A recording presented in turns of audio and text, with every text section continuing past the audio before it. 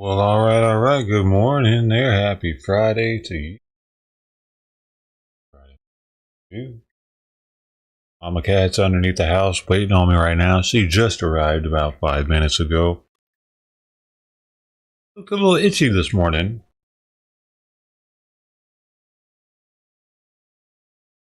Came from the left, moseyed on underneath the house.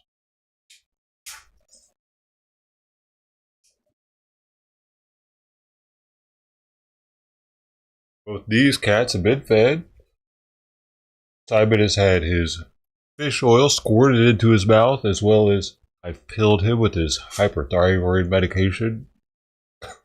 Sweet Pea's got fresh water, cleaned water bowl. Both of them have cleaned out litter boxes. So fresh. And then the food is ready to go out. With a fresh water bowl. Looks like they didn't drink much water last night. Yesterday, all the water was gone. In the morning, get used to the squirt. I don't know.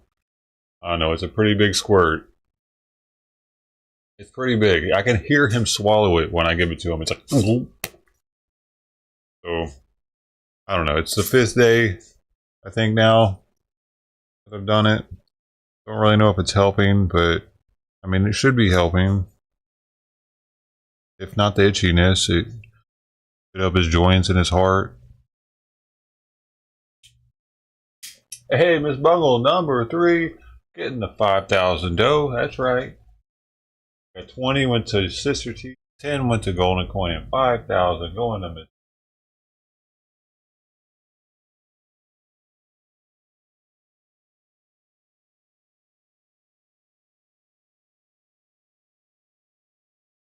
Five to 340.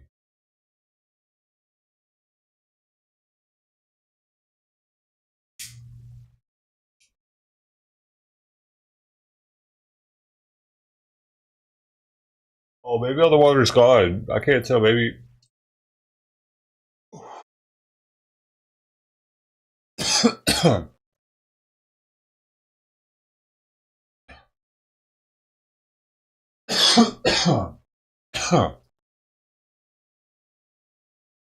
Simon's been eating good though.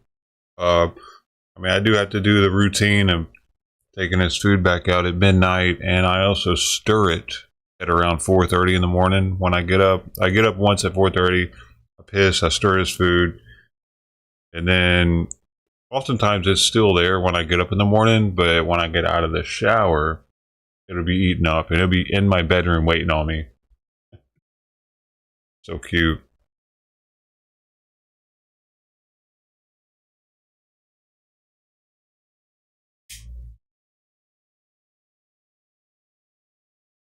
But if I didn't stir it as much as I do, I don't think he would eat as much. He still seems itchy. He's scratching right now. I don't know. Maybe I need to get some Benadryl.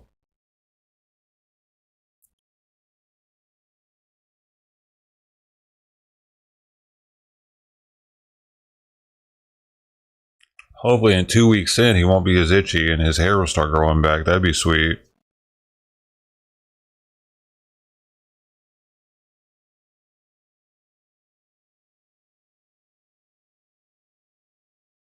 I don't know, maybe he has fleas.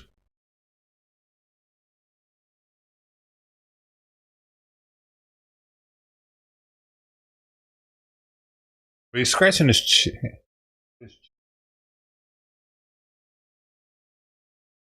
That oil's making him itchy now. Can salmon oil make a cat itchy?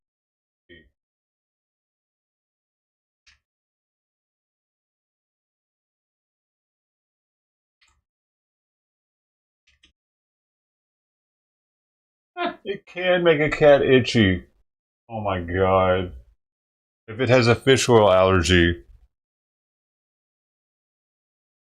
You just can't win with this stuff, man. It's supposed to make them less itchy, but it can also make them more itchy. How convenient.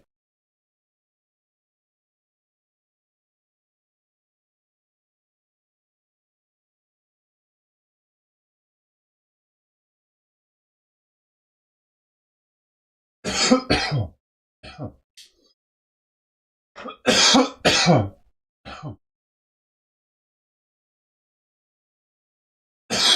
don't know. Hopefully not.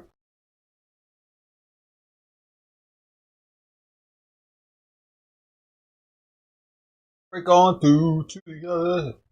Oh, really? A kitty just ran by. What? I'm about to rewind it. Rewind it and make sure. See which one it was for me, if you don't mind, because I got to get out there.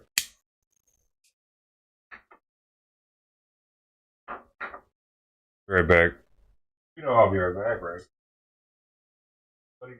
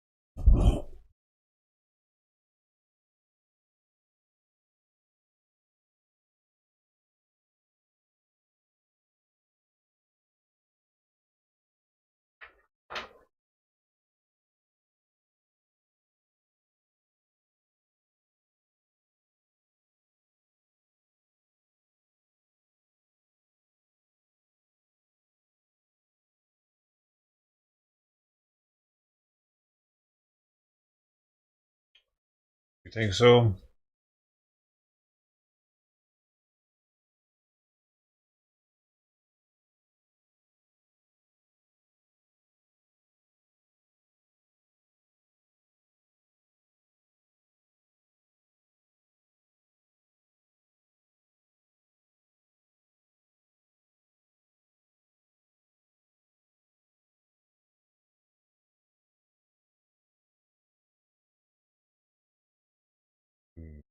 The one on the second one, the second plate from the left has has three different things in it. There's no way a cat's gonna eat it.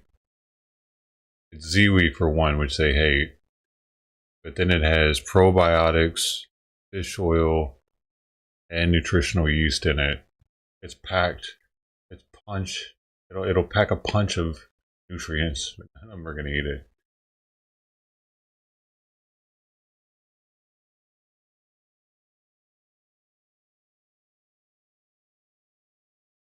The one right next to her is just plain Ziwi, rabbit lamb, nothing added to it at all. And she won't eat that either. She might take a nibble out of it. I don't know why she hasn't been going to the very first plate ever, just the fourth and maybe the third, or maybe the second. But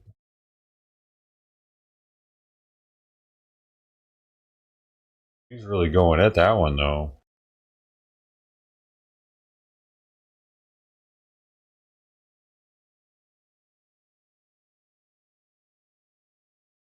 The grass is starting to grow back and tucks his spot. Kind of sad.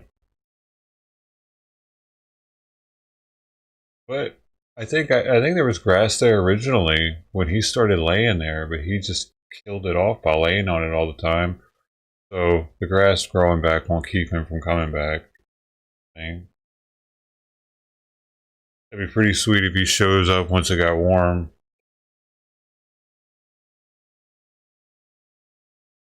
It'll throw off everything though, because then all these, I don't know, man, he shows up and they all stop hanging out.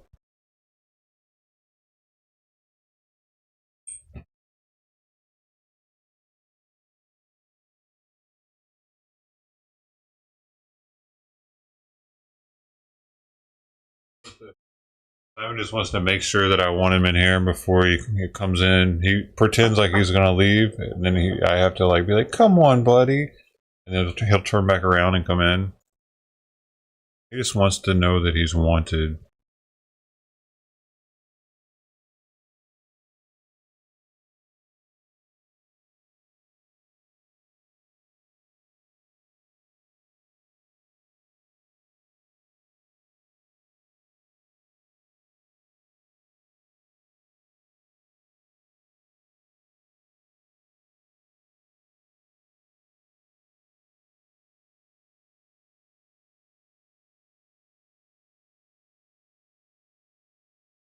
And that was what she's gonna. Well, now, oh, what? What? She's gonna go right back under. Watch. I'm gonna put another fancy feast out there because I got another case last night. And I bet she comes back out and eats it. Watch, I'm gonna put it right where on her plate. On her empty plate. Because I think that's why she goes back under. She's like, okay, bring another one now. We're gonna see.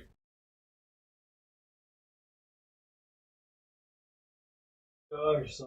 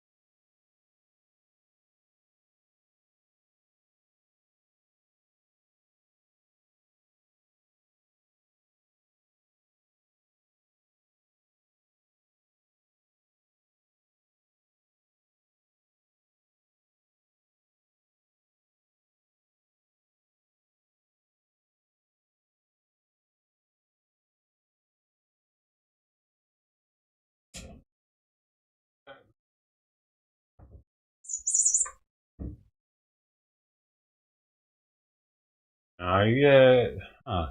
Well, well. Hopefully there's enough food out there that a cattle, they'll be able to smell it. Wonder how far away they can smell that.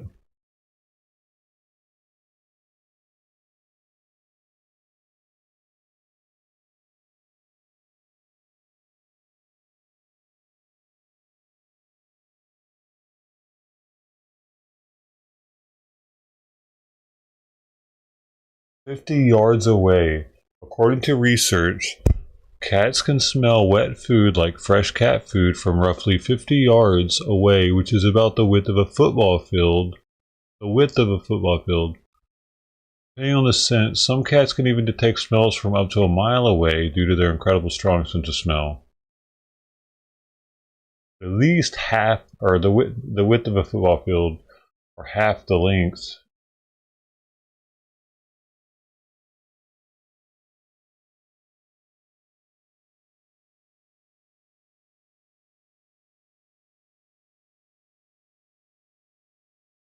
No wonder they all come over here. They can freaking smell it over the wall, I guess.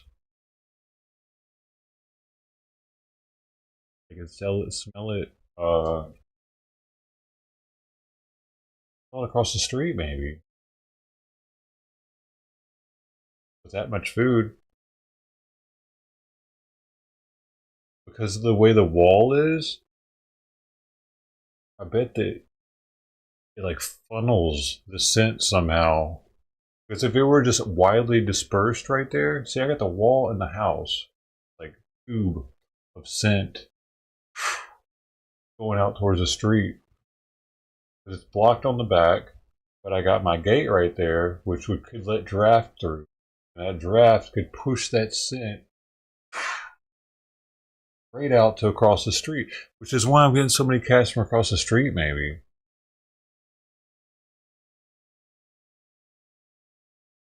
So it's not that they're going over there, it's that I'm bringing them over here.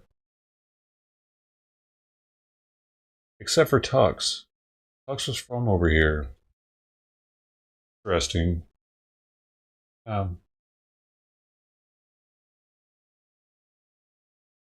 because he went a different route than they did every time. He would always jump up to my fence in the very back and then go right. None of these cats go really. I don't see going over there. Fluffy's from over on this side. Mama's from that side of the tracks.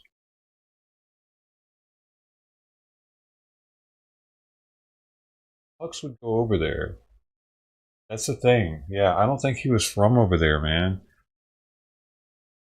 What happened to him? Like this morning, this dude was walking his dogs and looked over at me as I was putting the foods down. Kind of creeped me out, man. He looked at me. Made me think, like, what did you do, man? Where's my fucking buddy at? Weirdo. Why are you looking at me like that? Like I look like he didn't agree. Like he kind of stopped for a second. I mean, at the alley and looked down at me as I had the tray up there and stuff, and didn't say anything like good morning or anything. Just stopped and stared.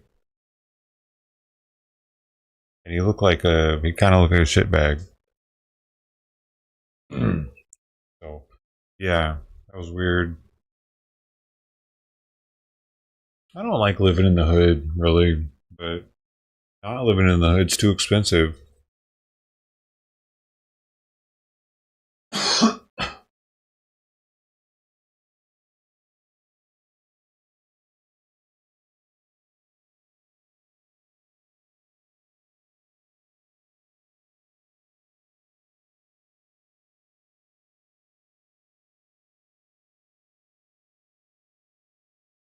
Yeah, no, but there are more of them in the hood for sure.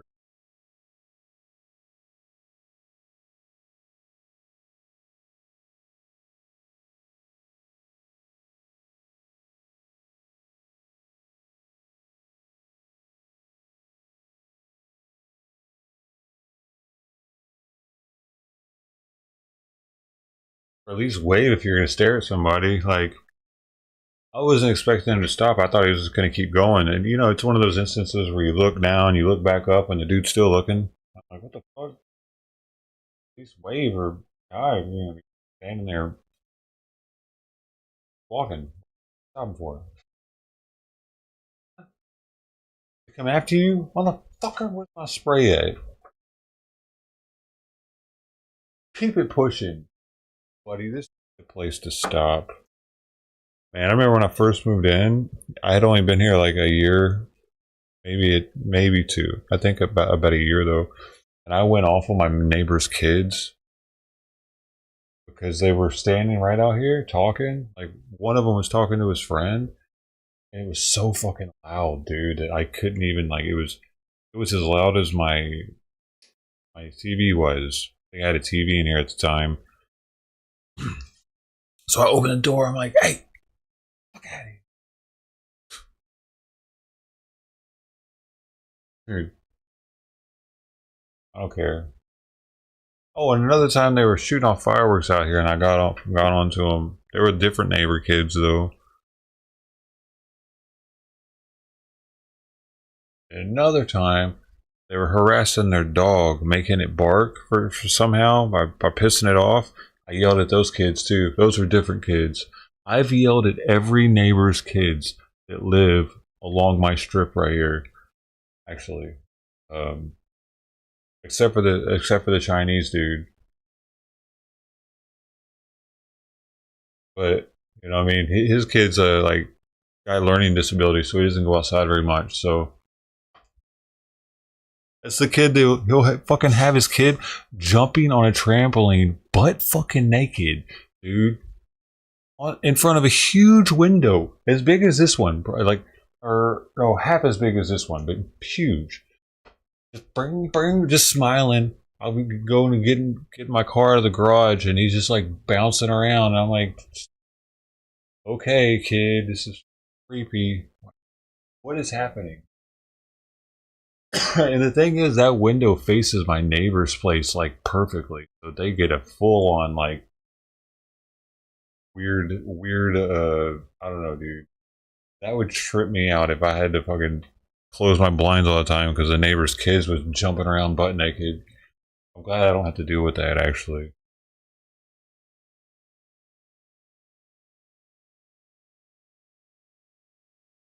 I should bullet with that one.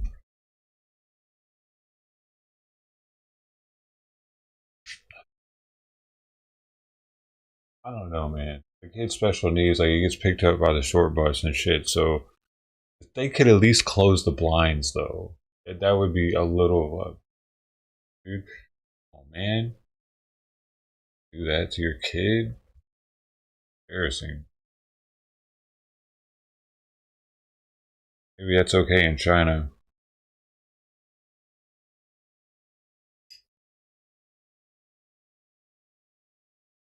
America now.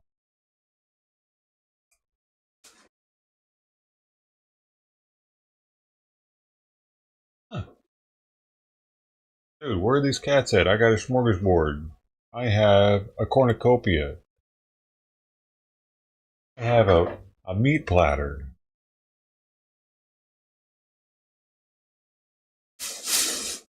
Two fresh cans of fancy feast right there. Had to be wafting.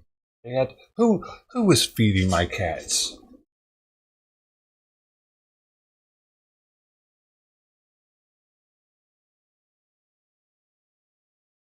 The other thing, Tux could have gotten into poison.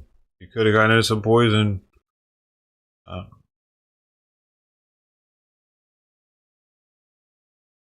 One of my neighbors thinks that somebody's poisoning cats around here, though.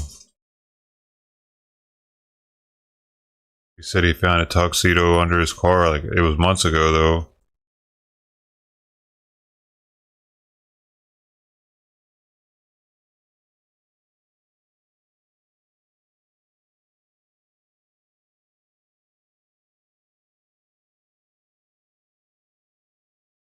I think that one's related to Sweet Pea, dude, because her tail is so long. You guys, I don't know if you can tell, really, but Sweet Pea's tail, I've always been like tripped out by how long it is.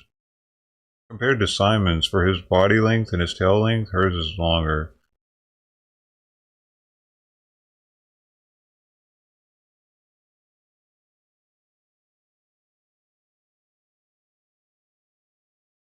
Yes.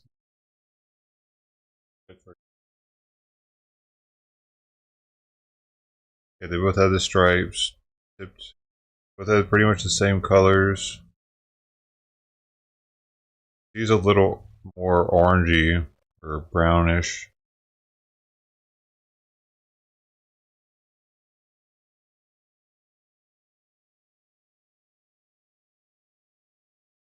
She's definitely getting the royal treatment with the royal canine food, as well as still feeding her 4 times a day.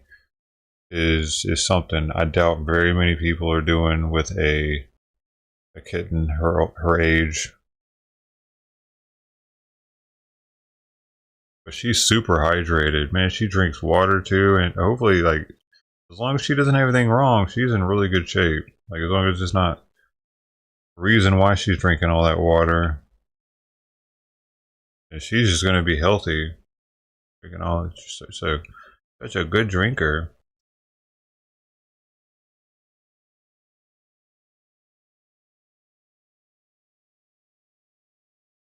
Oh, and the litter that I added to her litter, I used the boxy. It's like it's, it's an expensive ass litter.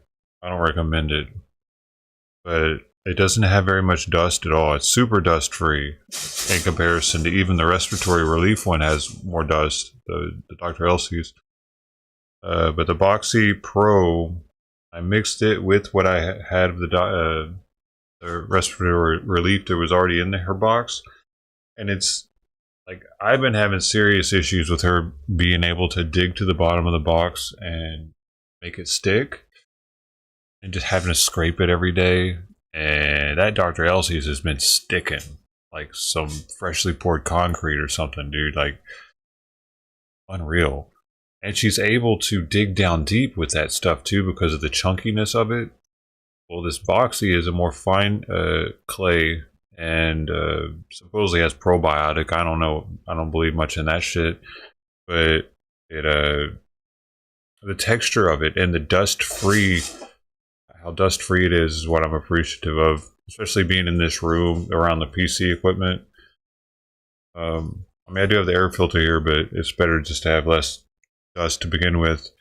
So, oh, and like she can't, because of the texture of it, she can't dig as easily to the bottom, I think, because it's a more fine clay. And so there was only like 2 small ones stuck this morning compared to, dude, usually all of her piss is stuck on the bottom, and she pees a ton, dude. It's crazy. That's why her name's Sweet Pea. Okay, actually, and so yeah, dude, I think this is gonna be a game changer with the litter box in the morning for me. Like, I've been pretty stressed out about having, like, I don't know, scraping piss off the bottom of the box every day is kind of a bummer. So this is gonna make my day a little bit brighter. It's worth a little bit extra money for the Boxy, for the. So if you have problems with your cat's pee sticking to the bottom of the box all the time, the Boxy might help. Boxy Pro. But I get the 40-pound bag, so I save a decent amount of money doing that through Amazon compared to, like, they have like 28-pound bags, I think, at the pet store. But they're not as good of a deal. I got a pretty good deal on 2 40-pound bags. 80 pounds of cat litter I had delivered to the house, dude. How trippy, man. I feel like I'm living in the future. I didn't have to go get that. That's cool. And the shipping was free. What? And I'm getting it cheaper than I would have gotten it in the store? It's crazy talk. Why would anybody go to the store to get cat litter?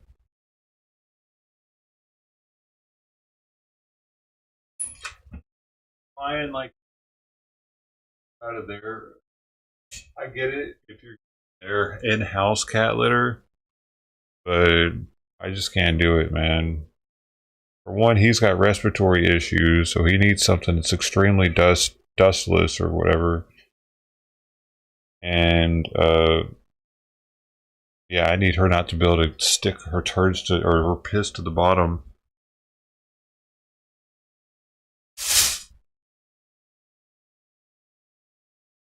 For my sanity. Oh my god, they're both in the tube. Damn! Dude, Simon getting a little crazy. That fish oil. That fish oil got him in the zone.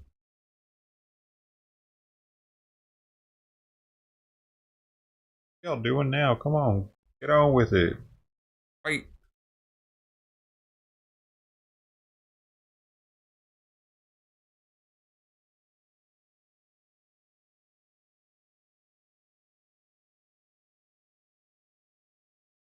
Like 80 pounds a litter. I just got delivered in. I think it was like 1 day delivery for free with Amazon Prime, of course, but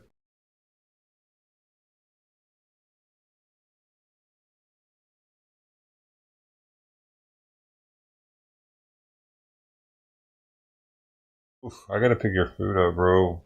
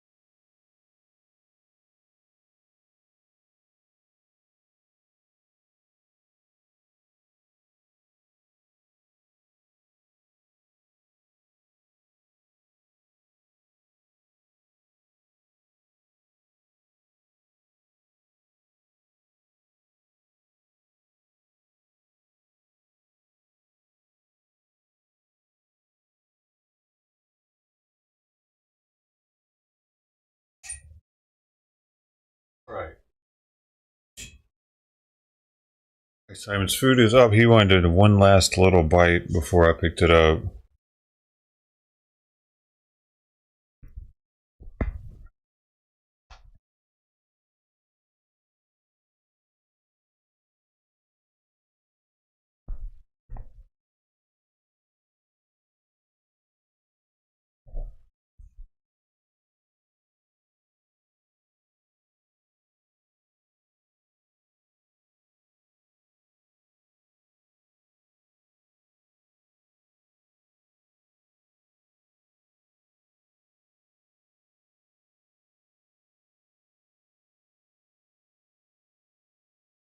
8 boxes.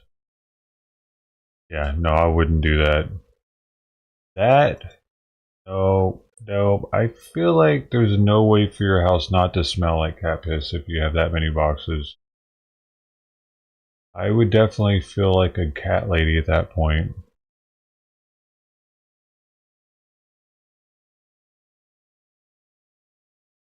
I'd always be like, I'm sorry, my house smells like cat pee. Are you sure you want to come over?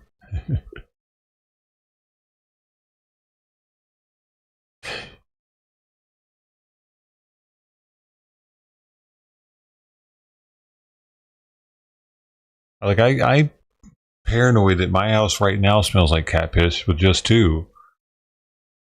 I bet it does, dude. I just can't smell it. Even though I scoop it once a day and clean them like once every 2 weeks.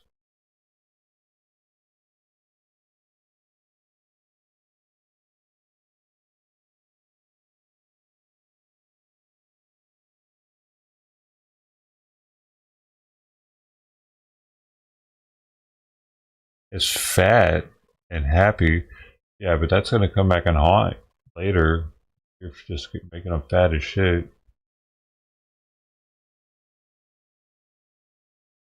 Just like with humans.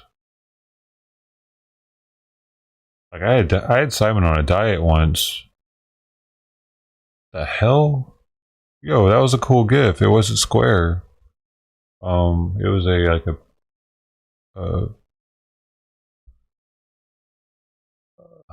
forget that file type. PNG.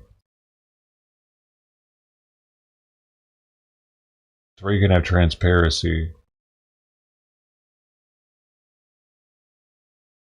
Mm-mm-mm.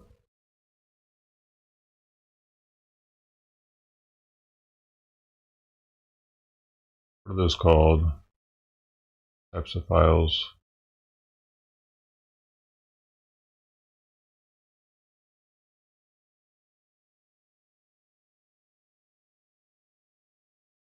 I can find out right now. Yeah, PNG. I had to make sure I was remembering right, man. I'm losing knowledge every day.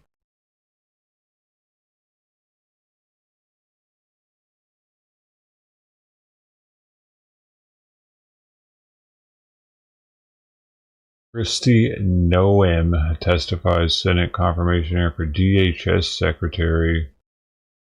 I mean, I don't need to watch that. I know she's just going to be the opposite of what Mayorkas is, right?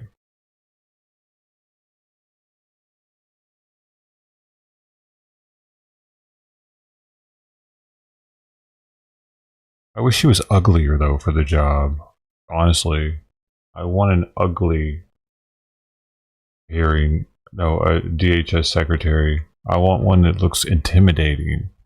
A pretty fucking one, dude. Why would I want a pretty one? The Homeland Security, motherfucker. You're securing our nation. Why is it a female? Why is it a fucking female, dude? Of all the positions, that one shouldn't be a female. I don't know. There are ones I'm cool with, like, man, like some of them, you know, but not that one. Is she the first female to? She's got to be the first female to do it.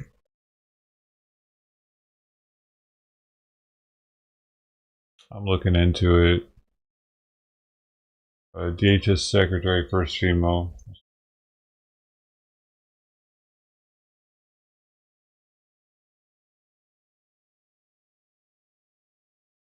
No, no. Okay, who was it? Janet Napolitano.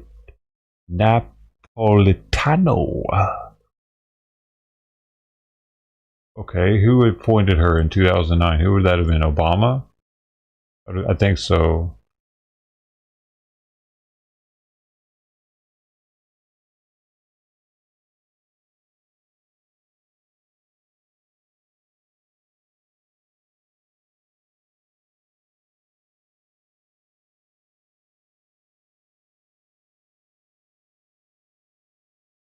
Who is this? Oh, here we go. Dude, Trump had a fucking female one last time. What is his deal with that? It was Kristen Nilsson. Why does he think a female needs to be in that role? What is that?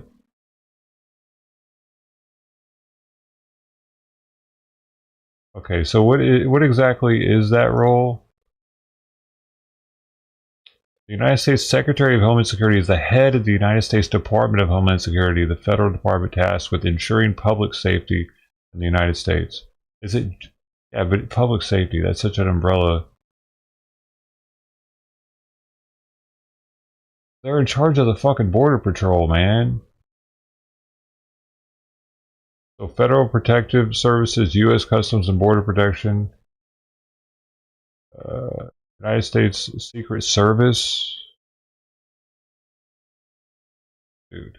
Federal Emergency Management Agency, Federal Bureau of Investigation, U.S. Marshals Service. They continue to operate under the U.S. Department of Justice. So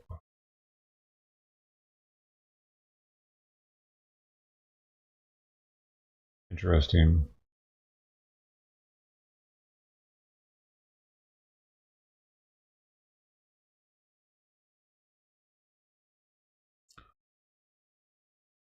At least have an ugly woman do it, you know?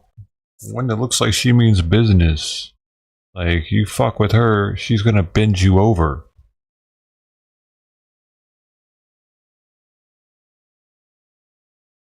You appreciate them not being hard to look at. Yeah, I think it's distracting though. You think they're able to convince people of shit more easily because they're attractive, and that's why he does it? Because the last one wasn't ugly. The Christian Nielsen. But this one is even better looking. The biker gang got away.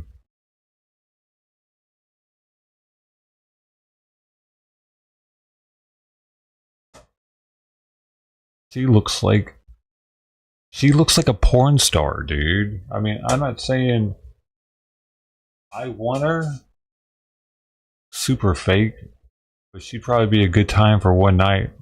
Cowgirl. Yay!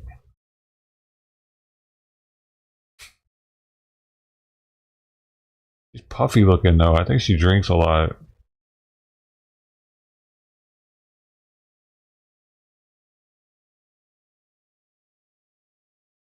Everybody's puffy looking nowadays. What is happening?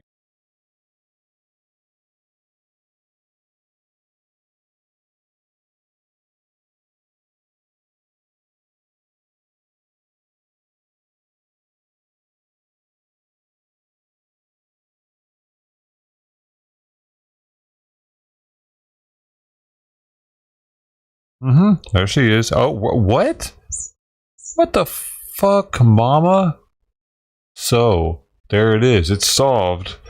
She doesn't not eat because her plate's not full. She just doesn't want any more of my food.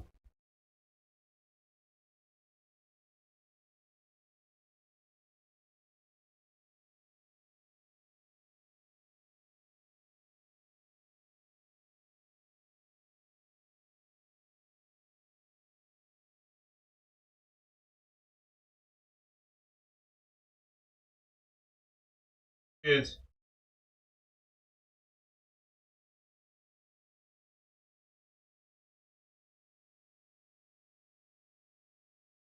Right there. And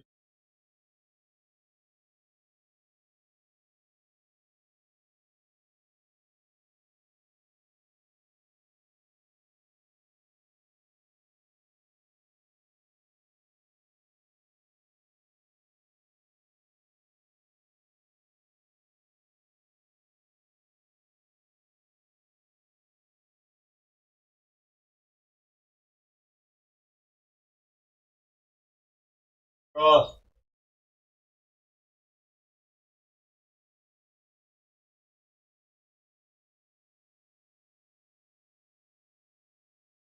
Upright. Road. Hitting the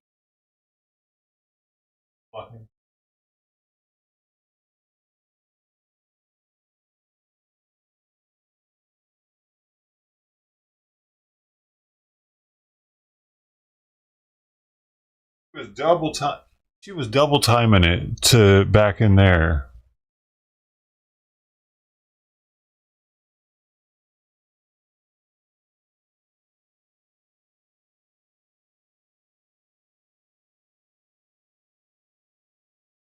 If one of them knows what happens to Tux back there, because I would see Tux go over there sometimes. But she walked down the sidewalk parallel to the road, waiting on a car to pass before she scurried. But then she stopped in the middle of the road and just stood there looking down the street for like 10 seconds, and then double timed it to the back there, back down their driveway. Ted. So that was interesting. It's like she knows at a certain time. Does she leave every time at the same time?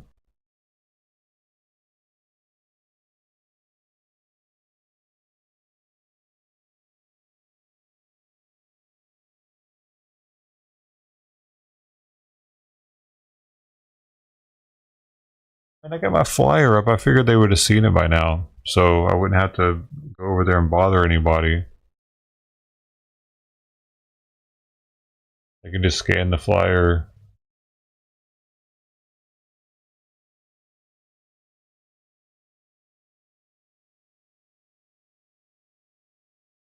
Domino's delivery driver missing after pizzas weren't delivered in Minneapolis.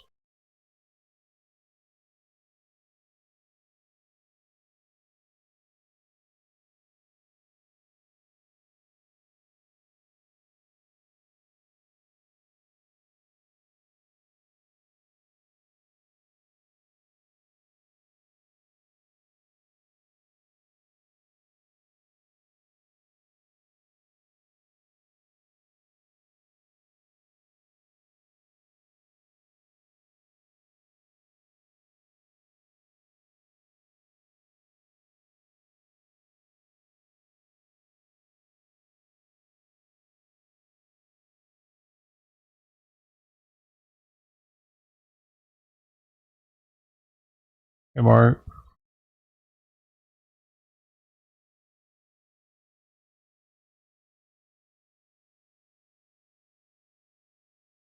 Oh my goodness.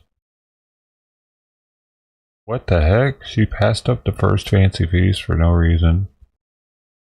Oh, she went to the extra enriched batch.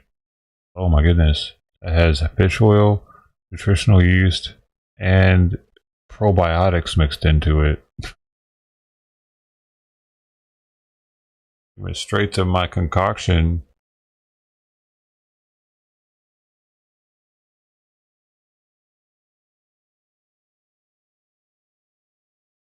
She vacuums up meat. Yeah.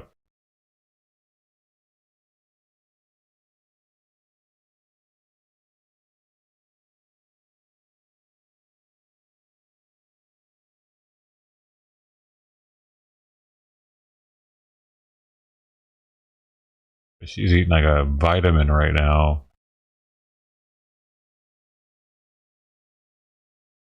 Because the brewer's yeast has a bunch of vitamin B in it. Oh no, she was like, nah. Now this one's just regular Ziwi rabbit lamb with nothing in it at all added.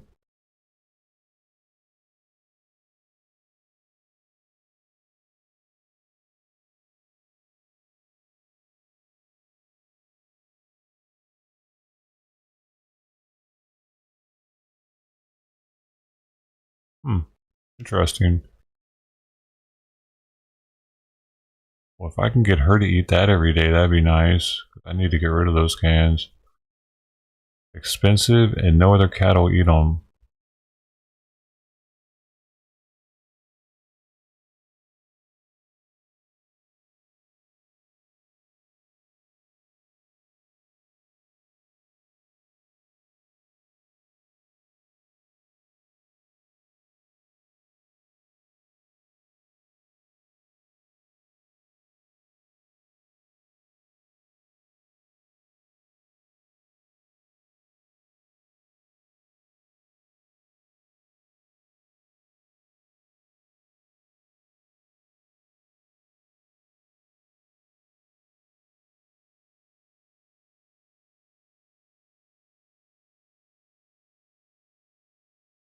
There was a dog off a leash out here. That's what she was looking at. Somebody's walking with them.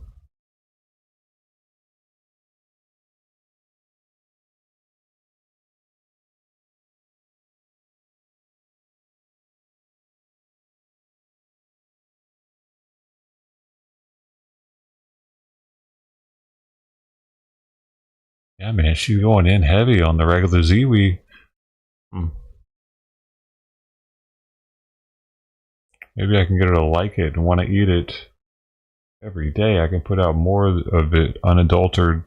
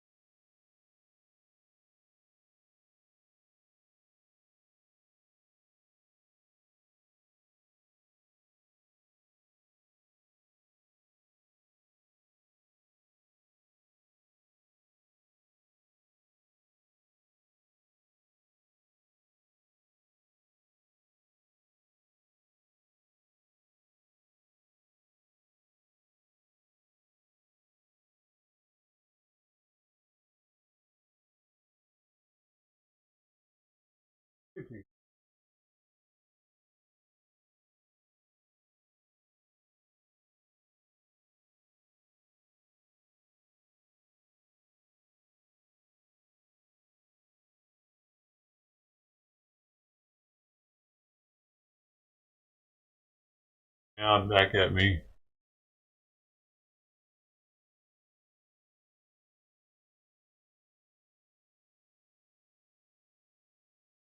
Well, now she's getting fancy with it.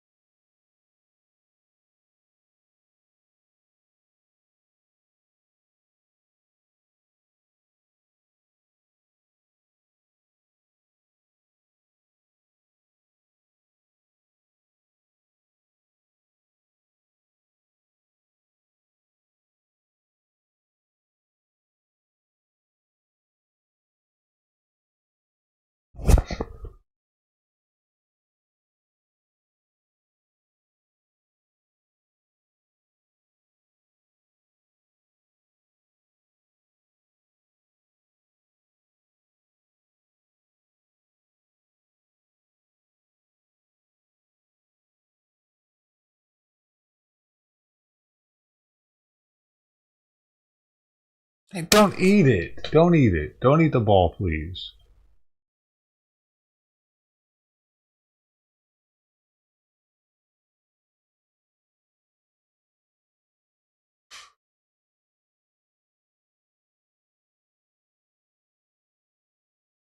Oh, she didn't want the fancy feast. She wants the Ziwi more.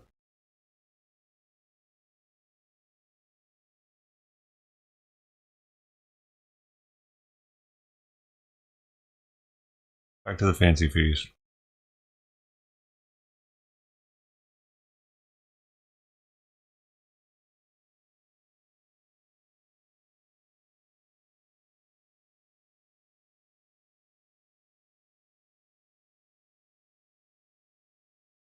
All right, welcome back, friends. We want to return to our top story this morning.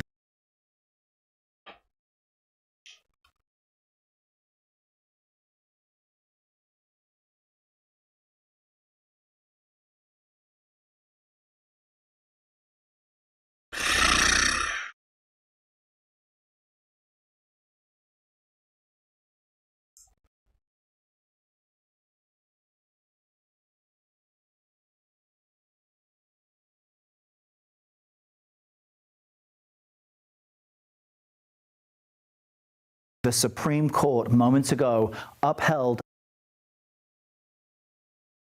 the TikTok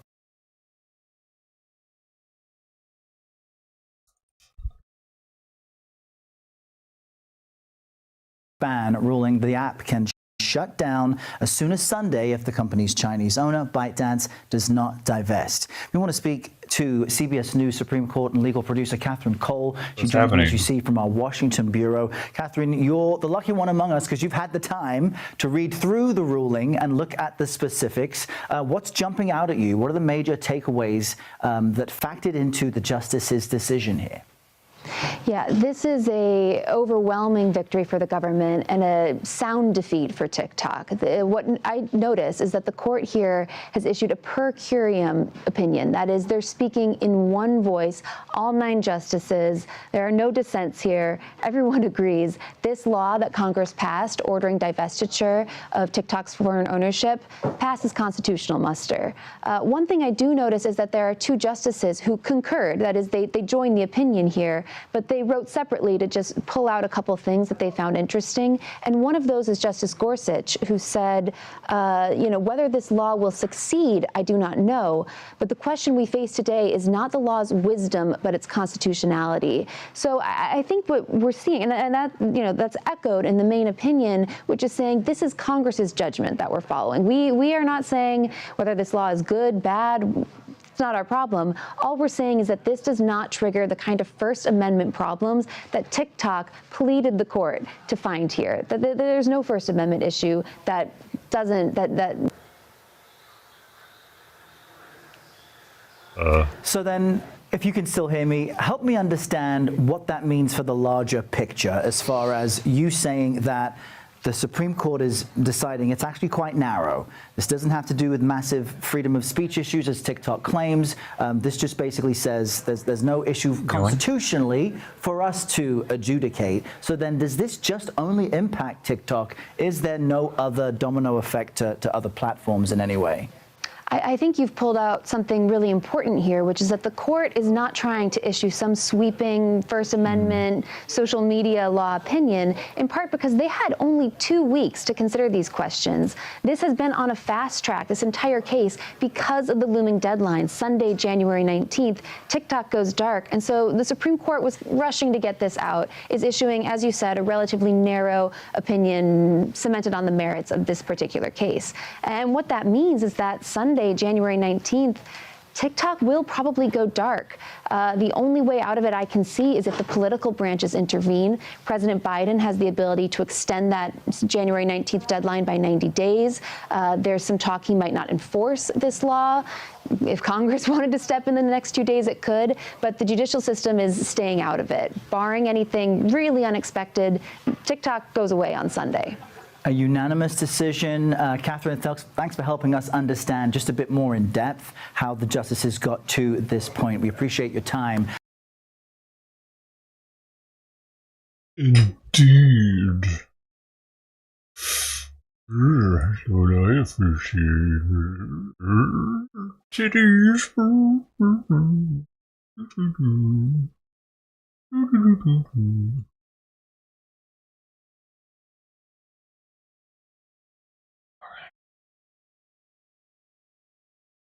Yeah, it's gonna be awesome. Biden said he's not going to enforce it though, so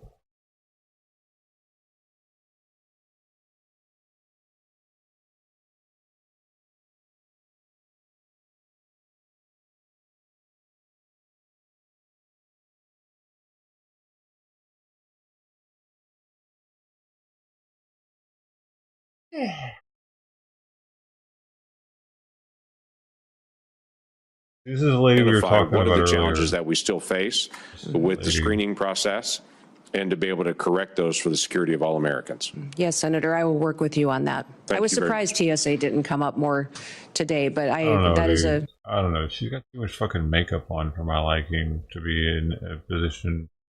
I don't know. It's just she looks too fake to me, dude. That's what it is. It's just she's area in need of reform as well, and I look forward to working with you there. Look forward to that. Thank you. I don't know.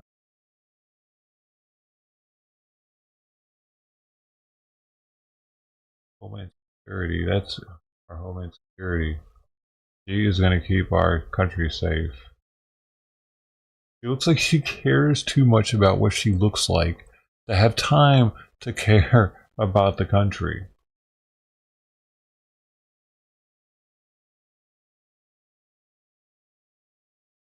Man, she didn't want any of the fancy feast. What is going on with her? Huh. Weird. She's having a weird day, actually.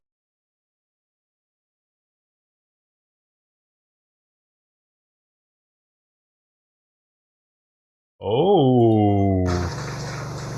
People who lost everything in the Palisades fire are angry and frustrated. They lashed out at fire officials at last night's community meeting held at Sinai Temple in Westwood. They shouted questions. When can we get access? Why couldn't you save our community? Why is my home gone? Assistant Fire Chief Joe Everett, who is a third-generation resident of Pacific Palisades, apologized. It's extremely hard for me to look you in the eye, knowing that, quite honestly, I feel like I failed you to some respect. Moving on, let's get into business.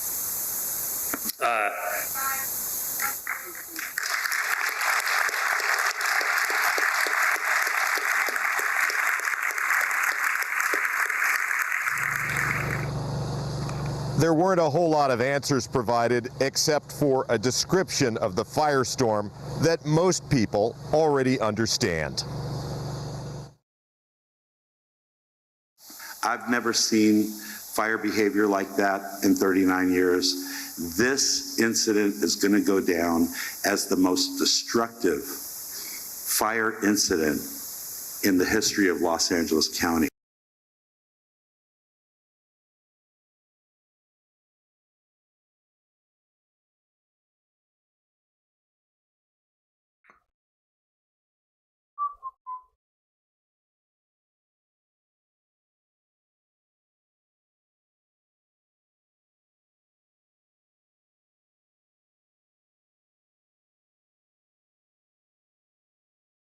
Utility crews with SoCal Edison are continuing work to restore power to the neighborhoods impacted by the Eaton fire. This as the energy company faces scrutiny about its decision not to de-energize transmission lines during last week's life-threatening wind event. KTLA's Annie Rose Ramos live now in Arcadia with the latest. Annie Rose, good morning. Burn them at the stake. Jess, good morning to you. We're standing in front of a Southern California Edison mobile command center set up in the wake of the Eaton fire. This is a 24-hour operation at a location here in Arcadia. It is filled with hundreds of trucks, thousands of crew members. You can see here the trucks driving up this morning, grabbing the supplies here that they need, and then heading out into the field to work. This is set up. This operation solely set up for the impacted areas for the Eaton fire. To talk more about what's going on, I'm going to bring in David Eisenhower with Southern California Edison. Thank you for joining us this morning. Want to talk about what's happening right now. Not just what we're seeing, but a lot of residents not allowed into the impacted area for the Eaton fire. Tell us what you're seeing that they can't see, but also can you give us any idea about a timeline in terms of what we're looking at for when we can rebuild and come back with the power? Sure, absolutely understand. First of all, want to say our hearts are with the people who have been impacted by these fires and these extended power outages. Completely understand that it can be frustrating and a hardship for these folks.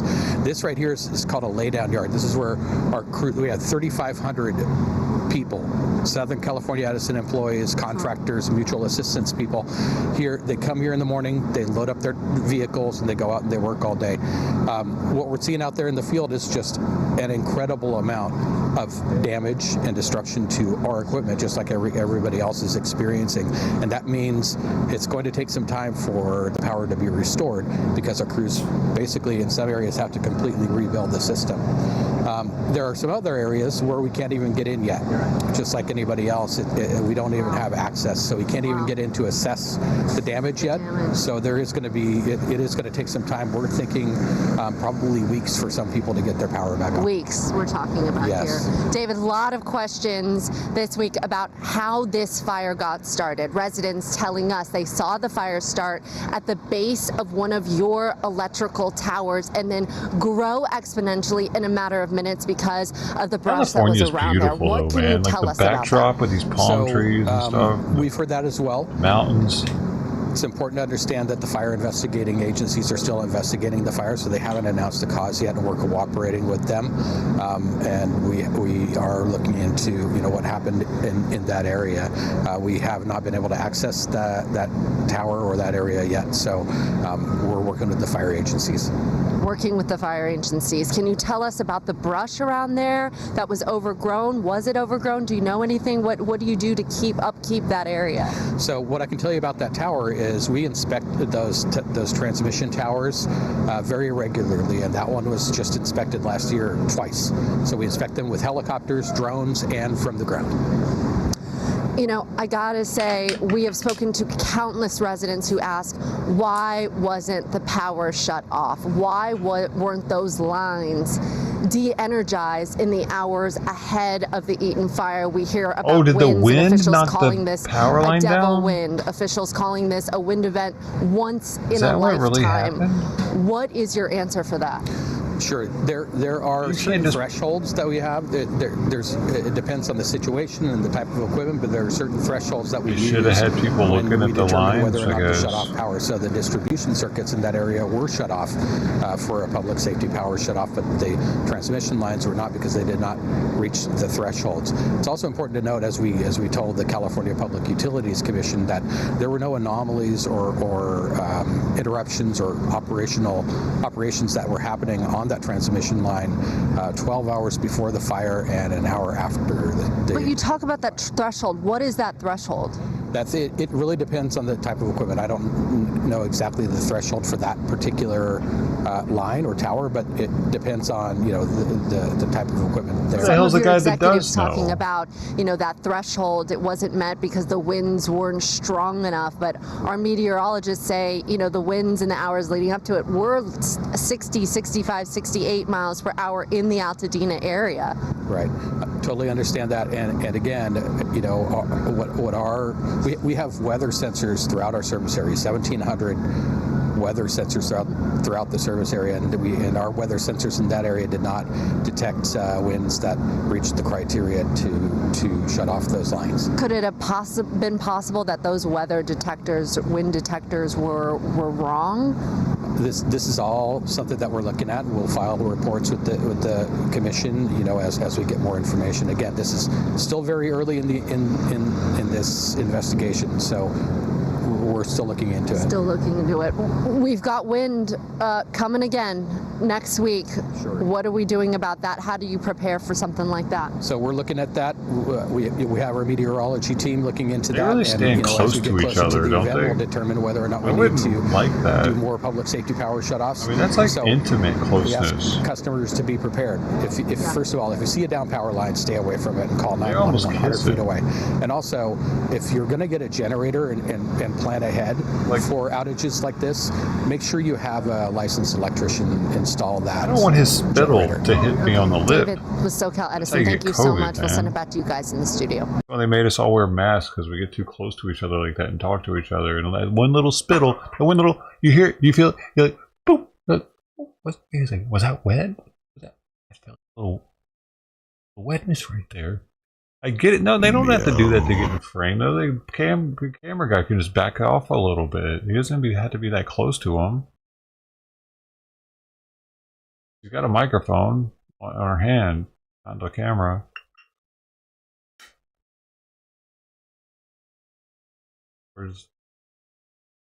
Zoom out a little bit. Give them a little more space. It's because they want to give this feeling that they're intimate. That she's got intimate information. Look how close they are to one another. They want to get as close as they can to people at all times, probably. To look like they got the inside scoop. Probably some psychological thing that it does to the viewers. They definitely don't have to be that close to each other, though. Like we see Nick Shirley going to interviewing people, he puts his arm out. He was like this.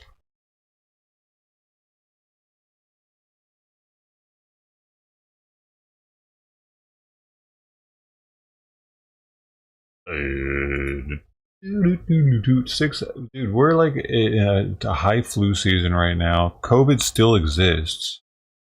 And people that have been vaccinated for COVID are actually more susceptible to being a carrier with asymptomatic COVID.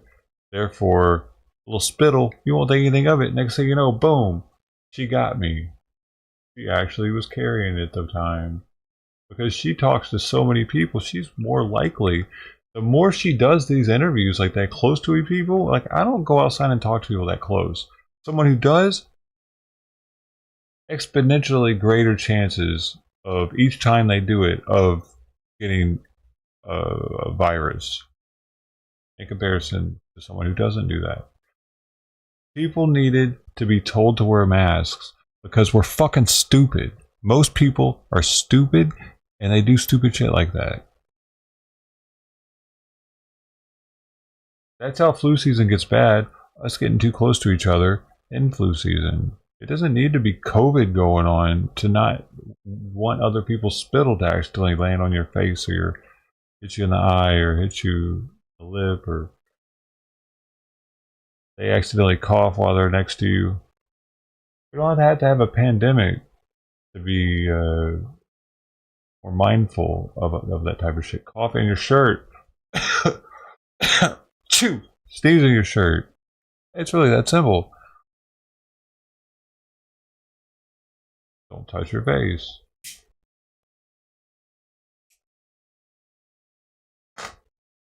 Lincoln's farewell speech is happening. And that leadership every day.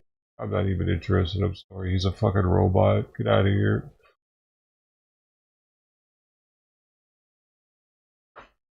He's one of the professional bullshitters in government.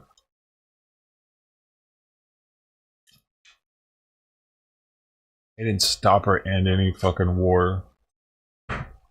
This temporary ceasefire that they negotiated, all it is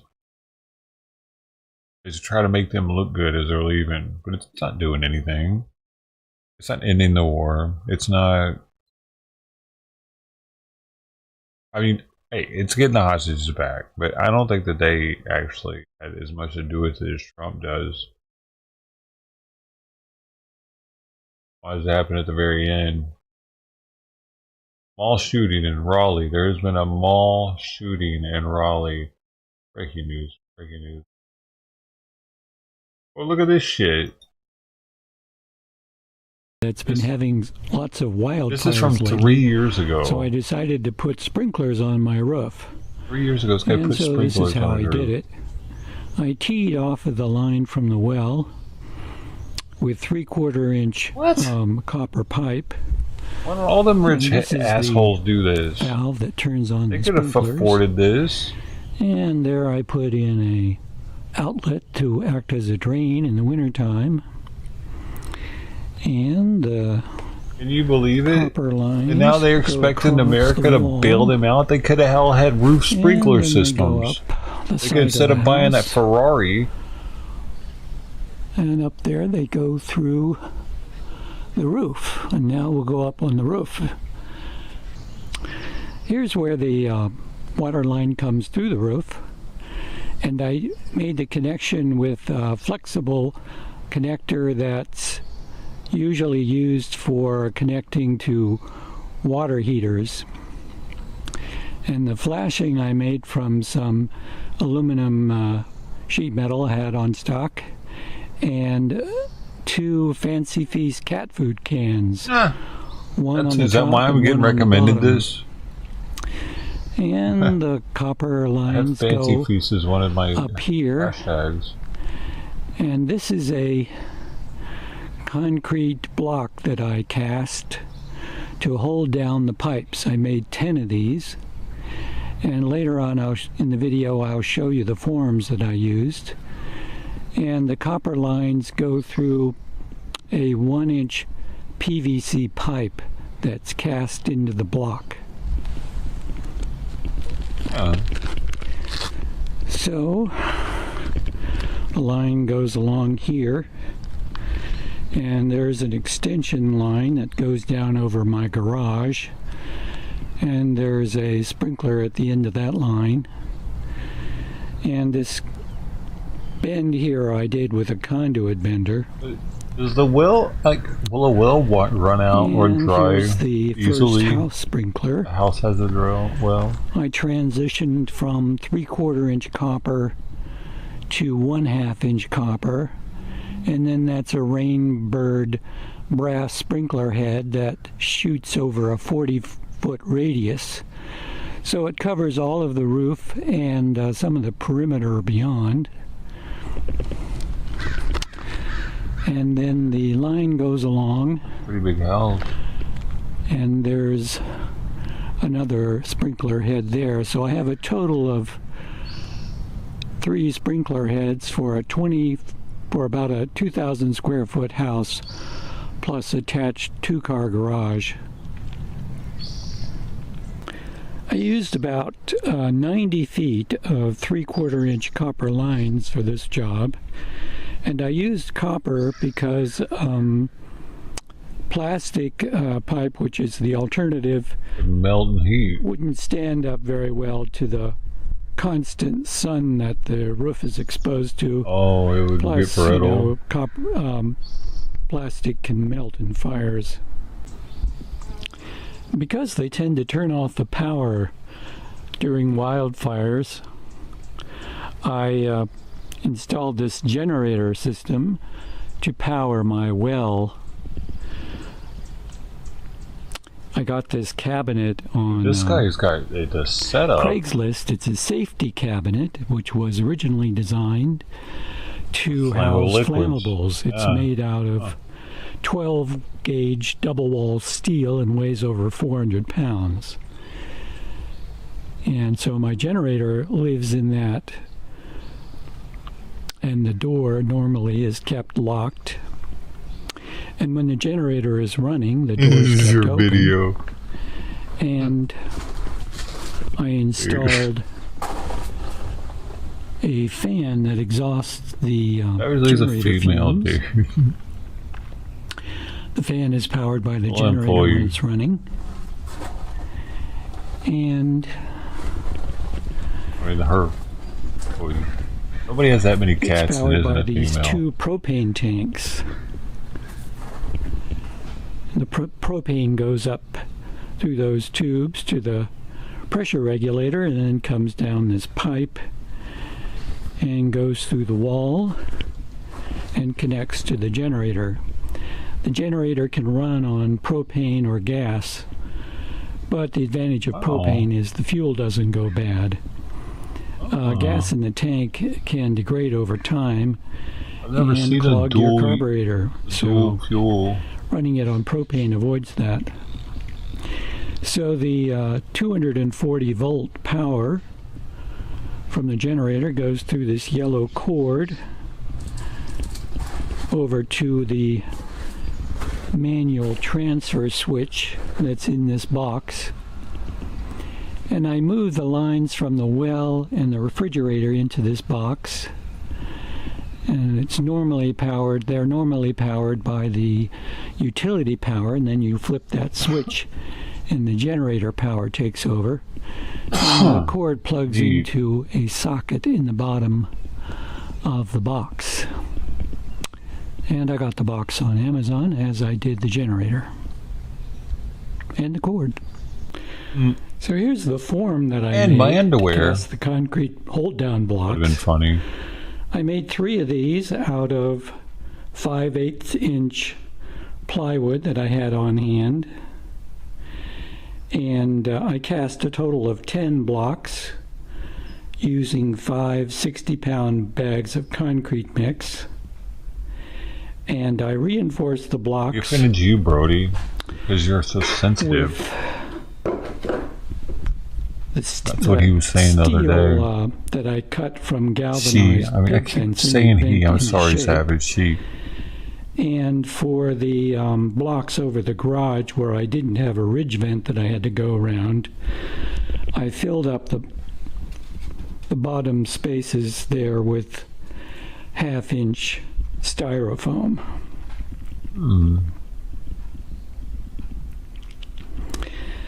And the form is held together while it's being cast with screws.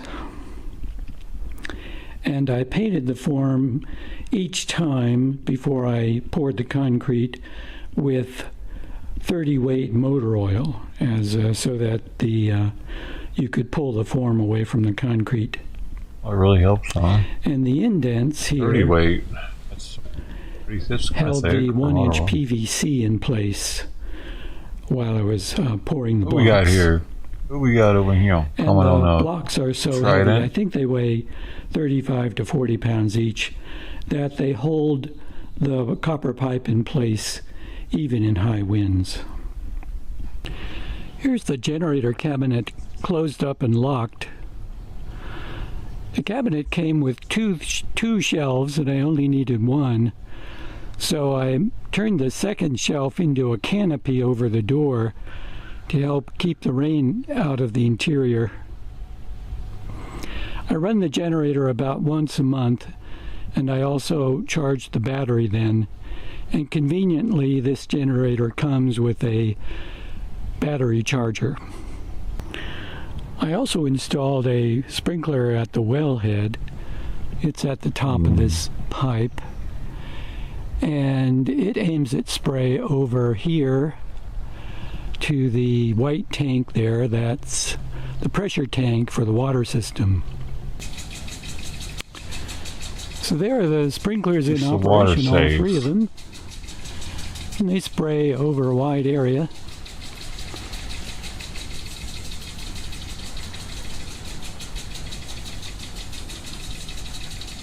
I think it would also help if you had like holes that were just squirting it onto the roof. So I hope you found this like video useful. Like those hoses. And if you're thinking just have holes in them of installing sprinklers on your roof, if you live in a fire area, I think it's a very good idea. Thank you. It needs a second one that's just like drizzling on the roof.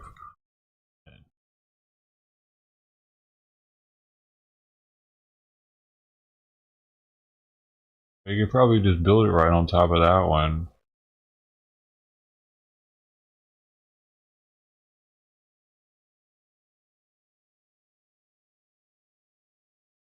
It's cool though, very informative. Lots of work. Started his own business installing those in Pacific Palisades.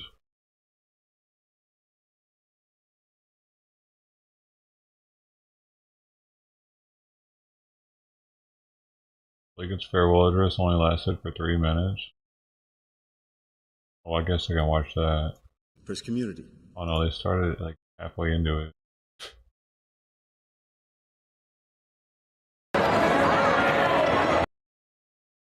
This part. How long was it actually?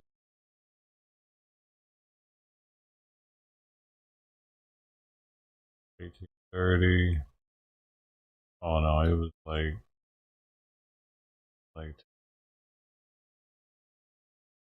10 minutes of blinking is 10 minutes too much.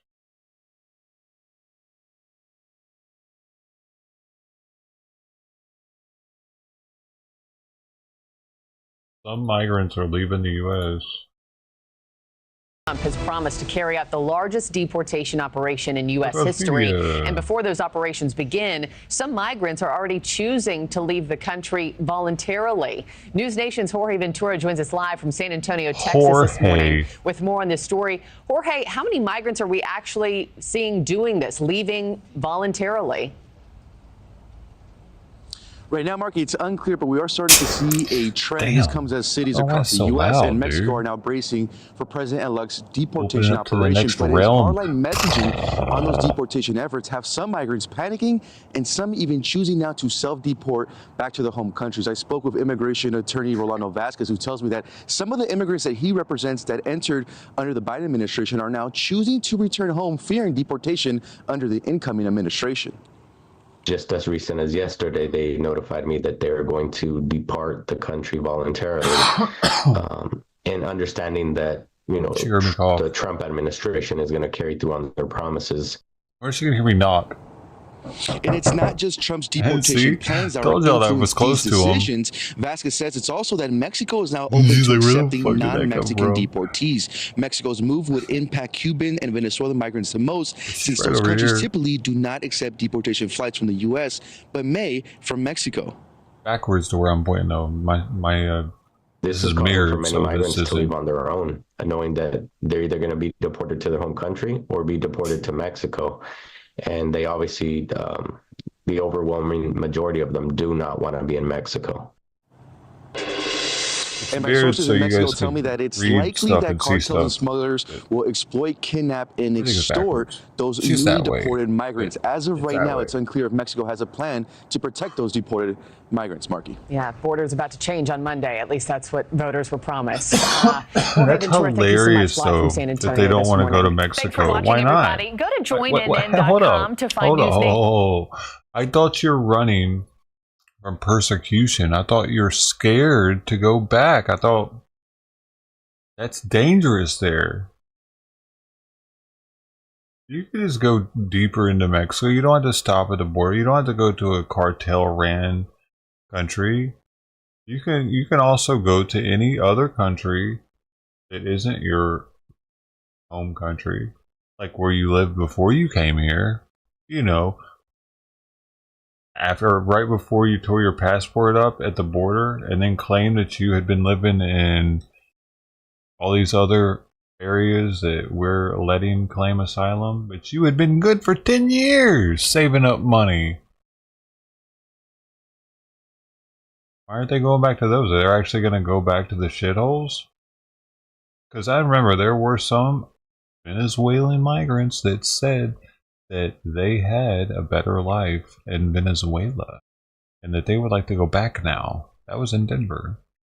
At that apartment complex, it was overran by Venezuelan gangsters. They were charging people rent, and it was getting falsely reported that they weren't.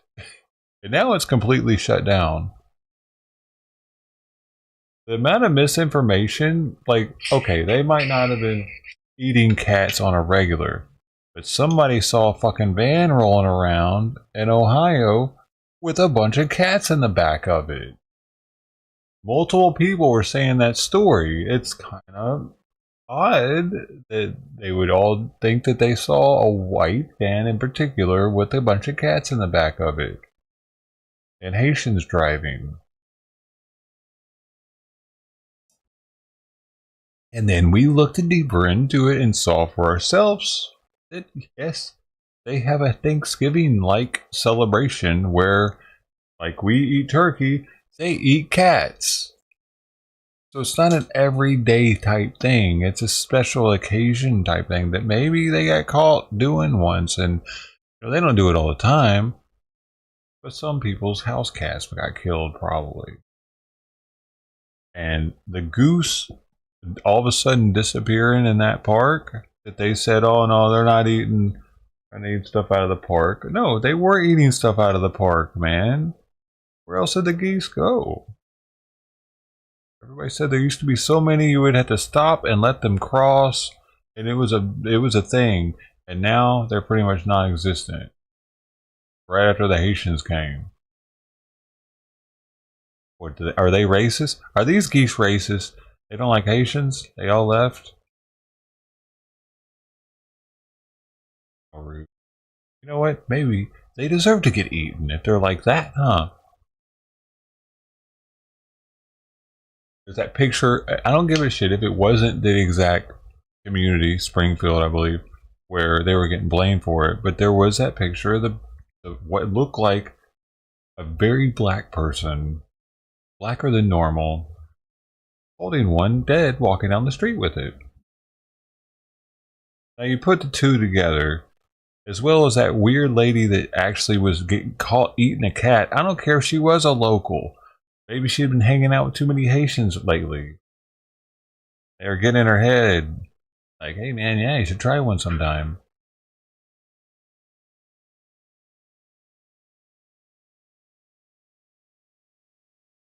They don't want to assimilate or to... It's simple. There's salad bowl society and there's melting pot. You're one or the other when you have a mix of cultures, a mix of ethnicities. Wherever these people show up, they salad bowl it. What is happening out here, man?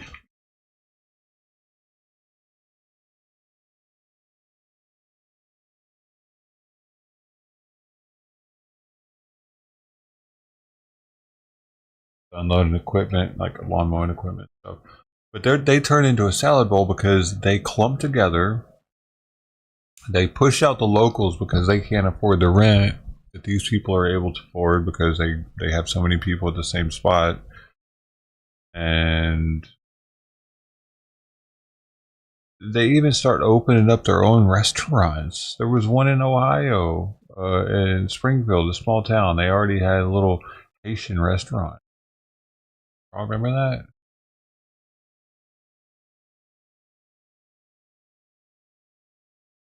Because these people want they don't want to come here and be. They're not coming here for hamburgers and hot dogs. They're coming here for the money to buy their shit. They still want to buy the same. Like they don't. They want to like. All right, clothing, that's one thing. Fashion, that's one thing. Because their country doesn't have that. They were already wearing our shit in European clothing for fashion. So they're gonna want the nice stuff when it comes to that with fashion. Wearing some Nikes, wearing, you know what I mean, wearing the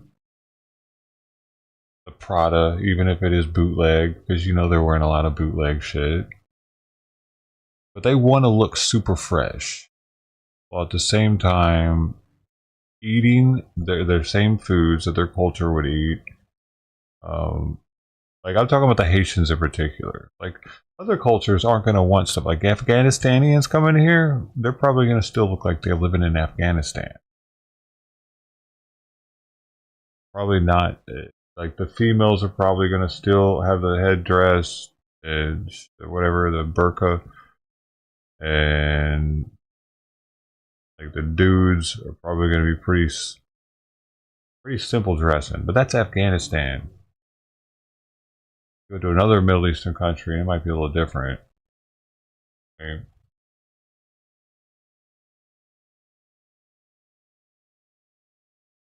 Like them coming here, and whether or not they would want us to, like, an Iranian person is probably going to want to be more westernized because it wasn't just, what, 30, 40 years ago they were, and then it changed back.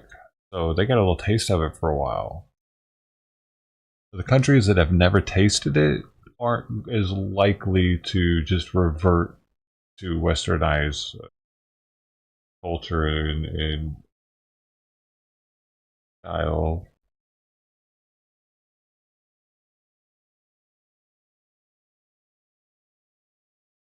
Burkas in Switzerland, really interesting. Huh. I don't know if I agree with that though. That's the male head wrap, right? The Sikhs wear those, and they are known for being the most trustworthy religion. They're not Muslim. Are we talking about the same thing? Head wrap, right? Oh, the female one. Oh, burqa. Yeah, what's the male one called?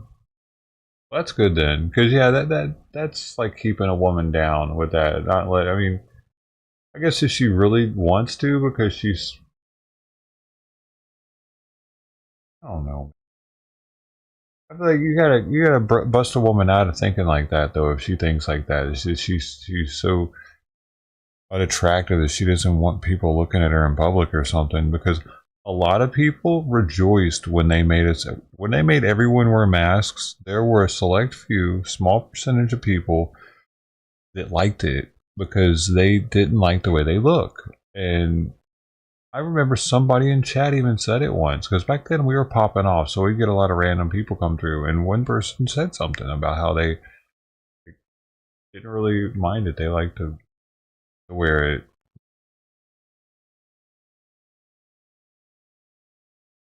And they especially, I think, alike some people that other people had to wear it too. Because then it put us more like on this, like all we saw was this of each other. Hey, what's up, man?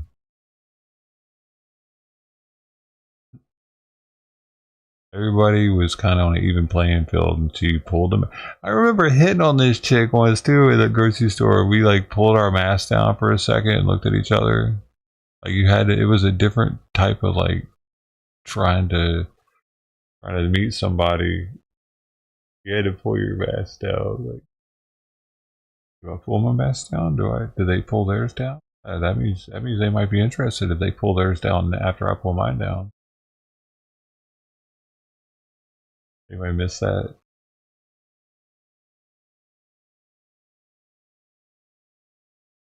The view of Mar-a-Lago as Mayor Adams is making a visit.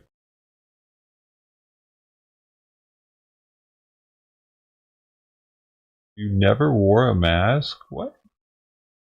How did you do that, man? I thought y'all were pretty strict up in Canada. That's why the truckers got all out in the streets, ain't it? Partially. That's the reason why our trucker thing didn't do any well, because we started lifting mask mandates right when the trucker convoy started. And then they didn't really have anything to trucker on, the convoy on. They should have done it on the border, though. What were they thinking? Dude, if they would have concentrated on going to the border and actually protesting the border, like a bunch of truckers down there, what were they scared of? Not getting future loads because people would see them on TV and think that they were racist, maybe? It's unfortunate all they did was donuts around DC. Nobody was even getting the message, because for one, no one's searching for that. No one's searching for convoy around DC. People were searching about the southern border at a time a lot. And if they would have been down there, they would have been... YouTube would have been unable to block them the way they did. Because, remember, I brought it up multiple times. There were nobody from DC was in chat. They would ask, hey, where's everybody from in chat? Y'all, here we were from Virginia, Florida, Tennessee, like a bunch of redneck states, you know what I'm saying? Nobody was saying they were in DC, though. And they would have thousands of people watching. So they definitely weren't even getting recommended to the locals, just like I don't. YouTube's scared to recommend me to the locals, maybe. Even though we did have that one dude in here that said he was my neighbor. I don't know if he was lying, just trying to mess with me, though. I didn't think much of it. Can't let it. I mean, the one time it did mess with me when that happened, I was IRL streaming down the street at a store, the grocery store, getting some beer and probably popcorn chips or stuff like that, munchies, maybe picking up some tacos on the way. I used to do stuff like that on stream. And until stuff like this started happening, though. I'm at the register and somebody in chat's like, hey, that guy behind you, not my person, but the person behind her, he's like, oh, that's Larry.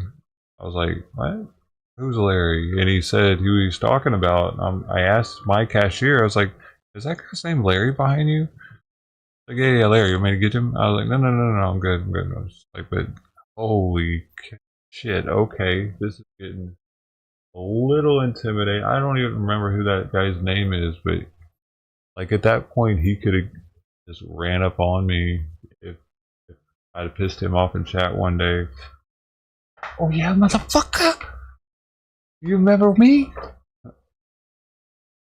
There was another one too, that when there was the shooting, he said he knew people that knew the guy that got shot, and he knew where I lived at that point too, because he had been asking around, because I'm like the only gringo around here. I'm the only brave enough gringo to move it. I remember once I was picking up shit out here, and this couple stops and like, hey, you know this is an alright place, like, say, is it safe around here? I'm like, well, I've picked up a crack pipe and a meth pipe on my property in the past month, because back then it was kind of bad. And they're like, oh, okay, thank you. Probably wondered, how do you even know what the difference is? Oh, fuck. Okay. This guy too, he's one of them too. I'm not. So yeah, and you know, I think that affected everyone. Because they say that, you know, the old thing, you smile at people, you can change someone's day with a smile, you know, just because they might not have all day had anybody smile at them or ask them how they were doing or whatever. So that can mean the world just in passing. And it takes way less muscles to do that than to frown, you know. But we couldn't do that for one another. We couldn't smile. We couldn't tell if someone was smiling as easily. Like, with just that. Especially from a distance. It took smiles away from everyone.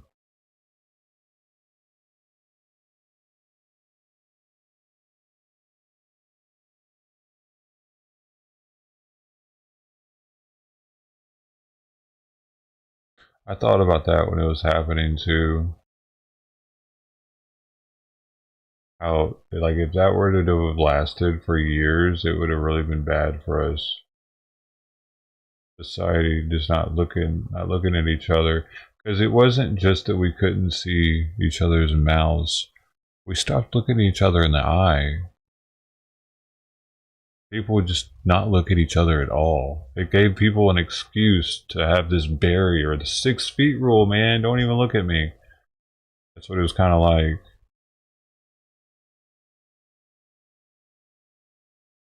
I'm sure it wasn't everybody, but it gave some people that excuse. Because people already are kind of scared of one another. I think most people are a little nervous of someone else they don't know. But at that point, that somebody else could kill you, supposedly, with their breath.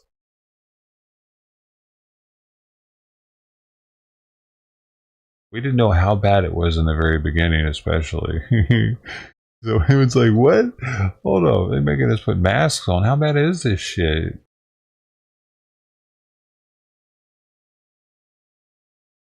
I didn't even realize until later that they had did that in the past too, like for the Spanish flu. People were in mandatory masks.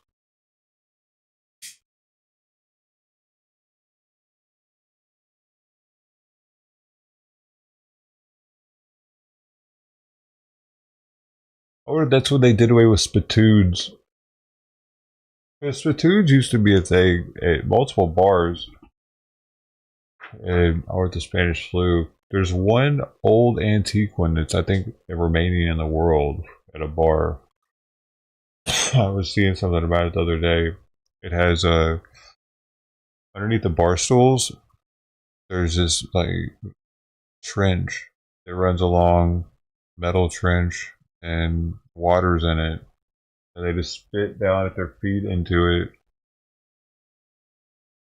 I bet those are more available before the Spanish flu. Especially if they masked everybody at that time.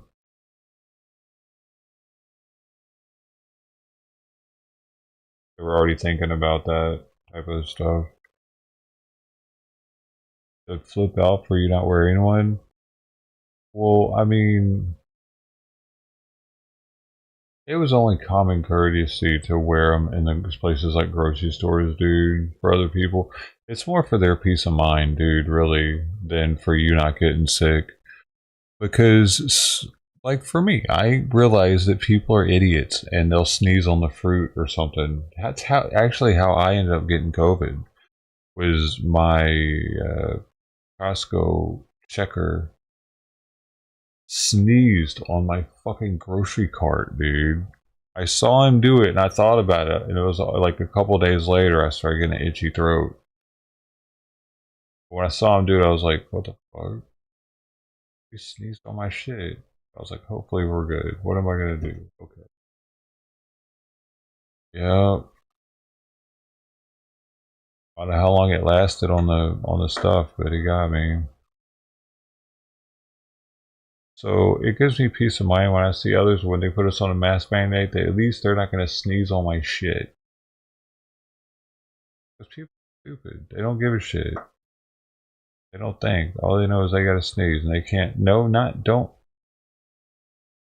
You don't put it in your elbow. That's stupid too. You're talking about this? That's stupid, dude. Put it in your shirt. Always put it in your shirt. I've been told this by a doctor when I was in a program where I lived in very close proximity to other people. They were coming off the streets. All of us were told, if we ever had to sneeze or cough, do it inside your shirt. Inside your fucking shirt, asshole. My mom didn't even teach me this. It was a doctor and a program where we didn't, and this is long before COVID, dude. This is a decade before COVID. Well, almost, not quite, but yeah. No, actually, roughly. When was COVID? Okay, maybe not quite. Wait, no, actually, yeah, over a decade. Over a decade, dude. What am I thinking?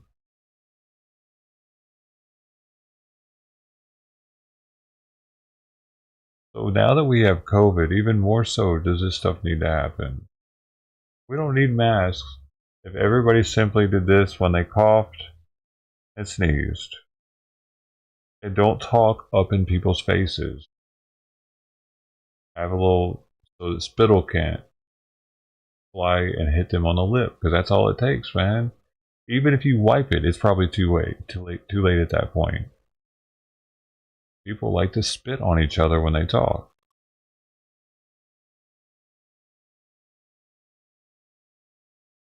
Don't touch your face. After I leave the house, I try not to touch my face with any part of my hand, only like my wrist, because I'm not opening doors with my wrist. I might touch the thumb or the thing for the numbers, ATM number thing, with the back of my finger rather than the front of my finger, because I try not to really grab too much with my fingers.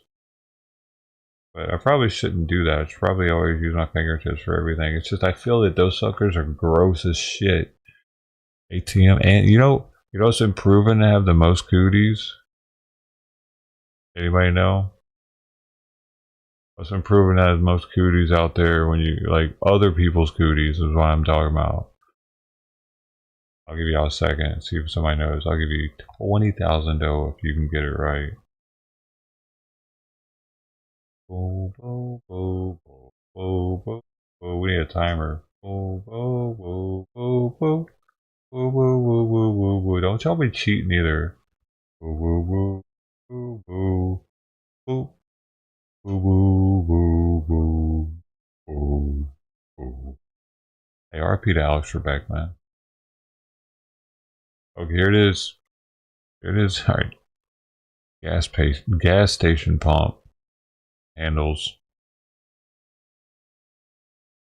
People do some gross shit in their cars, probably, I guess. Lots of nose picking happening in the car, I guess. I don't know. But those were known for being some of the grossest things in public.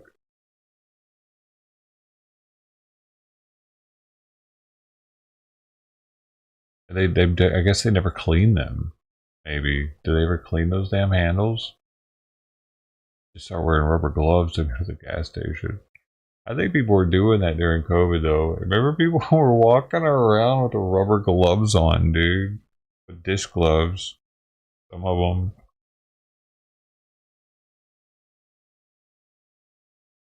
Those helmets, though. Those helmets is when I started getting a little worried. Full-on helmets with filters on the back of them, like we were going into the 12 Monkeys world. Brad Pitt.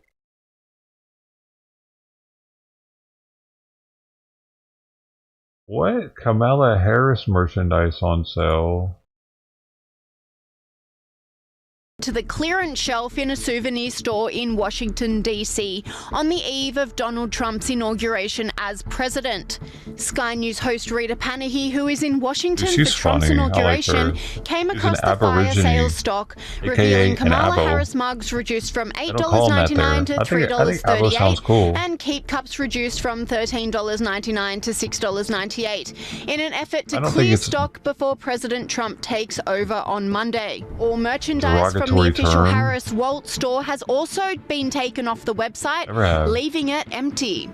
The Barron store is a stark contrast to Donald Trump's merchandise web store, which is packed full to the brim with a range of gifts and merchandise with the Trump branding for the entire family. Easter colors. Harris's humiliating merchandise fall from grace also comes as Donald Trump and J.D. Vance's official portraits were released, signifying yet another crucial step towards the White House for the Republicans. Finally, President-elect Donald Trump's inauguration portrait has been unveiled. Trump's portrait is being compared to his mugshot from August 2023 when he had to go to Fulton County Jail in Atlanta, Georgia. There is that picture.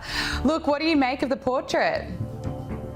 It's great. It's intimidating. It's dominating. It looks like the guy that wrote the book, Art of the Deal. If they had to remake Art of the Deal and give it a new cover, they should put that picture. I mean, that is a person that I do not want to be negotiating against if I'm sitting at a table. So, I love it. And it shows that he is a dominant human being. People don't want to admit that sometimes. They don't want to admit that Trump is not dominant. He is. So the haters can hate, but that picture says a lot. And it says that, listen, he means business when it comes to geopolitical relations with the rest of the world. Yes, he does, and we are seeing the impact of that already. Alex Stein, it is so great to speak with you. Thanks so much for joining us on Power Hour. Always a pleasure. Thank you for having me. And the Democrat merchandise fire sale came as Joe Biden gave his final farewell address to the nation, including ominous warnings for the future of the country, which were slammed by the media and online commentators. I know, right? But yes, for another day or two, Joe Biden is still technically the president of the United States. And it turns out that right up to the end, he is still the same old Joe. By which I mean he is bitter, confused, hypocritical, angry that we he watched lost the that election live. he still thinks he could have won. We watched this shit live and it was so weird. Remember, can we get this guy? Motherfucker, this guy? I forgot about that guy, bro. What was he doing there? Why did they have a black dude in a skirt there, man? And then Joe was like acting out of it all night. He wasn't even dancing. His hands are down. Everybody's clapping. He's like, fuck, dude, this was such a weird night, dude. They're only white people. It's like, Joe and her husband are the only white people on the front row. Why? And unable to get through a speech without tripping over his tongue. Now, a little over 24 hours ago, Biden gave his farewell address from the Oval Office. And I think I speak for many when I say, don't let the door hit you on the way out, Mr. President. Why? Well, check this out. Here's Joe Biden, the man who got his start in politics essentially by representing Delaware Incorporated credit card issuers, and who has built a startlingly fine real estate portfolio on a public servant's salary, worrying about the concentration of wealth and power in American politics. I want to warn the country of some things that give me great concern. That's what I was thinking about. This is a dangerous country, and that's when he was saying this, I'm thinking, what, doesn't he have ties to Ukraine and China though himself? He definitely has ties to Ukraine, some business in Ukraine. So. a dangerous concentration of power in the hands of a very few ultra-wealthy people. The dangerous consequences if their abuse of power is left unchecked. Now, you don't have to be Nancy Drew to realize that this was a shot at people like Elon Musk. But remember, this guy, Joe Biden, well, just a week or so ago, he gave the Presidential Medal of Freedom to George Soros via his son Alex. Soros is a guy who has used his billions to interfere in politics around the globe. Oh, but of course that was okay because he's an oligarch supporting left-wing causes like forcing Europe to accept mass migration from the developing world and getting soft-on-crime prosecutors elected across the United States, turning America's cities into crime-ridden hellholes. So again, well, that's okay. But hey, God forbid a man like Musk wants to go to Mars and let people say what they want on social media. Anyway.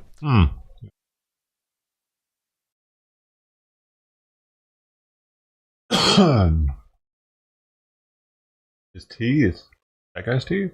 I didn't notice. Boom, boom, boom, boom, boom, boom, boom, boom, boom, boom, boom, boom, boom, boom, boom. Boom, boom, boom, boom, boom, boom, boom, boom, boom, boom, boom, boom, boom, boom, boom. China. What was the other one?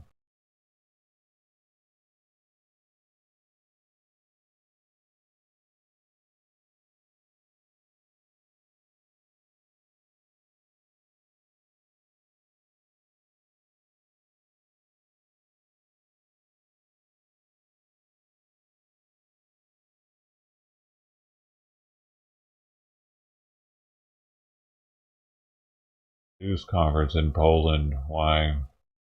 DOJ, a major announcement. It is. 8-count indictment by. Good morning. My name is Patrick Robbins. I'm the first Assistant U.S. Attorney here in the Northern District of California. Today we're announcing the unsealing of an 8-count indictment by a federal grand jury sitting in Oakland. It charges 4 defendants, including the mayor, the former mayor of Oakland, Sheng Tao, with various bribery offenses. Whoa. In addition to former Mayor Tao, the indictment charges Andre Jones, who's described in the indictment as Sheng Tao's longtime romantic partner, and 2 local businessmen, David Trung Duong and his son, Andy Hung Duong, who was also David Duong's business associate. The indictment returned by the grand jury describes a corrupt scheme in which the defendants used bribes, mail fraud, wire fraud, and other illegal practices to manipulate and corruptly influence the levers of local government. Before I describe the details of the indictment, I want to emphasize one thing. What I'm about to describe are just allegations. Every defendant is entitled to the presumption of innocence, is presumed innocent, unless and until his or her guilt is established beyond a reasonable doubt at trial. The indictment charges a scheme that the defendants entered into knowing that bribes would be offered and accepted by Tao and Jones in exchange for allowing the Duongs to exercise illegal influence over the levers of city government. The indictment alleges that the illegal conspiracy began around October 22, before the November 2022 Oakland mayoral election. Weeks before that election, Tao made commitments to take official actions as mayor that would benefit the Duongs. Examples of promises allegedly made by Tao include her agreement to purchase housing units from a company owned by the Duong family, her agreement to ensure the extension of a contract for recycling services that the city of Oakland had with one of David and Andy Duong's companies, and her agreement to use influence to help appoint a high-level city official to benefit the Duong's business interests. In exchange, the Duongs allegedly provided payments to Tao and Jones in various forms, including the financing of a negative mailer campaign targeting Tao's political rivals, and providing Jones and Tao with $95,000 in direct payments disguised as wages for a no-show job for Jones, with the promise of additional payments, all intended to benefit both Tao and Jones. Our communities depend on local government for critical services. The public needs to know it can trust those in charge of City Hall to work for the best interests of the people of Oakland. This public trust is broken when elected officials agree to a pay-to-play system to benefit themselves. This indictment reaffirms the commitment of this office to root out, investigate, and prosecute corruption in our local governments. The indictment was the product of a coordinated effort with our law enforcement partners, the FBI, the U.S. Postal Inspection Service, and the IRS Criminal Investigation.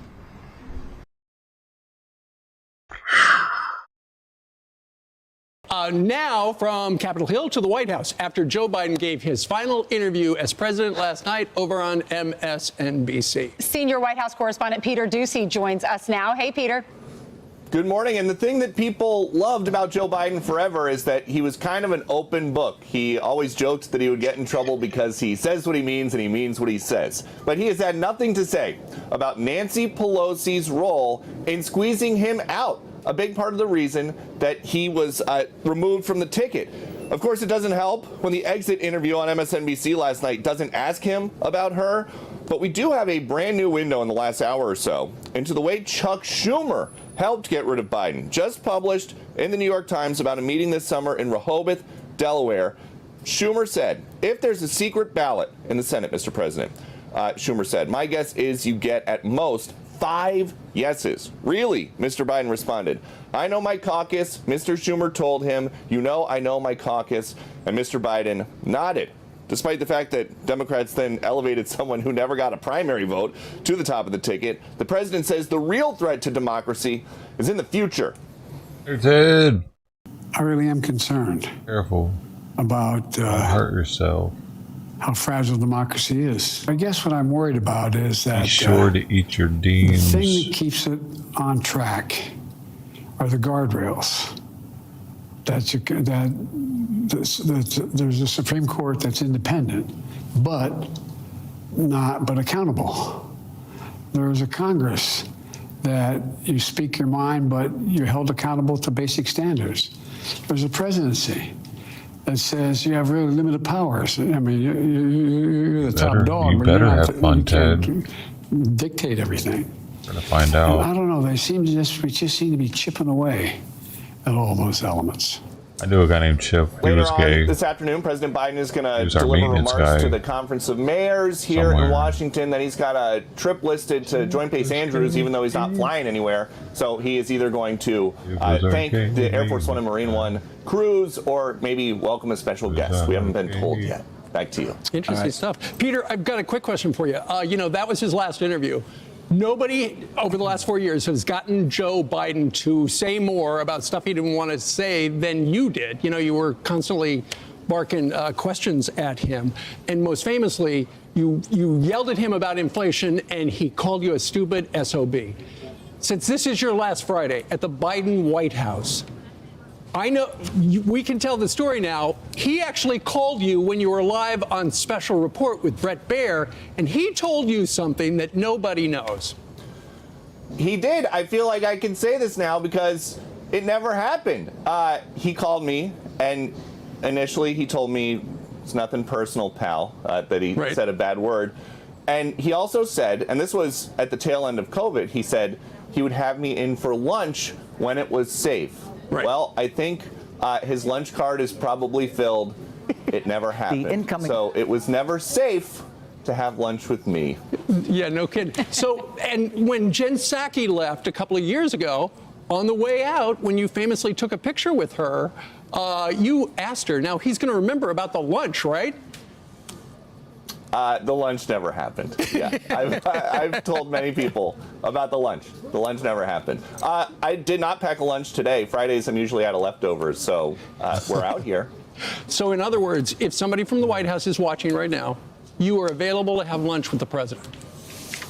I don't know how many TVs are still turned on in there. It seems like people don't want to watch the coverage of what's happening. In fact, I was walking through the press area, and a lot of the picture frames are empty now. I don't know if this is people from the press who are just taking. I was noticing the other day when we were watching from his office, actually, one of the frames was empty. I was like, what the hell is that in the picture frame? It just looked like some abstract blob art, but I think it was where the glass was like sticking to the back or something, but there was no picture there anymore. They used to be there. No one else noticed that? It was right behind Biden. It was a black one. But you couldn't see that one in the last one when Biden was when talking to us. You couldn't see directly behind him to see if that was there or not. I was looking for it. Taking pictures off the wall, or if the Biden it was a different camera angle. But there are empty picture frames, and I think a lot of turned off TVs inside right now. All right, Peter. Thank you for revealing that big secret. He promised you lunch, and he never did it. And he called. Promise broken. And he called you. What was the post? Dude, I even brought it up during it and said something to people. I was like, yo, look at this picture frame. What is that, y'all? Pony soldier. What? Horse face. That was before he was president. He said I was a one-horse pony. I know my shit. I will always try. I don't know. I'm like not, Jason Bourne, bro. Much, but covered if you him move a over checker the last 10 years or so, that was just laying on my floor, I know somebody was here. Nicknames he could possibly come up. Well, I knew where that checker was this whole time. Right. And Peter, if Donald Trump invited you to lunch, you would have lunch. Just saying. Hey, Mr. President, I'll be here on Monday. So if Obama and Bush and Clinton are going to skip your inaugural lunch, I'm free. I can be there. All right. All right, thanks. Always Peter. looking to Thank you, the Peter. noon meal. I'm Steve Ducey. I'm Brian Kilmeade. And I'm Ainsley Earhart. And click here to subscribe to the Fox News YouTube page to catch our hottest interviews. Okay, you're a little over the top, lady. President, meantime, is talking about TikTok, and President-elect Donald Trump says he's spoken with Chinese President Xi Jinping. CBS News Chief White House correspondent Nancy Cordes joins us live from West Palm Beach with more on this call. Nancy, tell us all about it. Yeah, this is interesting. Good to see you, Errol. President-elect Trump says that he held a phone call today with the president of China, Xi Jinping. He said it was a great call. He said that they talked about trade, they talked about fentanyl, and they talked about TikTok. And he went on to assure the world that he and Xi Jinping were going to do some great things together. The Chinese put out their own statement. It looked at the call a little bit differently. The statement said that they actually talked about Ukraine and they exchanged their views on the Israel-Palestinian conflict and didn't bring up any of those topics that Trump had mentioned, like trade or fentanyl or TikTok. Nevertheless, it is significant that they had this conversation. We know that the president-elect had invited Xi Jinping to attend his inauguration, but President Xi doesn't travel very much, so his vice president is going to be attending in his stead. Very interesting that the first thing President-elect Trump mentioned in that message was trade, and that Xi Jinping and China didn't mention that at all. That may tell us something. Help us understand the guest list for Monday's inauguration as well. You've already mentioned, the Chinese leader saying he would not be there, but who will be there from Silicon Valley? Because it gives us a sense of where this administration, how it might act.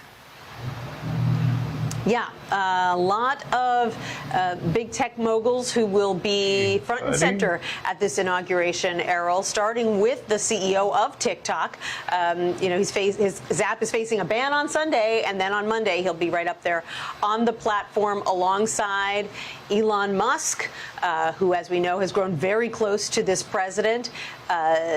Tim Cook, the CEO of Apple, the CEO of Google, the CEO of Meta, and on and on. So President Trump seemingly inviting a new big tech titan every day to be up there on the platform. That's pretty unusual. This is not a very large platform on the west front of the Capitol. It normally seats family members. It seats cabinet picks, former presidents, and the first ladies.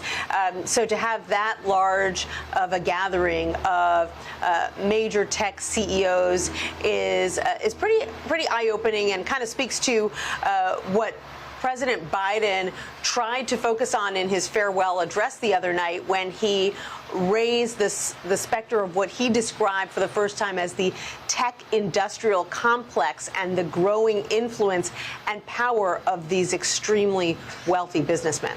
And Nancy, on that final point, do you think that Biden likely added that line to his final speech? Is that a new narrative from the White House, or is this something you have heard privately in the administration? Because it's almost teed up perfectly, from Biden saying, beware of the tech oligarchy, and then come the inauguration, they're sitting next to Trump. That's definitely a new line from President Biden. In fact, in the past, when we have asked him and some of his top aides about different moves that Elon Musk was making, different controversial things that he had said, they usually try to avoid criticizing him because he has so much power, because he has these very important contracts with the Department of Defense, either through SpaceX or Starlink. It always seemed that they were sort of unwilling to anger him. But on his way out the door, President Biden is issuing this warning that was pretty stark. All right, Nancy Cordes, thank you so much from West Palm Beach. Be sure to bundle up for Monday. Great to see you. Enjoy your weekend in the meantime. And as a reminder for everyone, CBS News 24/7 will bring you extensive coverage of President-elect Donald Trump's second inauguration on Monday. I will be there inside, thankfully, starting this coverage at 6 a.m. Eastern. Please do join us.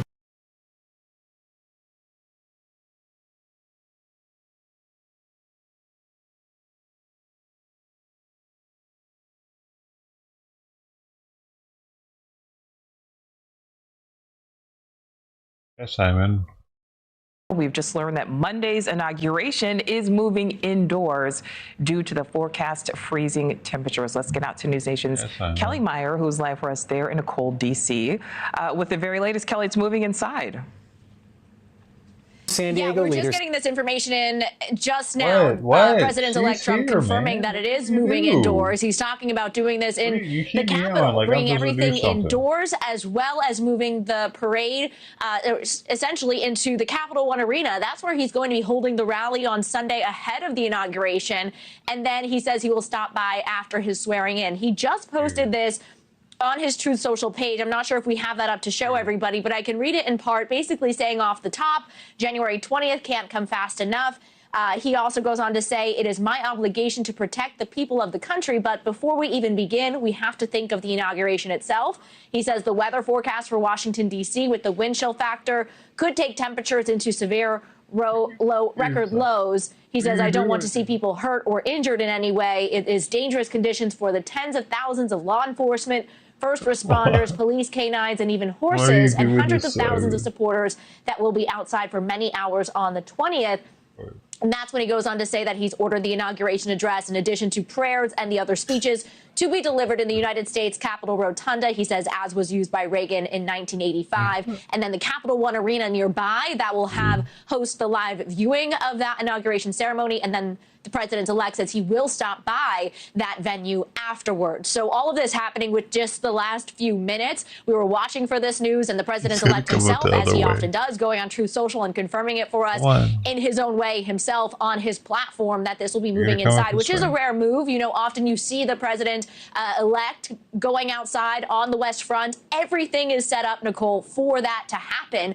But the temperatures are very cold. It's a little warmer today, but it's going to get even more cold going into next week. And because of that, they are moving this inside. You know, we have the ceremony platform here outside of the White House. So everything was built and ready to go, with a lot of security getting put in place here in D.C. Gates, everything all around in the streets, as you have been seeing from our reporters covering this.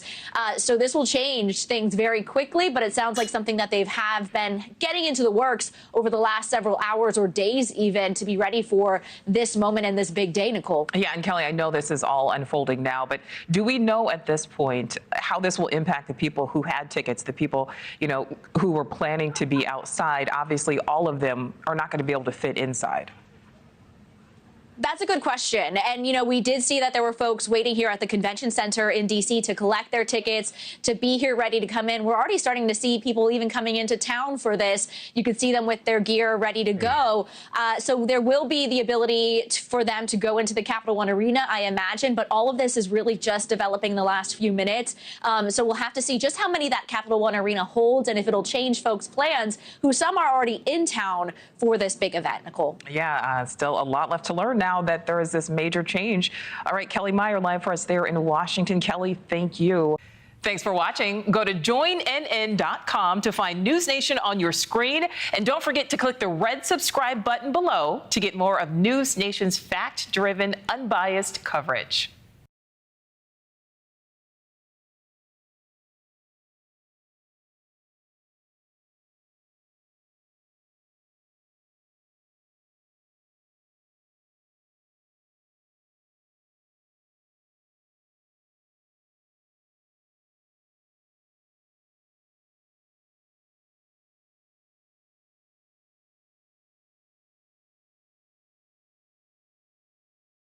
Well, we all remember this viral moment of President-elect Donald Trump on the campaign trail taking questions from a garbage truck the day after President Biden referred to Trump supporters as garbage.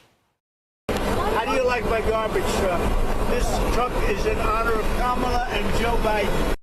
Well, behind the wheel was Andrew Bryson, and now he'll be driving that exact truck once again at Trump's inaugural parade. Andrew joins us live right now. Andrew, I mean, how did you convince Secret Service and the president to allow you to drive the truck in the parade?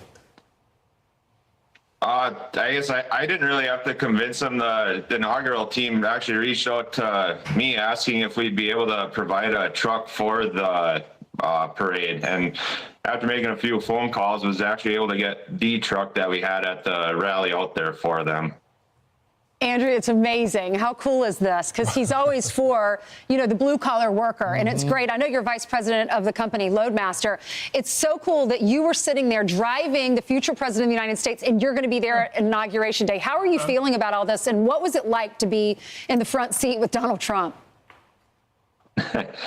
Pretty excited to be there. It's kind of getting ready to fly out this morning. Going to spend the weekend out at DC getting things ready for the parade. We're also going to have several other trucks out there for the Liberty Ball.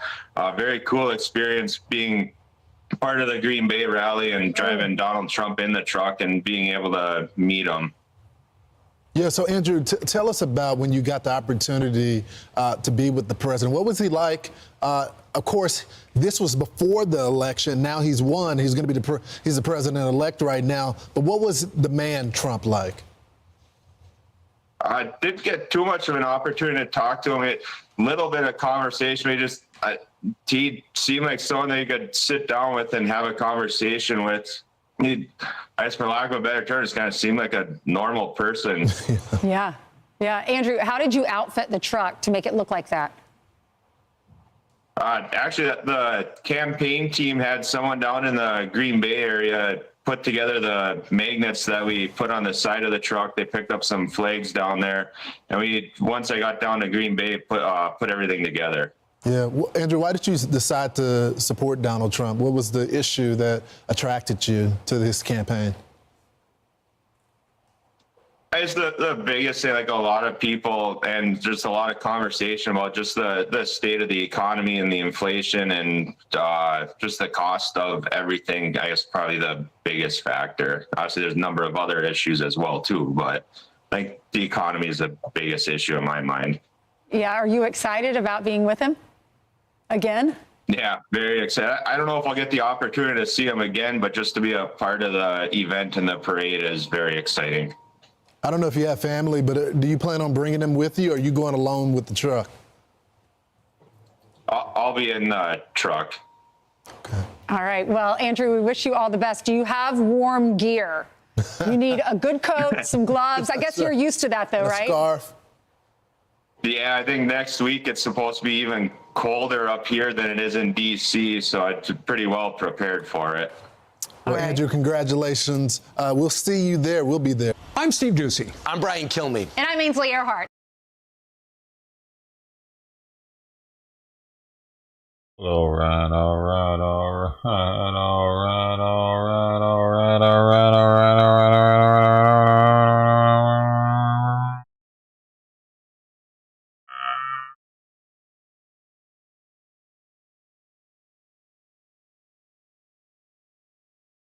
Ducey.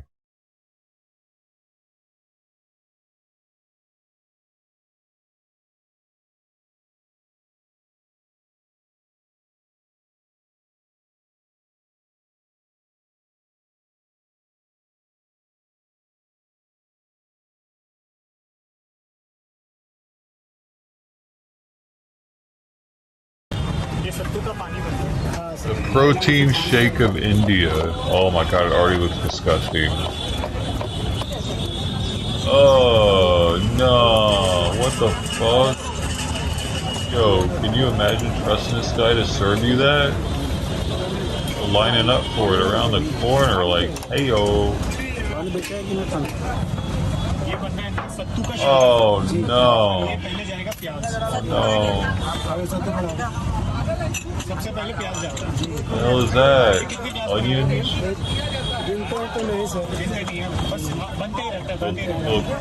The bull semen?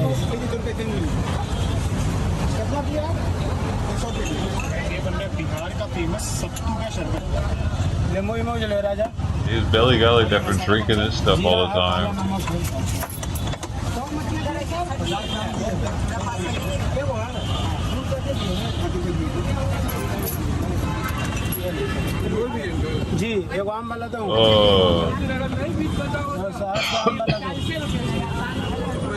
He probably grabs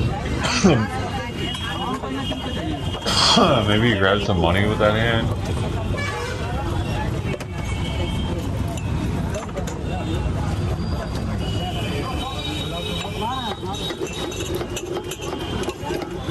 You didn't even do all of them.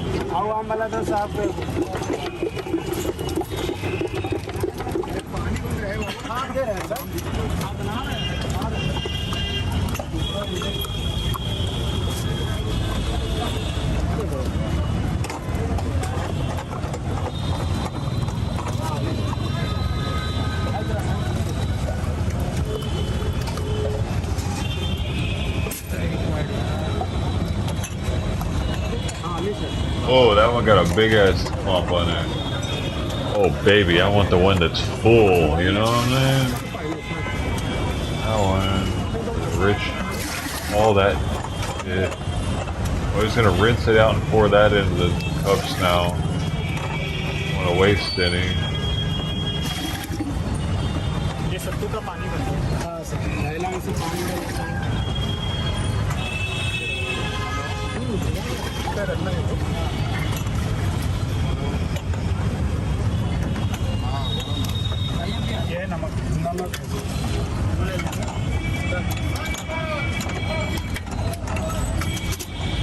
For that much water, that wasn't much, whatever that was.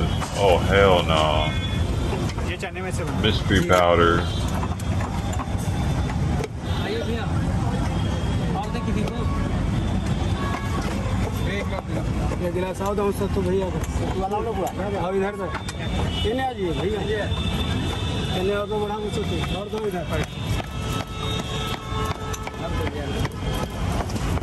Is anybody buying any? Dirt with sugar. Oh man, it's gotta be something. Maybe it says. Oh, it does say right here. Satu Kaisharabat is a healthy protein-rich drink made with roasted gram flour, roasted black chickpea flour. Gram flour is G-R-A-M.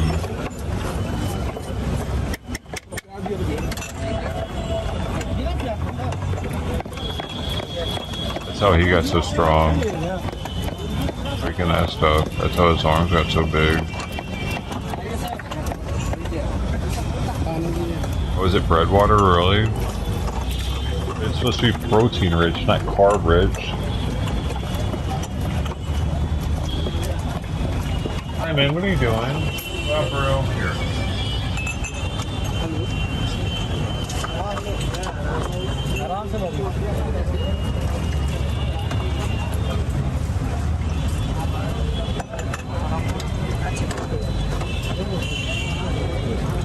Oh, you got to get the little bit of green blop in there, whatever the heck that is. What is that supposed to be?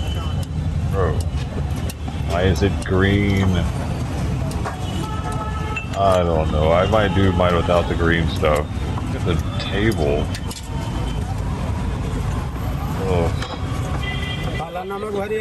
Oh, yeah. That makes it all good right there. A little shake of that. A little more sugar. More sugar on top. Yeah, I like my sugar right on top. Put some cabbage in it. Oh, he's selling them behind him. Oh, baby, that's like pudding now. That goes into. Oh, boo, bitch. Get out the way. We filling these motherfuckers right on up. Yeah, y'all ain't getting gymped up in here.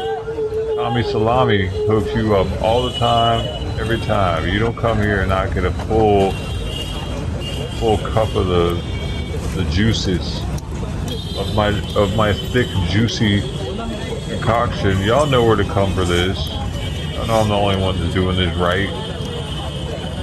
All these imitators. I'm the OG, triple OG, baby. Who makes the best of this? Y'all know I do. Hold on. Let me get you right. Let me get you right there. Y'all go. Who ready now? Yo, these are gonna cost twice as much though. There's a little cocoa on top. Yeah, that's cocoa and cinnamon. Best of both worlds. It's like a Mexican treat. Oh, with some onions on top too. Yeah. You know you like them onions with your chocolate. You know what we're doing out here. There you go, sir. Oh, you want yours without the onions? Sure, whatever, man. Fuck you too. You don't know what you're missing.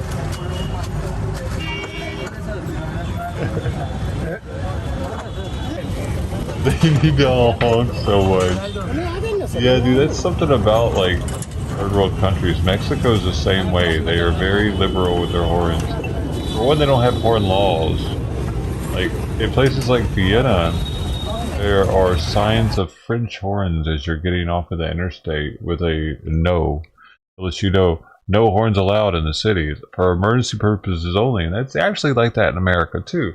It's against the law to just drive around honking your horn. But in these countries, it's probably not against the law, or they just don't give a shit. They don't enforce it. But if you were to do that here, another place you could do that is New York. They look past it in New York for some reason. It's one of the reasons why New York sucks. Looks like India.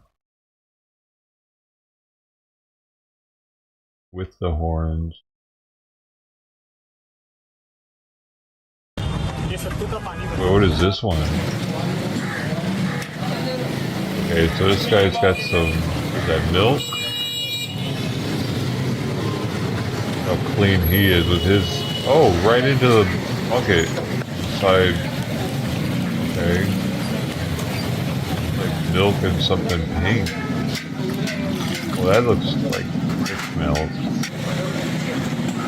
So many milks just like hanging out, open to the air.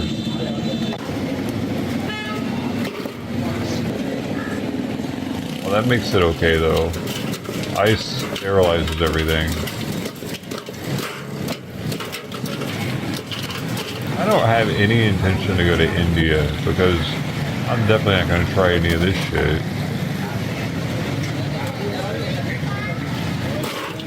There's a bunch of nasty trash and shit right behind him.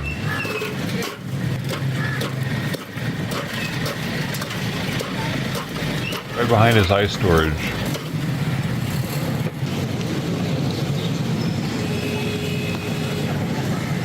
He washed those. They don't look wet.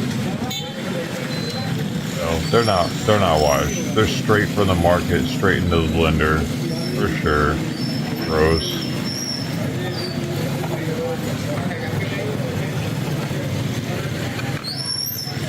I bet it tastes great though, but nope.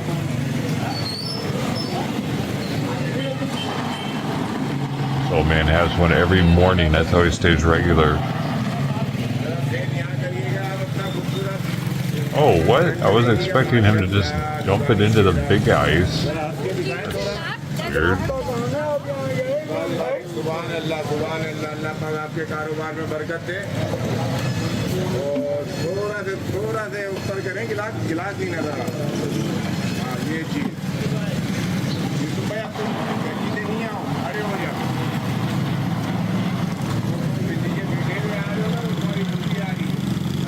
Old man goatee is pretty epic, man.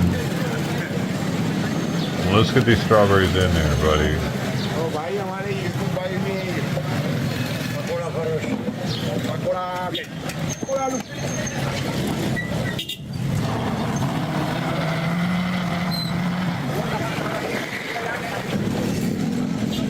I just gotta know now what the heck this turns into, because so far it looks stupid.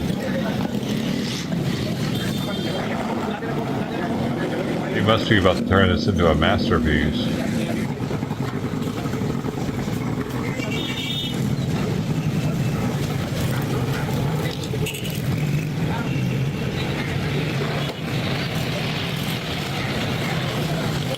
Or is he just gonna scoop it out of there? I think that's all he's gonna do. He's gotta sell it fast so it doesn't get too watered down. Oh yeah, dump a bunch of fucking fake syrup in there. What the fuck? Why are the strawberries even there at this point? You're drinking syrup water now. Retarded.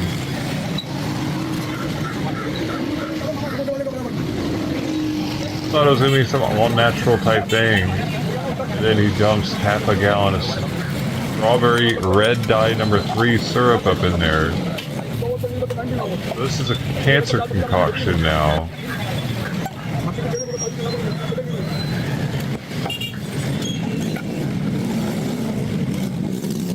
You gotta drink out of this bag that Zeus put his fingers in.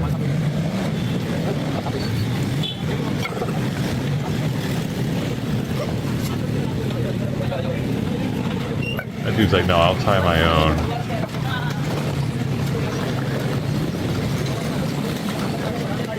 What the hell? I can't believe people would buy this shit. No one would buy this here, dude. There's no way someone would buy this here. Just looking at the foam that's forming on top of it, they would be like, nope. Oh, hell nope on that one. Why is it foaming up? There's not any milk in it. Oh wait, there is milk in it. That's the thing. That's right. That's the thing. Okay, that's the thing. That's why they're buying it, because of the milk. Yeah. They worship cows there. There's probably some holy drink. I wonder if they worship cows because mushrooms grow on cow dung.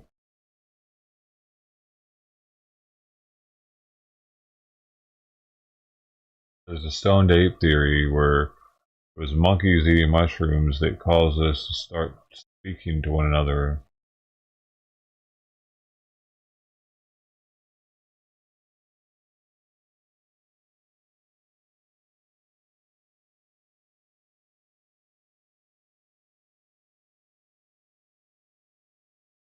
Look, like a lot of them do this. Look, here's another dude doing it. He's got the ice. He's got the milk concoction. He's just using soda. Oh, look at this dude. He doesn't fuck around. That's what I'm talking about. Screw that other guy, one at a time.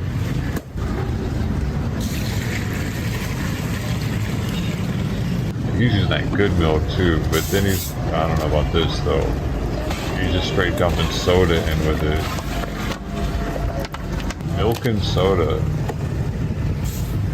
Some people, dude next to him doesn't even know. He's like, I don't know about this, bro. Some people mix grape juice with milk, and it's called something. It's a special name. Let's see. Milk, and is it called? Grape juice. Milk and grape juice. Grape juice and milk are two separate beverages. You can mix them together to create a drink, sometimes called a grape milkshake.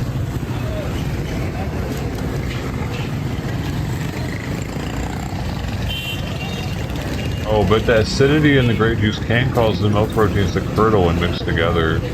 So that's what's happening. That's what that foam was. Whoa, what is that? Like flavor syrup? Dude, is that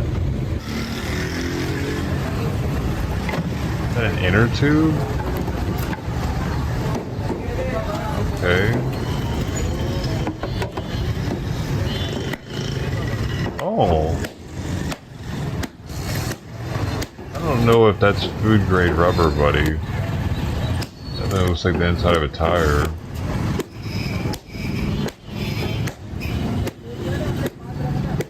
Yeah, you get micro rubbers, bro. He's used to buying those anyway, though. So.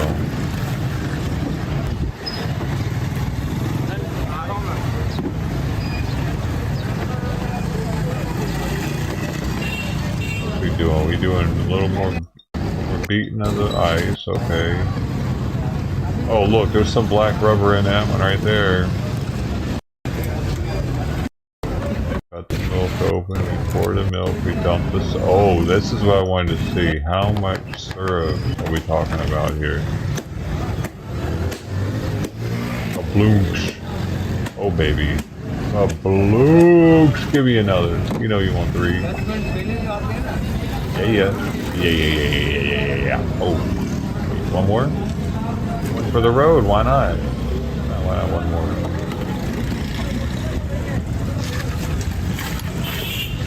Yeah, now it's good. Oh, we got it nice and syrupy. I'll go scam the fuck out some Westerners later after I drink this shit. I'm sorry, something is wrong with your computer. I would be happy to help you. This is what they're drinking on when they're doing that.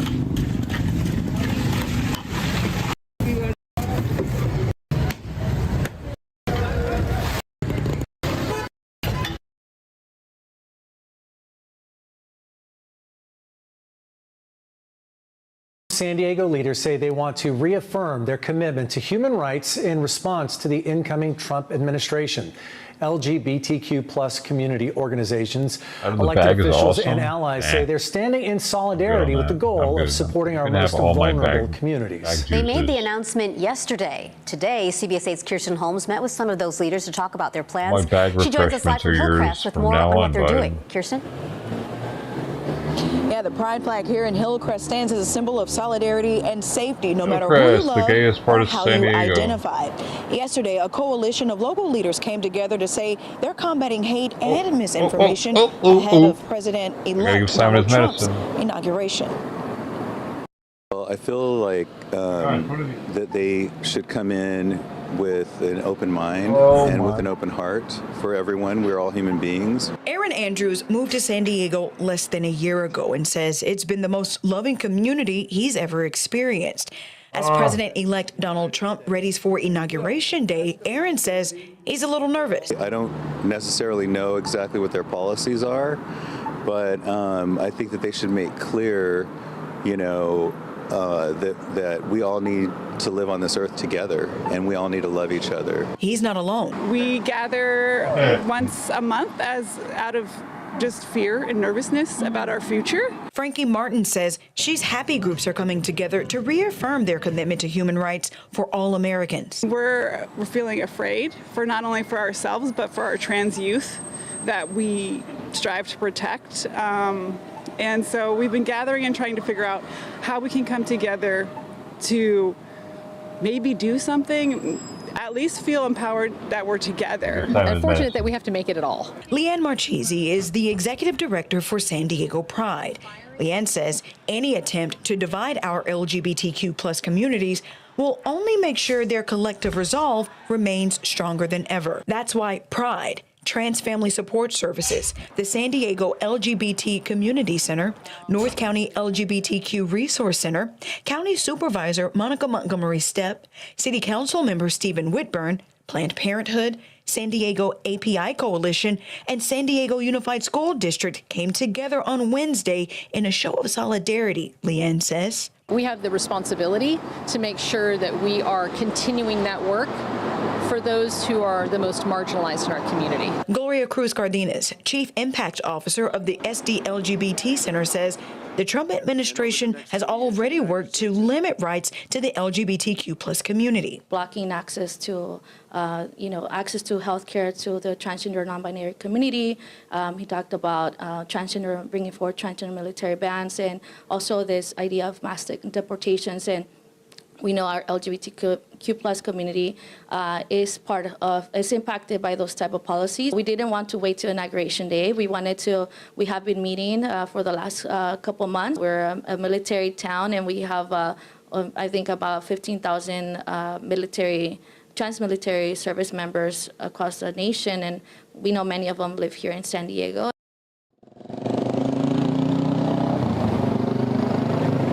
LGBTQ plus organizations we talked to say that their show of solidarity was to let everyone know that they're here when and if you need them. Reporting for CBS 8, I'm Kirsten Holmes. Back to you.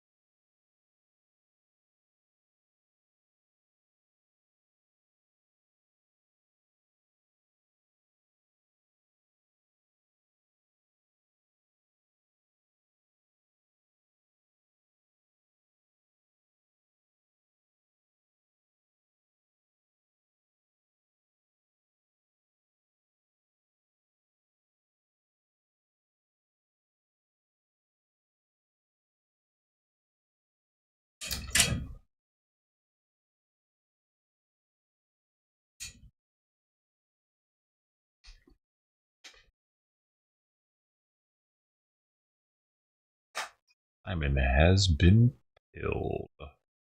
And that's pretty cool. Another 12 hours till the next. Well, no, not till the next pill. Till that next pill. His next pill is at 6:30.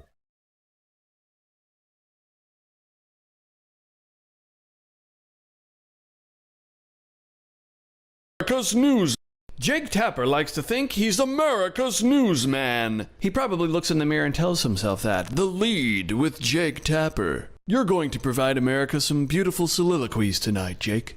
Anyway, before Joe Biden's goodbye bonanza, Jake Tapper had this to say. Just about 8 minutes from now, President Biden is set to speak from the Oval Office. This will be his farewell address to the nation after 4 years in office, which began on the single deadliest day of the COVID pandemic and just 14 days after the worst attack on American democracy since the Civil War. You see, that's why you're not a newsman at all, Jake. Nobody outside of TDS sufferers believes this. It's laughably ridiculous. Now let's go back to 2020 on the night Biden was declared the winner on CNN. It's been a time of several significant and utterly avoidable failures, most tragically, of course, the unwillingness to respect facts and science and do everything that can be done to save lives during a pandemic. It has been a time where truth and fact were treated with disdain.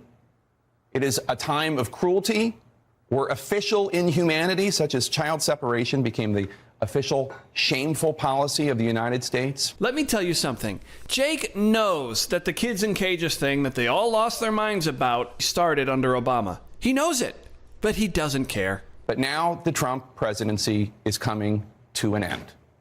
To an end. With so many squandered opportunities and ruined potential, but also an era of just plain meanness.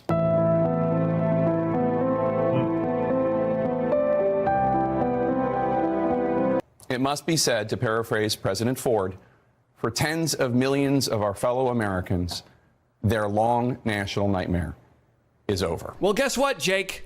The nightmare is back. Let's take a look at Jim Acosta. You remember him? I bet deep down he's excited to try to get the spotlight back now that the Orange Man is returning. I want to take a moment to talk about something President Biden said during his farewell address. He warned the free press is crumbling in this country. I would add that's only if we, the people, let that happen. Journalists exist to seek the truth, to tell people's stories, to lift up voices that may not be heard otherwise, to shine a light on injustice, and to hold the powerful accountable. We are not the enemy of the people. We are the defenders of the people.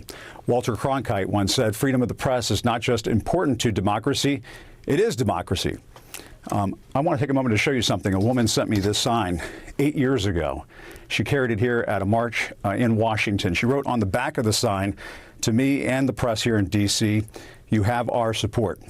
To Nora, wherever you are, right back at you. Reporting from Washington, I'm Jim Acosta. Goodness gracious, the self-importance of these people.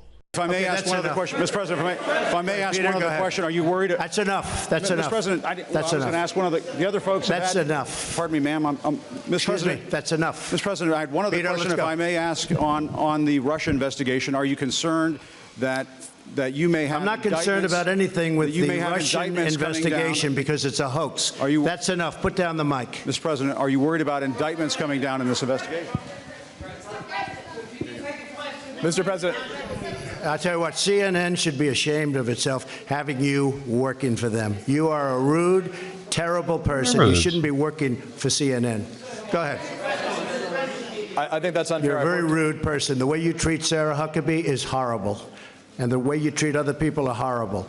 You shouldn't treat people that way. Go ahead. Go ahead, Peter. Go ahead. In Jim's defense, I've traveled with him and watched him. He's a diligent reporter who busts his butt. Well, I'm not a big fan of yours either, so I understand. to be honest. So let me ask you a question, if I can. You repeatedly said you aren't the best, Mr. President. You repeatedly over the course of just sit down, please. Well, when you report fake news, when you report fake news, which CNN does a lot, you are the enemy of the people. Go ahead. He's about to get crazy. Because he knows he doesn't have to worry about getting reelected, man. So, it's about to get crazier than it was before.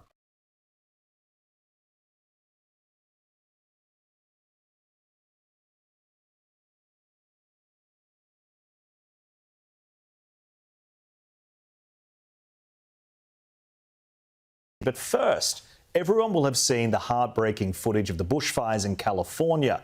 But not everyone will have taken the time to read about the widespread criticism of California's leadership, which some have argued have made the fires more difficult to contain. Now, one marketing clip, which has gone viral, does a pretty good job of summarising the obsession with identity politics, which has infected leadership of critical emergency services. You want to see somebody that responds to your house, your emergency, whether it's a medical call or a fire call. Hey, baby. Ooh, have a little fish. You want some fish, bitch?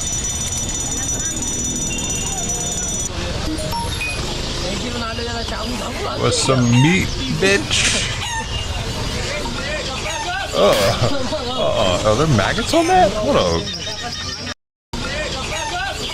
No, there's flies though. Oh yeah, get in that shit. We're in the white shirt, you must be clean. What the fuck? Oh my god, I guess that one's getting cooked, so it doesn't really matter.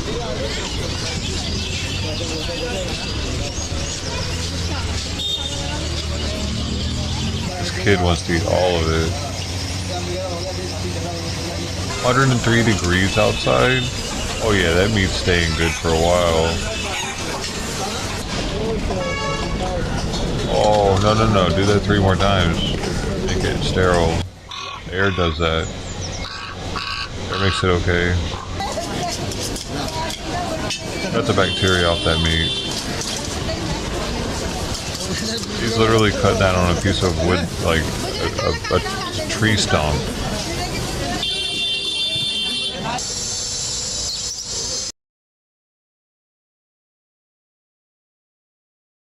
Audio.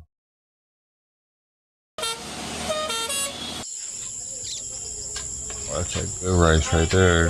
They get a little crunchy. Hey, don't be scared.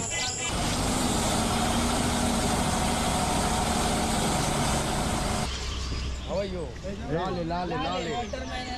Oh, I need one of those. Yeah, what is that? He's like, no, you don't film me, bitch.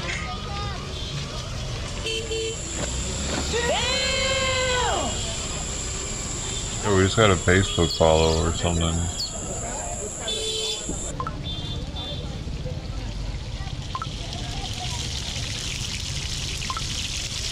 Oh yeah, that's alright. Animal that is. Banana. Oh, wait, why do they have some regular bananas? They're the American bananas. Okay, Brain! Whoa! Brain.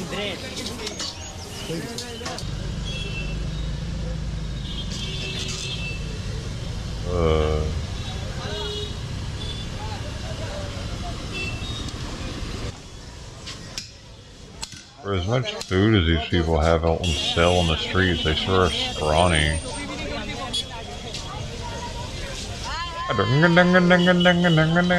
Yeah, bobblehead syndrome.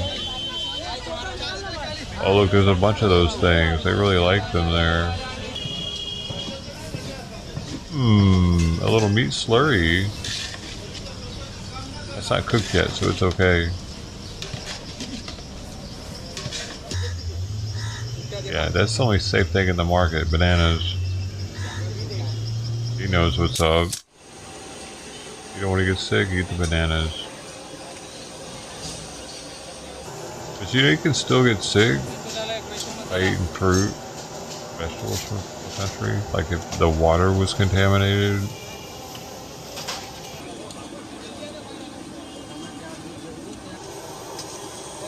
Oh no, what is that?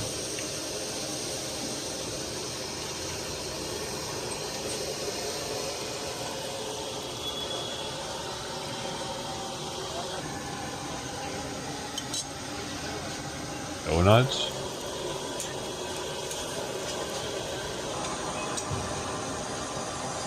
And this is like one of the fancy restaurants, I think. Yeah, sup all that up. I want all that. You don't be scrimping on me. You don't want my shit sloppy. This is the Indian sloppy Joe. India generates more than 70% of the world's spices. Oh, they still do. That's amazing. I know at one point that was their main trade, wasn't it? Everybody wanted their spices. Very interesting.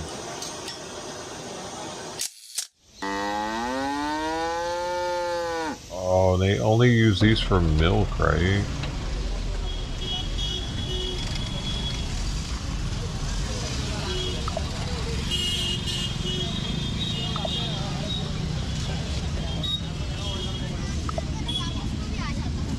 Man, there's so many of them. It's on every corner. A different guy cooking some. Oh, well, we saw this guy's stuff earlier, I think.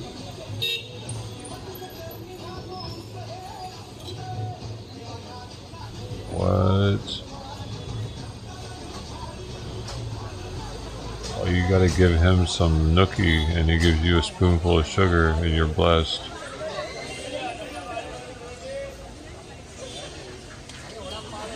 Those are pretty. Oh, fruit bowls, that's kind of nice looking.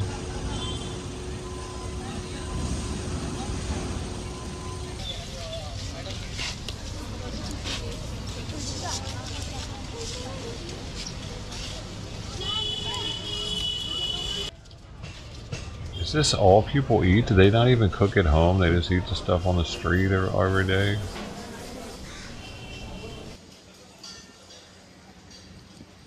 22 languages in India, that's good.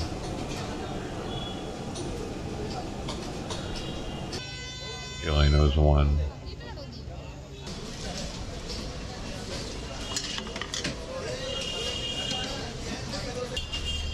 Hold on.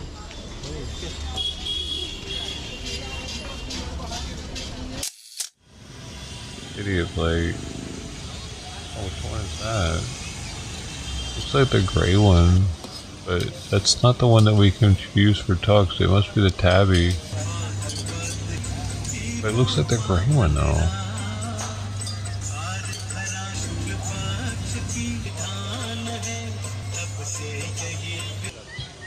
Oh wait, no, that's crossbag. Look at how it's doing its foot. Unless that's another hurt cat. Go look. I hope that's not another hurt cat, man.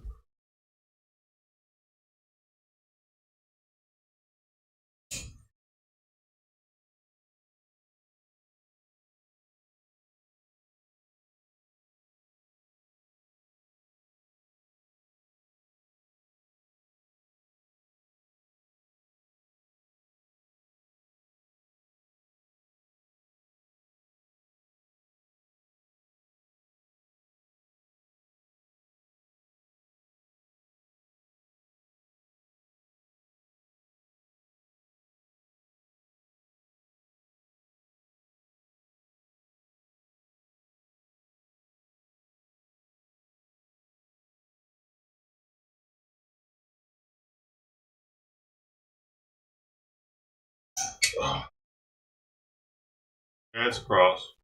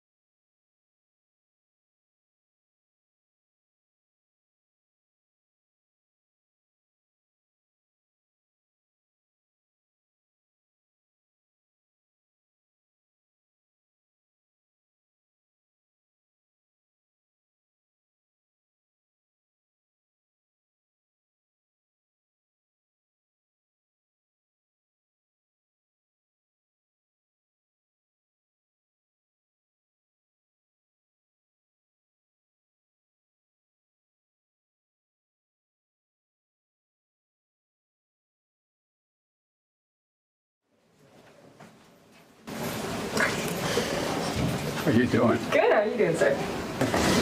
been outside, sir. Just a little drizzle, that's all. Okay. We enjoy it anyways. Yeah. That's a positive attitude. I like it. Have a good afternoon. I mean, you can have it. No. I need another one. It's a neat picture. Oh, cool. Yeah. Oh, that's perfect. I think that was the largest group picture we've ever taken. It's pretty cool. You got your dogs and your cars.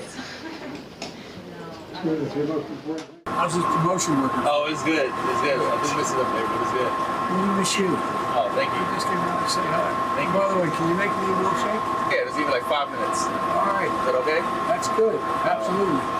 You're welcome. Miss you, pal. I miss you Hope too, to sir. see us once in a while. I will. All right? All right.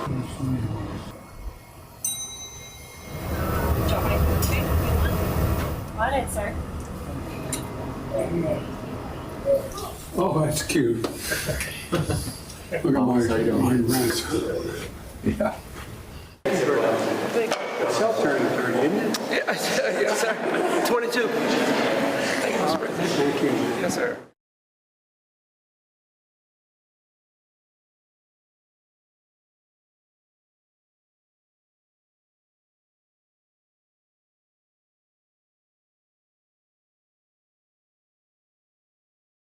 Right across the street.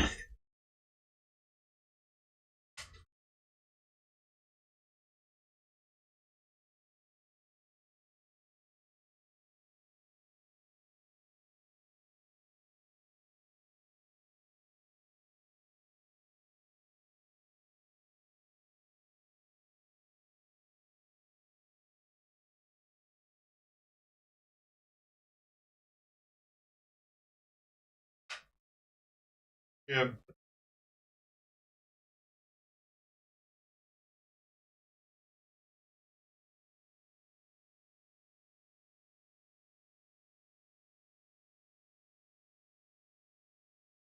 This is my 179-year-old pickle. I've inherited this, and the pickle was grown inside the bottle by my ancestor in Burke County, Pennsylvania in 1845. Well, you solved one question that we had initially. It was like, how'd you get the pickle inside? My ancestor either put the small cucumber in there or maybe even the blossom of the cucumber inside and grew the pickle inside the bottle and then put the pickling brine in there. The pickle is inherited by the youngest sibling. So my father gave it to me and I'll give it to our daughter. It definitely is unique. James and I were thinking notches in terms of that. Very cool piece. Thank you. It's one of the more unusual things I've seen. They gave it an estimate of $500 to $700. Yeah, that's pretty good. I wouldn't think it'd be worth anything. What's this guy making? Very forceful with his stirring. It's like a nut mixture.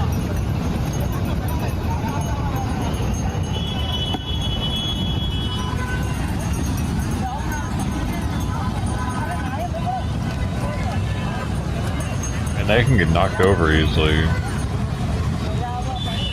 They lose everything. Didn't want it. I would want something a little more sturdy than that.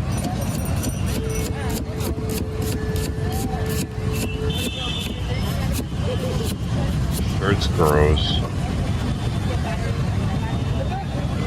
At least don't have a gross shirt if you're gonna do this, okay, bud? Why the fuck do you have fingernail polish? It's chipping off.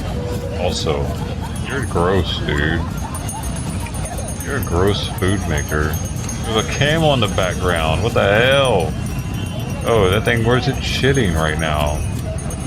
Does it hold it? Does it know the beach etiquette?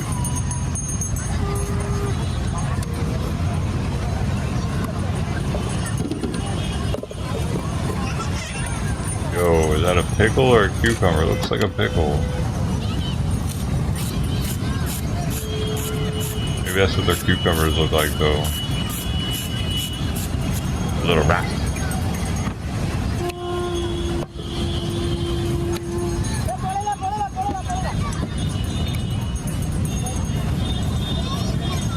What does that have to do with nuts?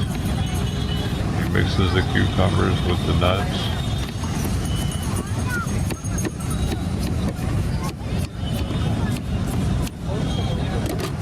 Bigger cutting board so he doesn't waste shit. Oh no, he picked that up. Don't he? That definitely went in.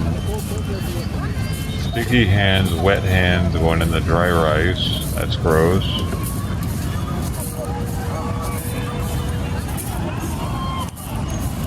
Dude, what the fuck? You can't pick a better way to do that?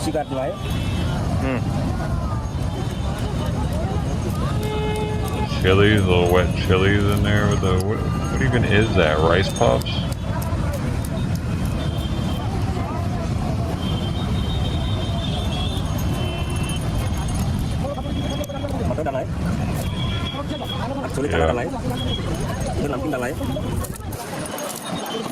भुजिया और मूंगफली mix है उसको भी डालना है और प्याज खीरा नारियल डालना भी है तो आलू भी है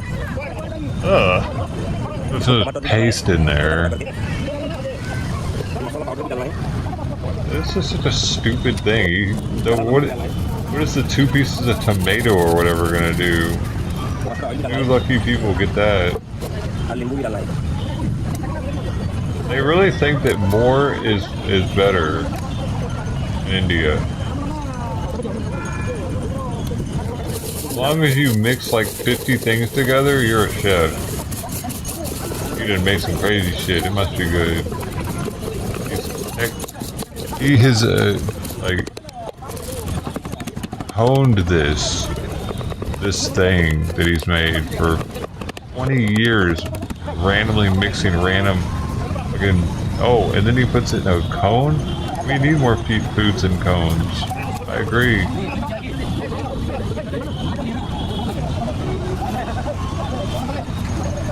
He was definitely a professional cone maker before doing this. It's like a rice pilaf or something.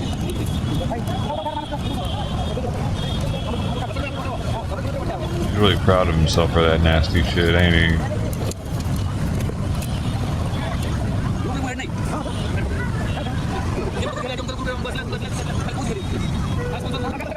It's like, I didn't actually want one, dude. That should be going straight to the trash. Yeah, he didn't show him eating it. Uh-huh. Yeah, go away. You didn't eat that thing. No way. That's how you get sick. Too much hand to hand. Hand to food.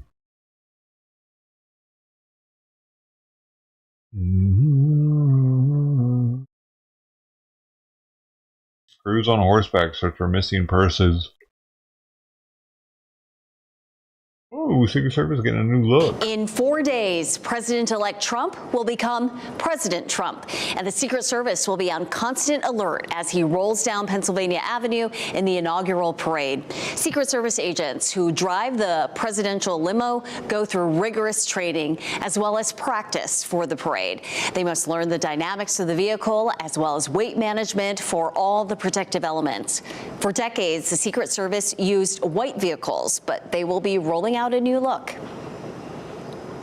It's sleek, it looks professional, it's a bolder presence, but really it brings us more consistent in our marked fleet with our protective fleet, right? The president's limousine is black, all of those motorcade vehicle assets we put in are black. So it gives us a look that's more in line with that. Yeah. Secret Service says they are prepared for the heightened threat environment. I think it looks better for sure. Black all along, black and gold.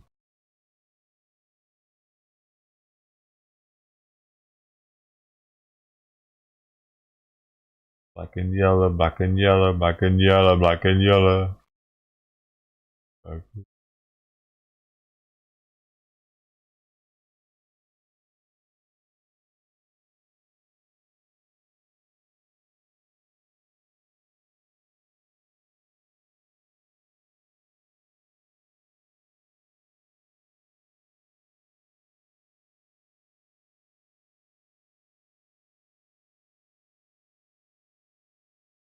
Lots of dogs are barking somewhere. I wonder if they got a cat.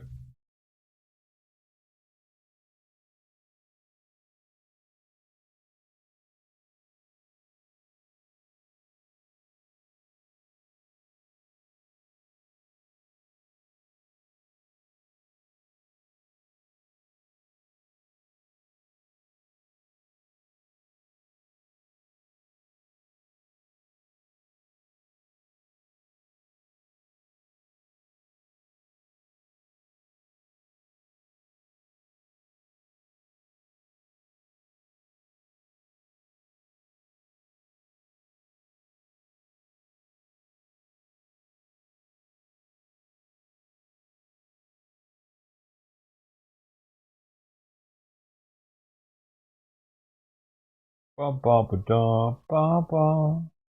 Bum bum ba dum do do do do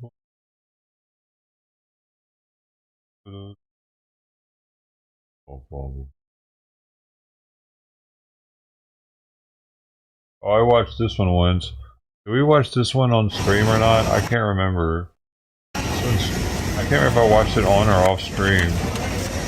We got this guy here. He fills it up with the cream, right? Then he puts the cream with the cake. Chomps up the shit. Bruh, you ready? You ain't ready.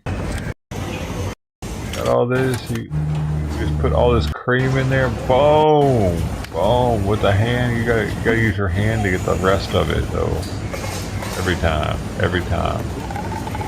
That looks delicious, though. I just want to drink that shit. Whatever it is. Yeah, like there. Boop, bop, boop, bop, boop, bop. Ah, yeah. That's how I like mine. I don't like spatulas. I like hands all over my food. Especially if it's not cooked. I mean, they keep the flavor in there. Some of them cookies on there, yeah, you gotta use your hand to grab those too. You got all this nasty shit. That right there, that's barbecue sauce. Okay, nice and syrupy. Yeah, beside that you got carrot dust. How you do it? Boom. This is a boom, little treat. A little treat for you, a little treat for you. How many wants a treat? You want to? Okay, yeah, fill these bad boys up. Everybody gets a treat today on the house. That's not all. We gotta chop them up for you, because I know you can't do it yourself, because you're retarded. Put these crunchy things on there for you. Yeah, you like that? You like pork rinds on your sweetest? I don't care if you like it or not. You're gonna like it today. No, that's dirt. That's just dirt. That's home. It keeps it home. Put a little carrot dust and put a little sand on it. It keeps it crunchy. That crunchy food. Well, a little bit more of this on top. Make it extra sloppy. And you don't get a spoon either. So, I don't know. Figure it out. And you'll dust a little more sand on top of it. I'll put a little more dirt. More carrot dust. Bing bada boom. And then we put the barbecue sauce on it.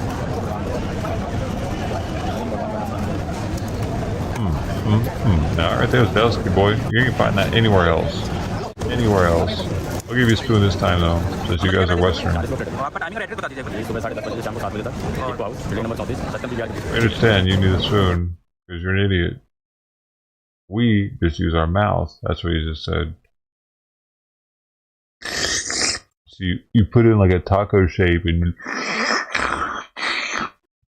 Oh, man, there ain't nothing like it. Oh, what about these guys that cook everything in sand? Remember these guys?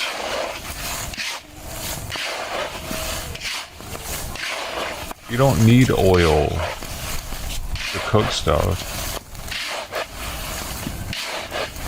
And there's not going to be any of that sand left on any of that for sure whenever they serve it. Have you ever cooked something in sand actually? It doesn't stick to it? What? Out of here, Mark. You never had sand like that. You never had sand cooking like that, have you?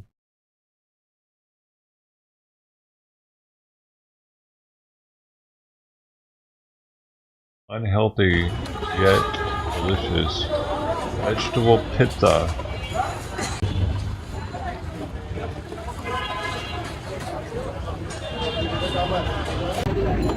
You've had it. I understand, Mark. You're a cultured man.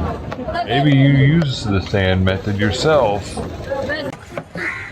When you're out there in the sand dunes with your motorcycle. That dude's coughing directly into some food over there. You hear him?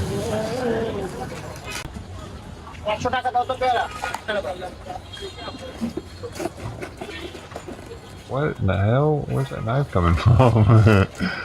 That's the penis knife.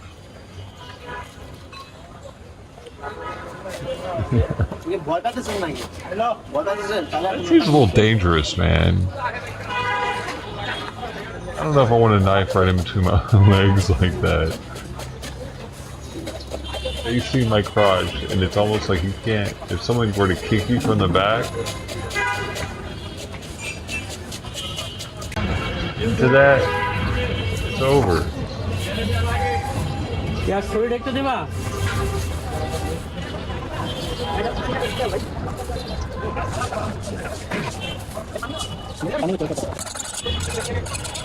Oh yeah, make it sharper.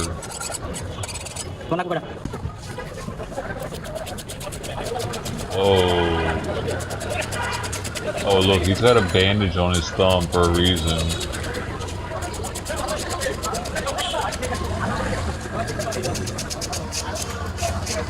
Regular speed's still pretty fast.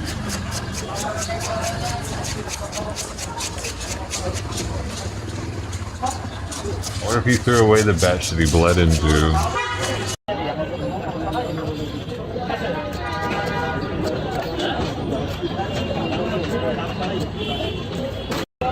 Highly unlikely, and this shit's not cooked. Oh, he is making coleslaw. Oh yeah, that's the... He bought some of that other guy's fucking milkshake.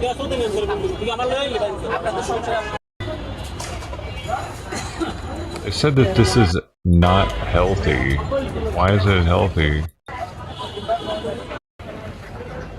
Because of that stuff? What the hell? No, dude. You're putting too much into it. It's not like any coleslaw I've ever seen. That's a lot of different powders.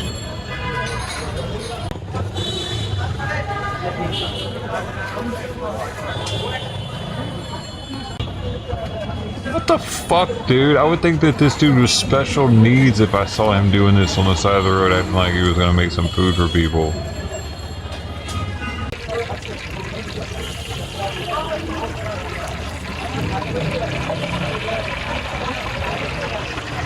Oh, they get cooked at least. Okay, well that helps a little bit, dude. I thought that was coleslaw you were just gonna serve up in a bowl for somebody.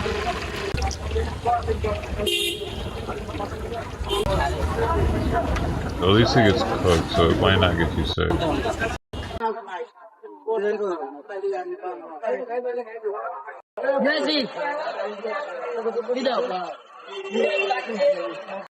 Vegetable patties.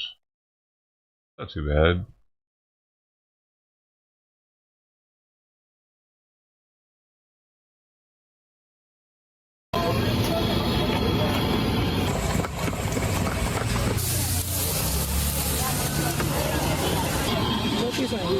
Says this is a rare food in India.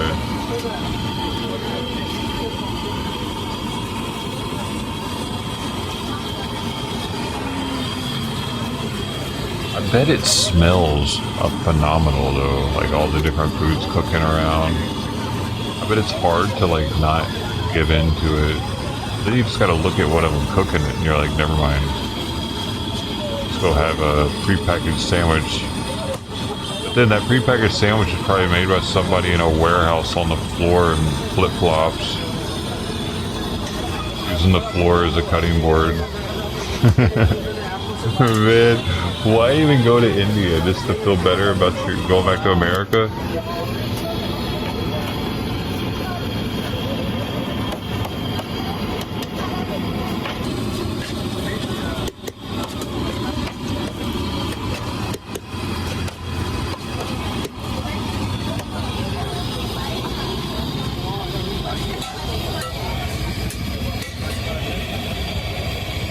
These are the chickpeas.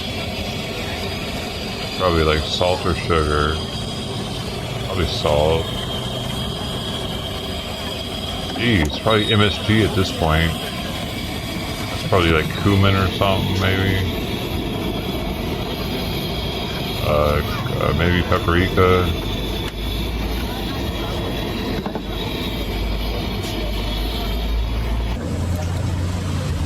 Oh, but the mystery green liquid.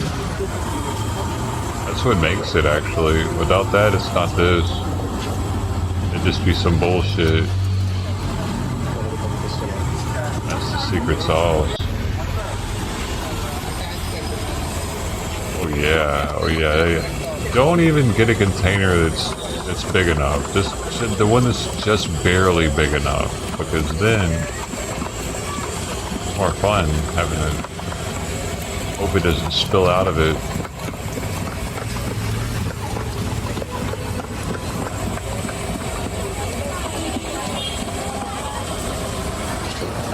So, okay, it's beans in a bucket at this point. You wouldn't like these chickpeas. You'd be on the toilet for a week probably. Just because how dirty their hands are, you would get sick in India, I think. Is that the deal? Is that what's going on?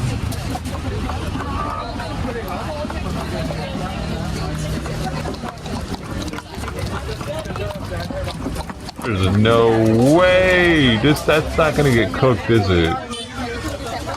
That? Oh wait, it is gonna get cooked. Okay. Okay, that changes things a little bit. He's burning the butter, man. What the fuck?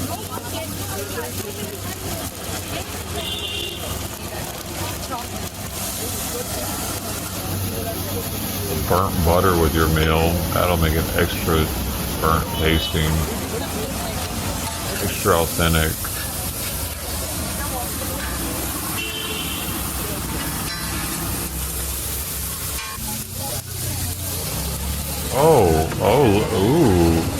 Ooh, yeah. I like my beans warm.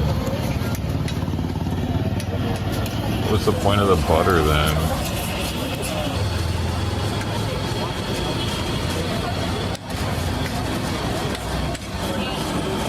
Are you serious right now? Why do you cook this like this? What the fuck? He just scoops it back into the pot. Why didn't he cook it in the damn pot? Is it quicker to do it like this? It's definitely grosser. You're in public with people all around standing around you. You're just gonna... I think he does that so it wafts the scent of it everywhere better.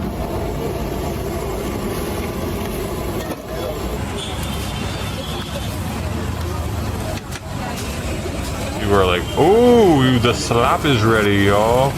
I can smell it over there. Baby, I'm gonna go get me a cup. Cup right now. Oh wait, no, it goes in something. It's an Indian taco.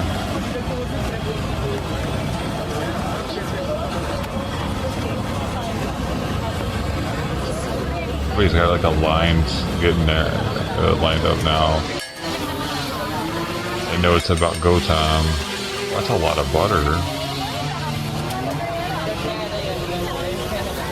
I wonder if people like them. He's still burning it again though. Okay, maybe not. This looks like it.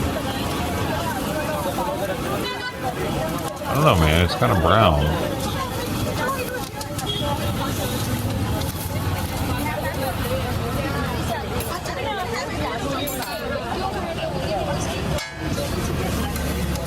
More butter on those same ones. Wow. Yeah, that's why it says... No, this isn't the one that says it's unhealthy. That was the last one.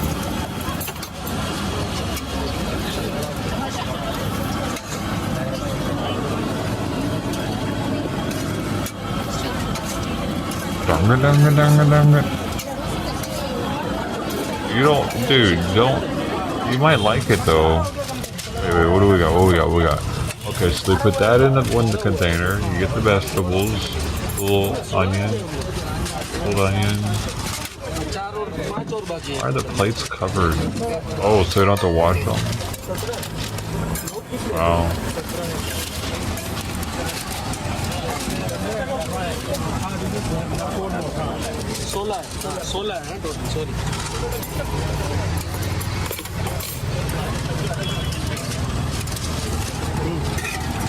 He was like, yeah, oh baby.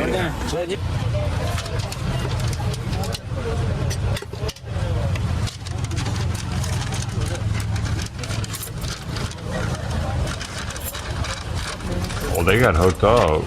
This guy's hooking it up. Bro, that's what I'm talking about. That bread reminds me of this bread that Costco has lately. That they always try to. They have like the people that make it in there trying to sling it like crazy, and they'll always have a bunch of people around sampling it. They have different flavors too. It looks just like that. It does. It smells good too. Every time I walk past it, always smells really herbally, different herbs. I haven't even eaten breakfast yet. You haven't eaten anything yet?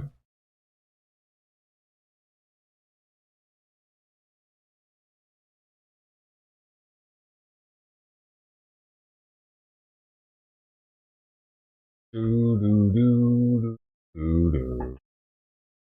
Kitty, kitty.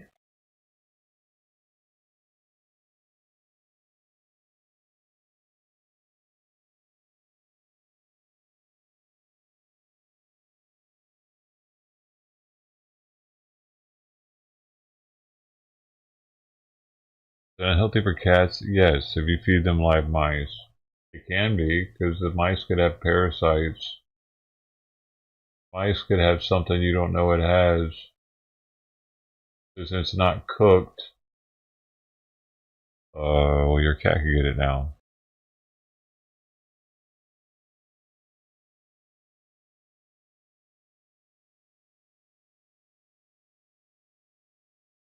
For the pet story, that doesn't mean that they know they don't have something. I got a snake from a pet store once that had some shit that I had to kill it over because it wasn't going to get any better. I had to put it out of its misery. Ball python.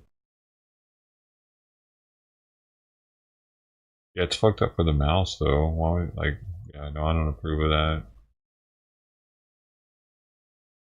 Because snakes don't tease their prey like cats do. Cats will torture something pretty much all night until they die. And I don't need like my indoor cats to experience that. I think someone who does that is a little sick in the head. It's not actually good for the cats, really. Not like you're helping the cat by doing that. You just got some kind of weird fetish for watching small animals get killed. It's different if you got a spider or a snake and that, like, that's what they eat. And I didn't even like doing that, honestly. I didn't like watching little mice die from the snake.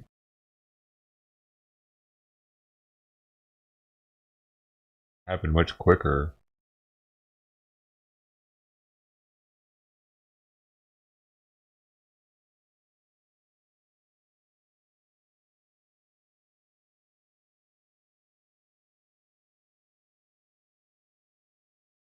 Mice are smart, dude. People keep them as pets. They're so smart. And we kept those for pets for a little while. The ones that the snake wasn't eating. I had 2 left, and we kept them in a bird cage for a little while. My parents, and they ended up letting them go, and they probably died outside somewhere. But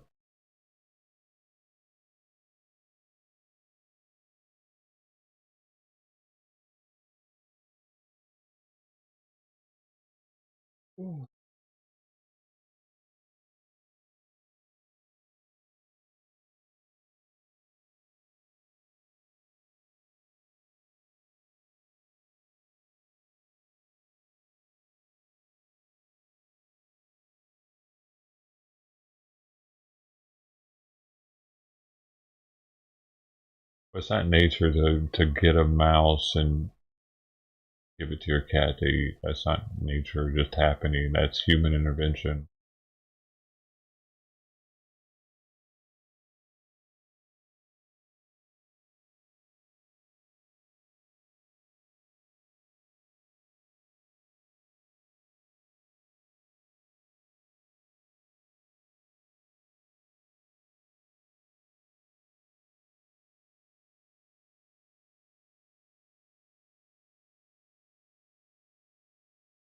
Like, for instance, just recently I saw a video of a mongoose and a snake, a cobra, fighting in a pit. But people in the comments were pointing out that you could tell that the pit that they were in was dug by a shovel. And so they were probably both put in there together to fight for a YouTube video. Because, hey, that's nature. Mongooses fight cobras. But it was general consensus that it was fucked up. Whoever did it, whoever filmed that and made that happen was a fucked up person. To put them both in that situation together. Even though that happens in nature. The mongoose ended up winning even. The snake died over it. But the mongoose had to fend for its life. Link? Why? Because you want to watch the fight? Fuck you, dude. You're starting to worry me. Why do you need a link to prove that you're fucking sick in the head?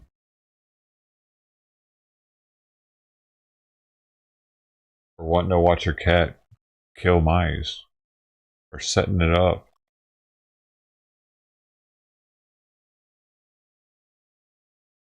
Not funny. You're kind of weird. You're kind of creepy, actually, for that.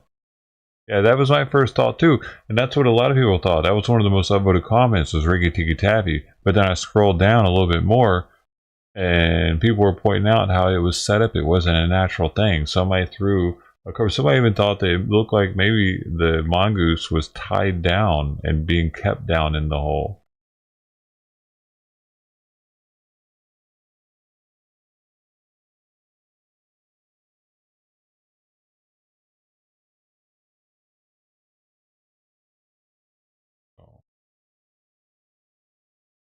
I know there are people like you out there, Mystical, and that's what I don't like. You're starting to make me think I should get rid of you. But I can't actually get rid of you, that's the thing. Not on YouTube.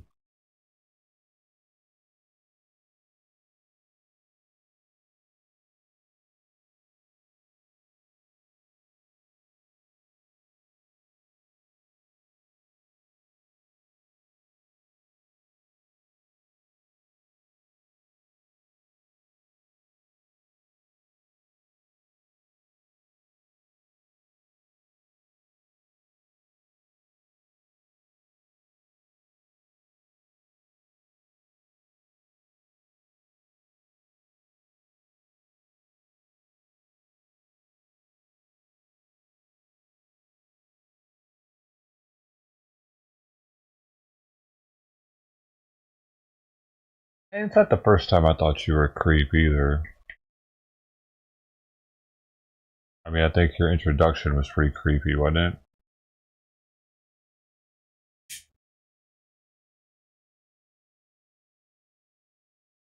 Why does it matter if you can find it? You think it didn't happen because you can't find it?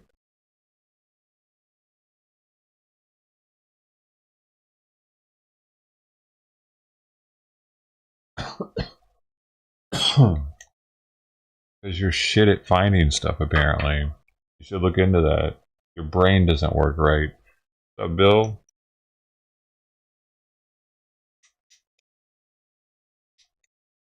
I haven't either. It's fucked up to even think about it. Actually. To go look for a mouse to give to your cat. Like, what the fuck? It's definitely not healthy. I mean, do you want your cat eating mouse shit? Just because cats do it in the wild doesn't mean it's the best fucking food source for them.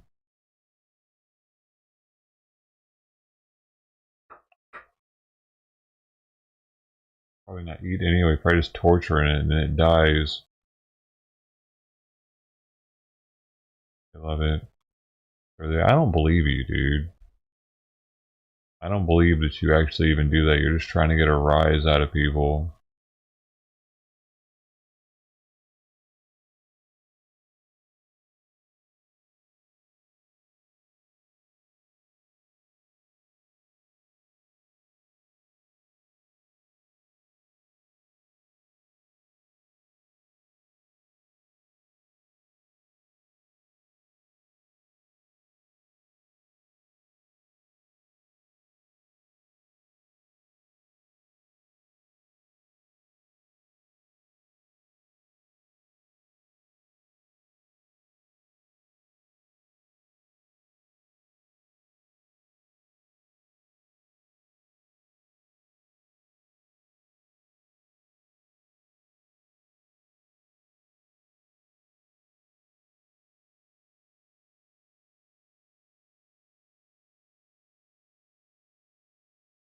Formula cat food doesn't have the proper nutrition? Yes, it does. What do you mean? Definitely does have the proper nutrition, dude. They have scientists that they spend their entire lives on cat nutrition and researching and what cats need and what animals need.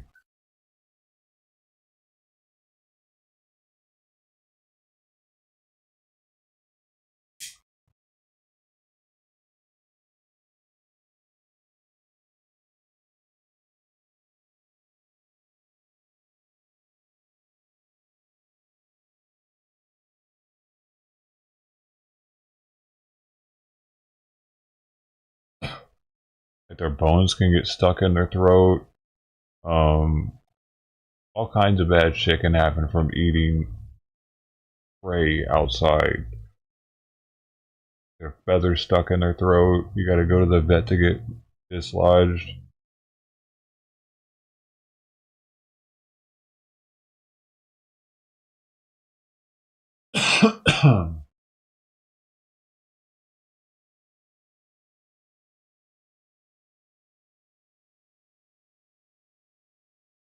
Mice are so cute, dude. I mean, rats are even kind of cute. They're not, like, if you buy them from the store.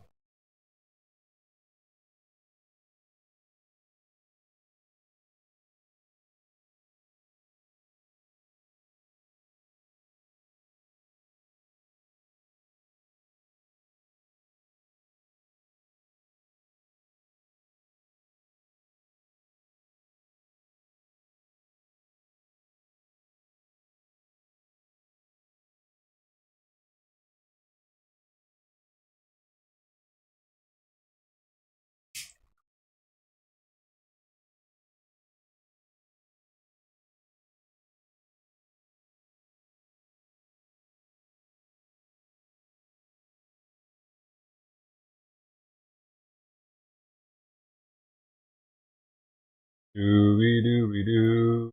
Doo dooby dooby dooby doo. Bap dooby dooby. Oh, we said a There's a life blanket tech. policy against predator catchers and that we can't take these cases up. No, I got him to say that there is no policy saying such thing, and that he tried to give the runaround a little bit. Is there He's a like, live catch? well, y'all It's can always Friday, submit tips. I'm baby. like, okay, but is in person also a tip? Do tips, would that qualify as a tip as well for a private citizen? And he did say that does qualify as a Catch tip, Friday. provided we're not breaking any laws, which obviously we're not doing that. So I told him, like, look, man, here's what's going to go on. We're doing a catch right after this meeting. We're on the way to this catch right now. So we're fully expecting. I'm not saying it's going to be an arrest today, but I'm fully expecting this motherfucker to get arrested who we're about to go get. Let me tell you and I'm ready something. for our first South Carolina conviction. I'm sick of South Carolina letting these child pornographers, Fire Marshal these Bill, remember that molesters, these shit? fucking bestiality people. I'm sick of letting them all go. I'm sick of it. So hopefully, we get the ball moving a little bit.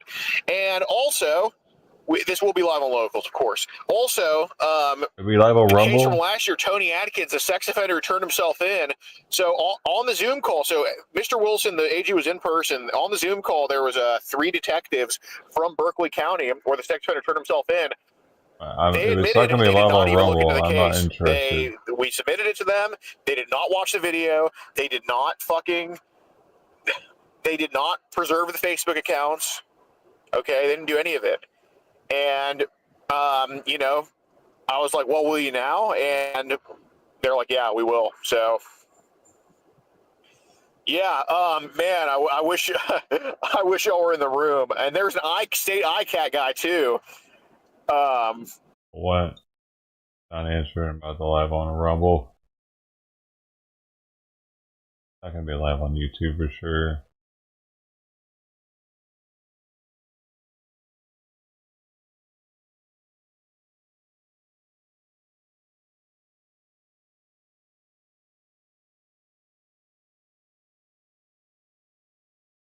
我欢迎所有美国人来到红色音符。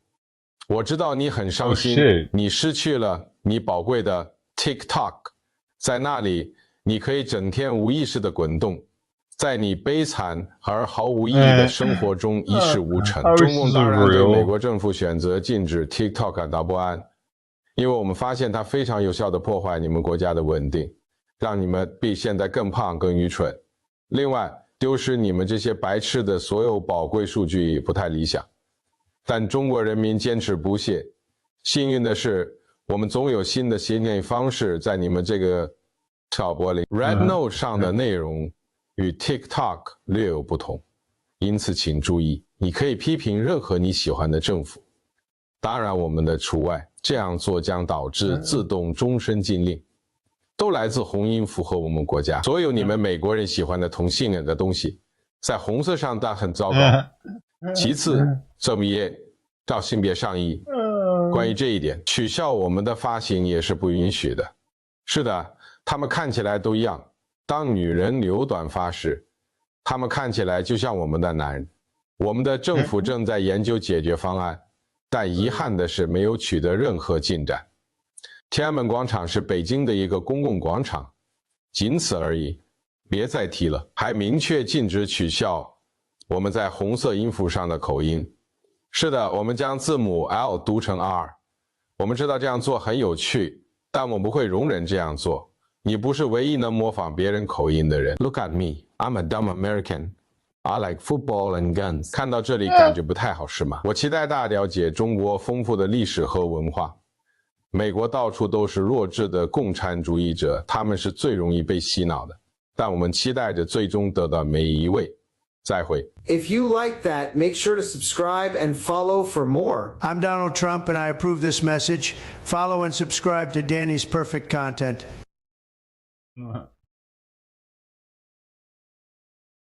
At least get the like. I've heard of before. I'll give my like.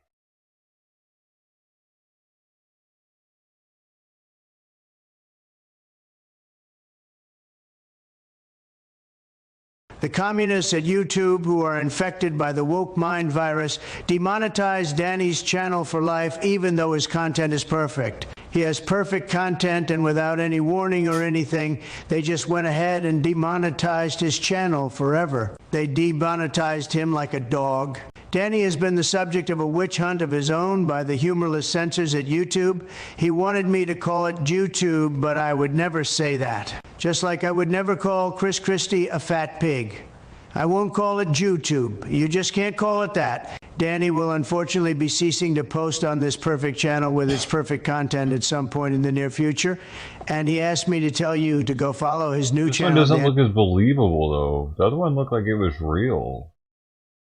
Bro, Danny, get your shit together. That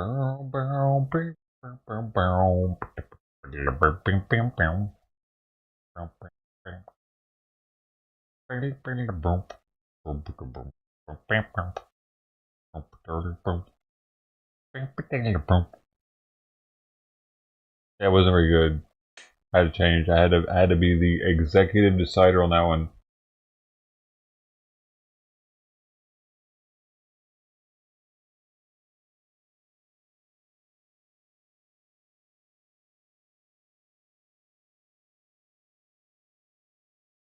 Oh no. Damn, it's been 2 years already?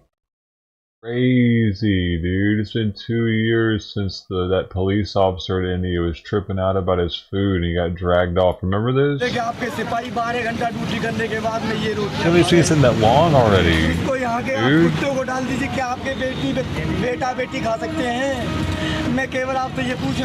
Dude?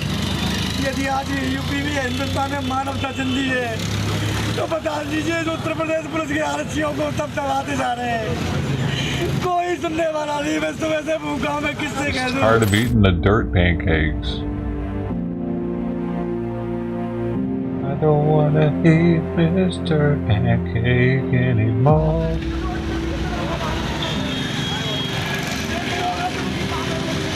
Like what? It doesn't even look that bad.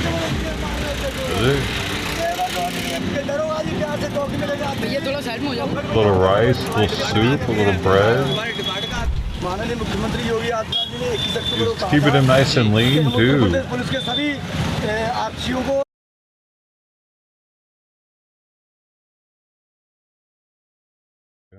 They took him off, remember? They took him off in a van somewhere and we never saw him again. You don't talk about us like that. You talk too much. You talk too much, you're fired. You get no more. You'll get no more soup and bread. Now you eat nothing.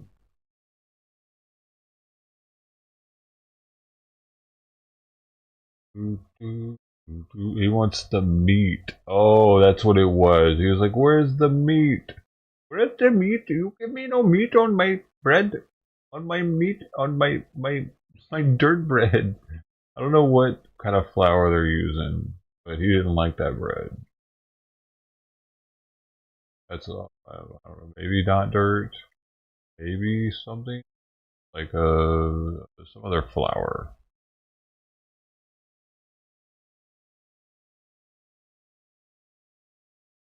What fake milk scam? Oh my god, an Indian fake milk? This is not milk. It's an imitation of milk prepared with chemicals. But What? those who buy it wouldn't know because... इसको अब हम smell करेंगे तो इसकी बिल्कुल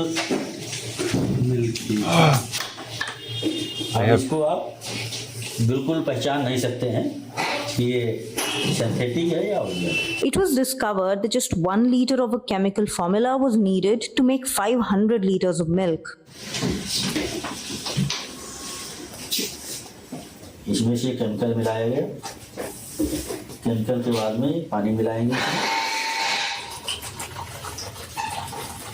एक गगनी chemical में आधा लीटर दूध तैयार हो गया. This fake milk was said to be sold at local shops in Bulandshahr, Uttar Pradesh, along with markets in Delhi and Noida. 1 litre chemical में लगभग 400 से 500 लीटर दूध तैयार हो जाएगा. The Uttar Pradesh Food Safety Department uncovered this dairy scam during its routine raids in Bulandshahr. क्या है chemical ये वाला? ये केमिकल इनके द्वारा लाया गया है, लेकिन इनके द्वारा बताया नहीं जा रहा है कौन सा केमिकल है. ये प्रीमिक्स तैयार है दूध बनाने के लिए. ये तैयार प्रीमिक्स है पूरा. इसमें कई केमिकलों को मिला के एक तैयार किया गया है. एक ढकनी में मतलब 5 ml में लगभग 2 लीटर दूध तैयार हो जाता है. If you wanted to check whether the milk you get is synthetic, you could add 5 ml water and 5 ml milk in a test tube and shake it. The milk is pure if it doesn't form lather on shaking, but if it does, it's fake. In Bulandshahr, That's not true, 4 is it? godowns Milk will owned by milk foam. trader Ajay Agarwal were raided and 100 quintals of synthetic milk was seized. Not only milk, but adulterated paneer and mawa were also being manufactured here. Ajay Agarwal was allegedly selling adulterated dairy products for 20 years and was said to have distributed his chemical formula among smaller milk traders in villages. A Dainik Bhaskar report said expired synthetic syrup was being used to add sweetness to the counterfeit milk. मीठा करने के लिए ये milk का flavour हो गया. मीठा करने के लिए ये शक्करी.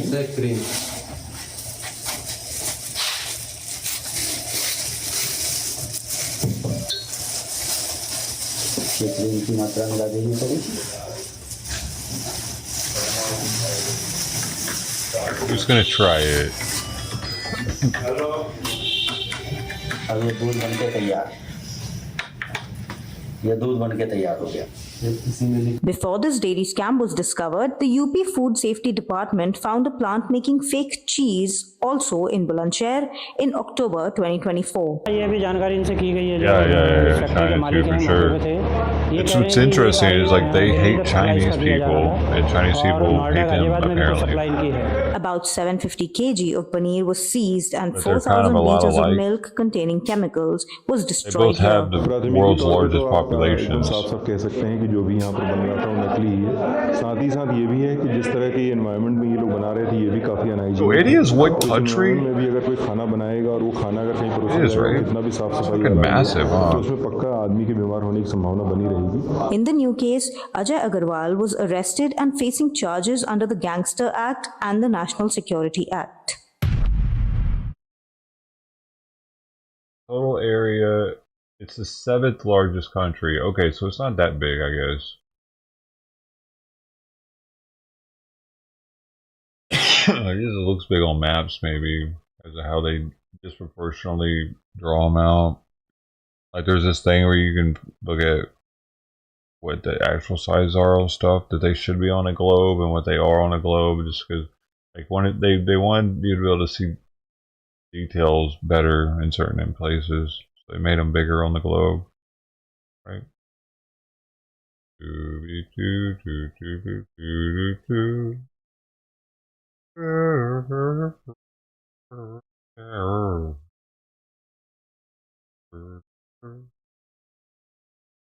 Where's the news at, man? Friday. Party time.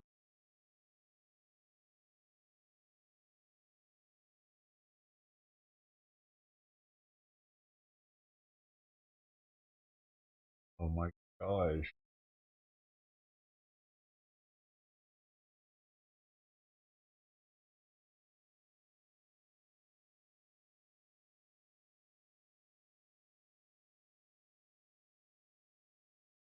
What?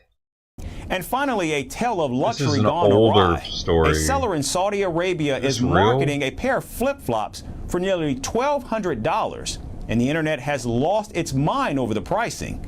People in India are claiming that the footwear barely costs $4. Our final report gets you all the details about this high fashion and low logic saga. Ever noticed how a brand's name stamped on a common item suddenly makes it shine like a shooting star? It's as if the fairy godmother of retail waved her wand and poof. It's retarded. Your everyday commodity transforms into a must-have A luxury Supreme good. t-shirt. Stupid. The magic ingredients? A brand's reputation, history, and exclusivity. I got you. In the cutthroat world of luxury, brands are on a relentless quest to outshine each other with products that scream exclusivity.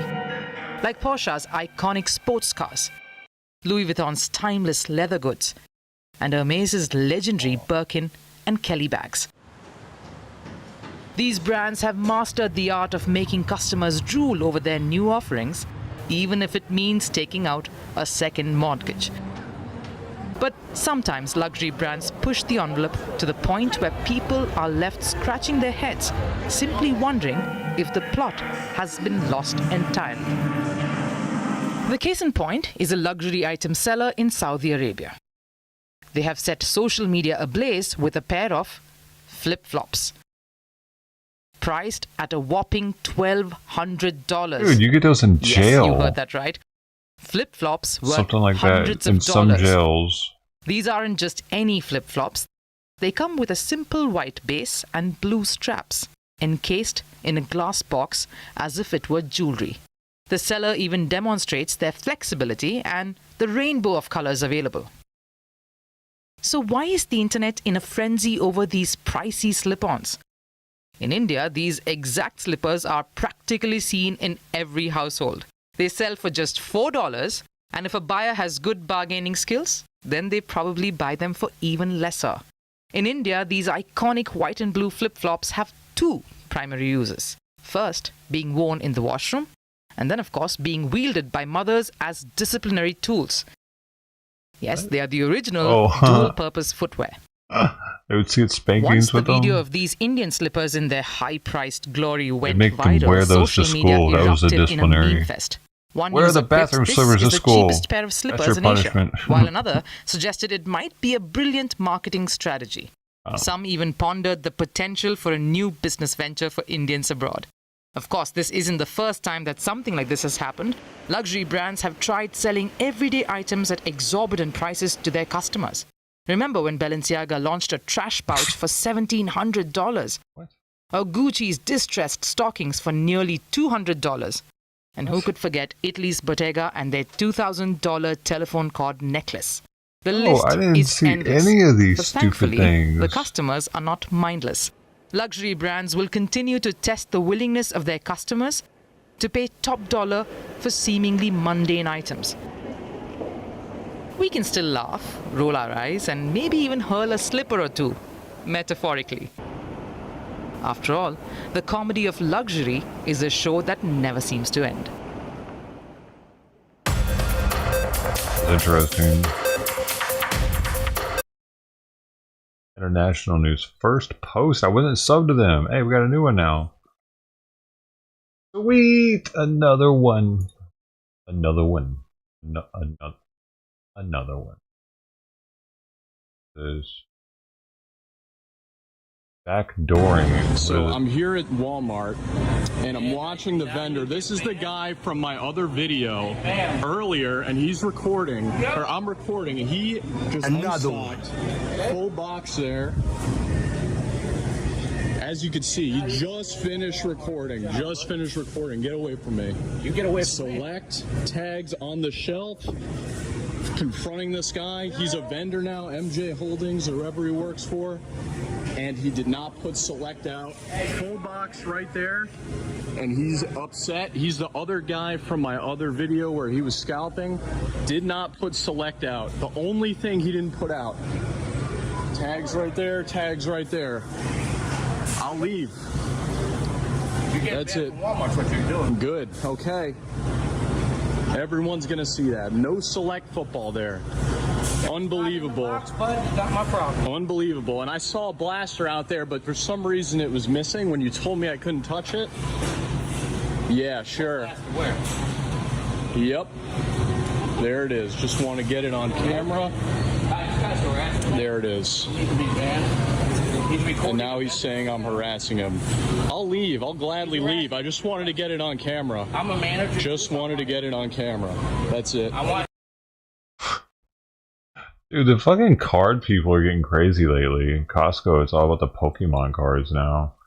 Costco had to go from like having a 10 to a 7 to a 2-person limit on some new Pokemon card boxes that they've been getting for like $80 a box or something. I don't know, dude. People are getting in fights over them and shit. Oh, we got a chase. And, you know, we're just watching these speeds, and it's not jaw-dropping fast, but when you know that he's up and getting up close to these other vehicles that are... Look at that. Yeah. What was that? That's so close. Almost feels like this person doesn't have good control over the vehicle. Maybe they're handicapped. Well, maybe they're missing a leg. Trucks, dude, think outside of the box, reporter. Have stability control. They all have a little bit extra. It isn't like you know, like a 1970s truck where you know you kind of get those high speeds. That rear end is light, and you could start losing traction. So possibly the truck might be a better driver than the actual driver itself. But this getting so close, that really, really concerns me. And I'm sure law enforcement is concerned about that as well. Now you have to remember also, nobody is behind this vehicle. Does he know the helicopters are following him? I don't know. How? That's my question. The windows aren't down. So this continuous reckless driving is not because law enforcement is right behind him.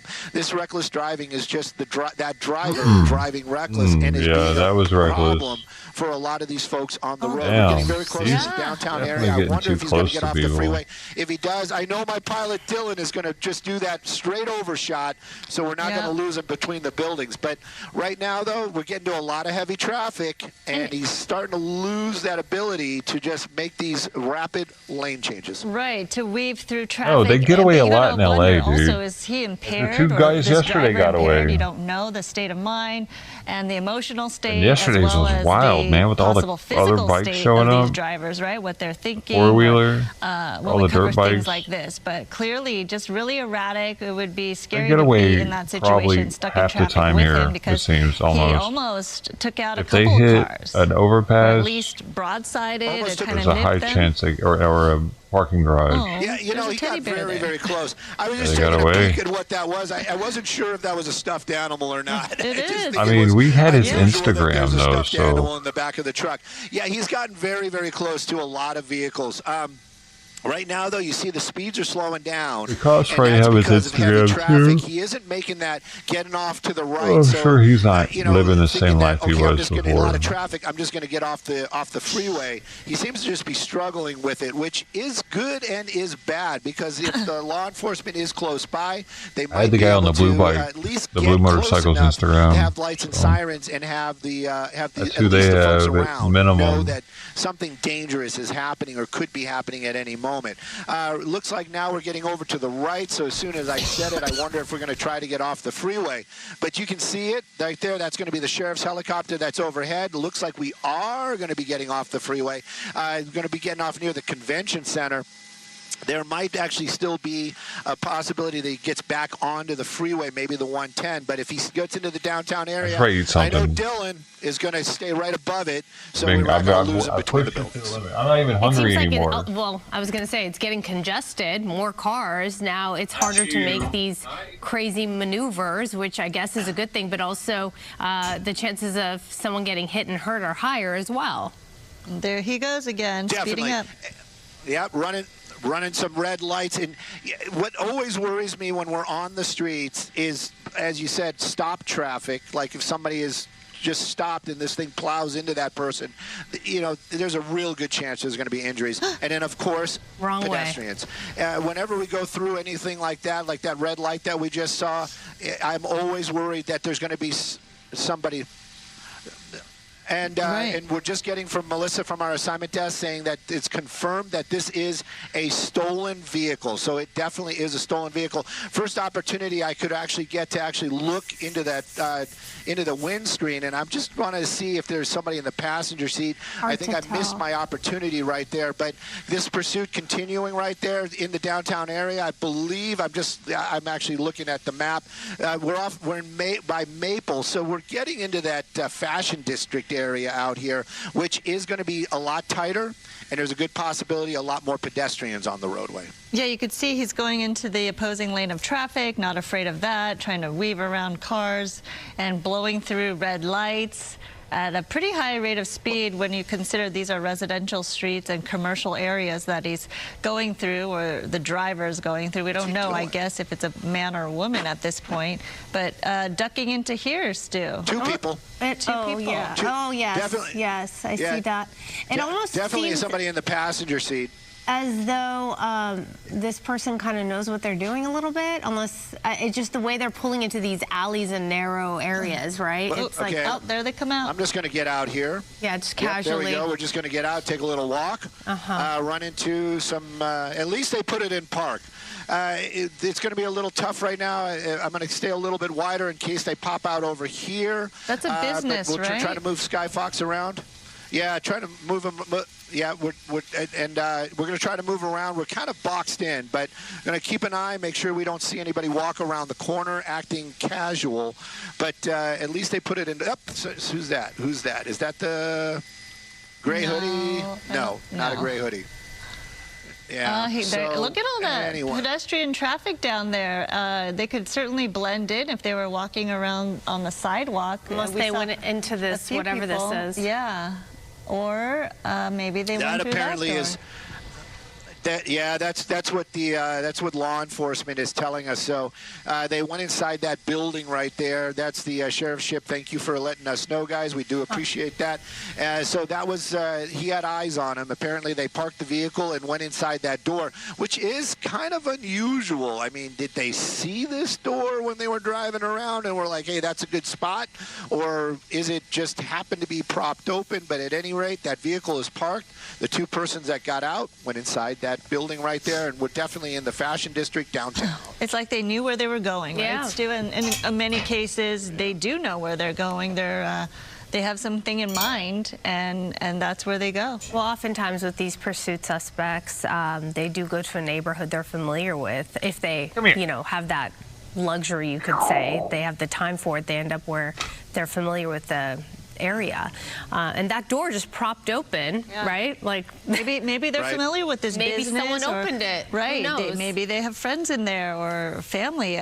Who knows? Maybe they know that door is always propped open. So again, you think about the fact that maybe they are familiar with this area and that company or business that's inside that building. Maybe they've been in that building before, and that's why they pulled up there. Do you see? I don't see law enforcement down below. I thought for a moment I did, but it doesn't seem like that. Yeah. Yeah. Yeah, me neither. I'm wondering because we made our way all the way calories over to of the day. LAPD. I'm sure they knew this was coming, but it's one of those ones. It was kind of a hot potato. It was we heard it getting passed around quite a bit. Oh, man, like it's the already sheriff's over. department said, "Oh, let CHP take it." CHP was interested. It's unusual sometimes how these things play out. But now that vehicle definitely in the LAPD area, unoccupied on the roadway there, and then that door propped open. And we don't know. That could be a parking garage in there. It doesn't look like it's a business.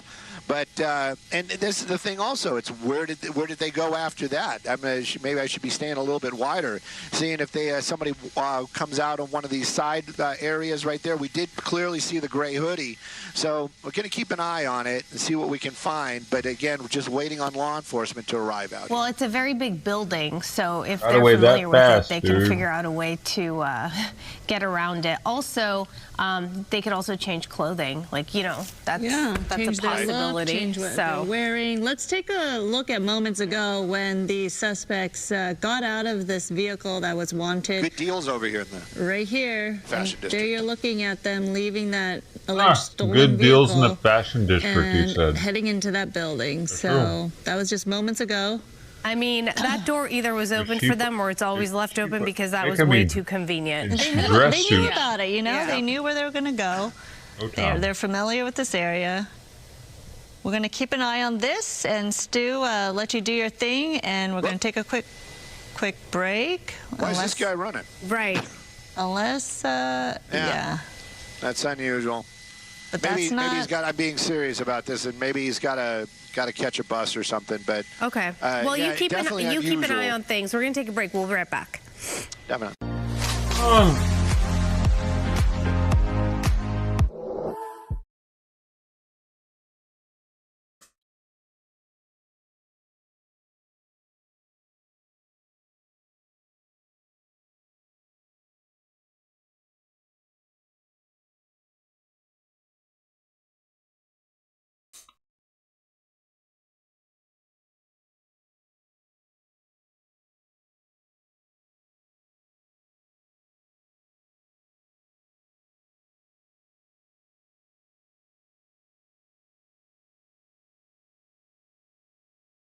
Back.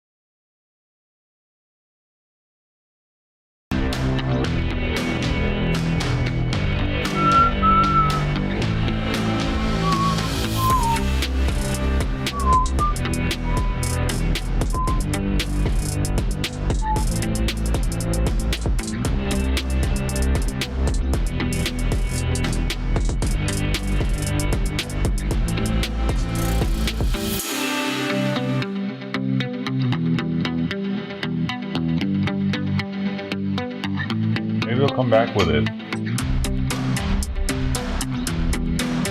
They don't add it up.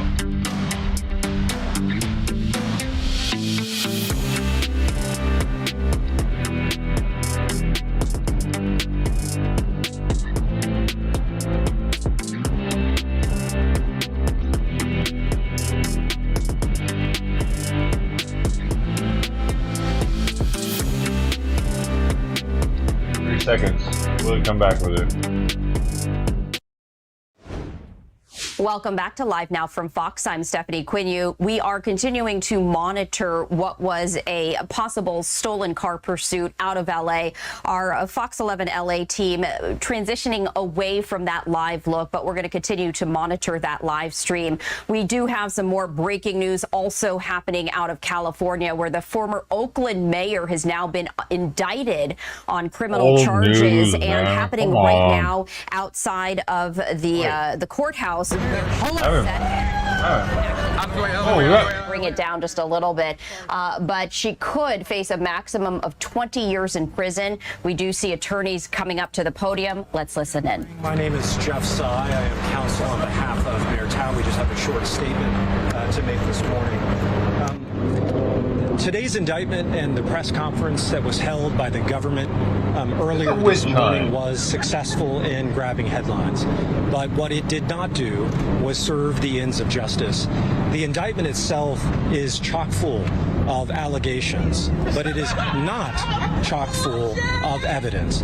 And that's what we're going to prove in the course of our defense in this case. The case is built on allegations from an unknown co-conspirator that we believe when the evidence... Bro, I didn't cut it off.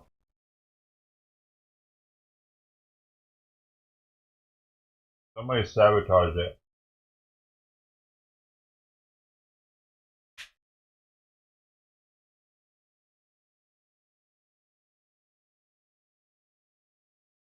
Oh. Back on the case.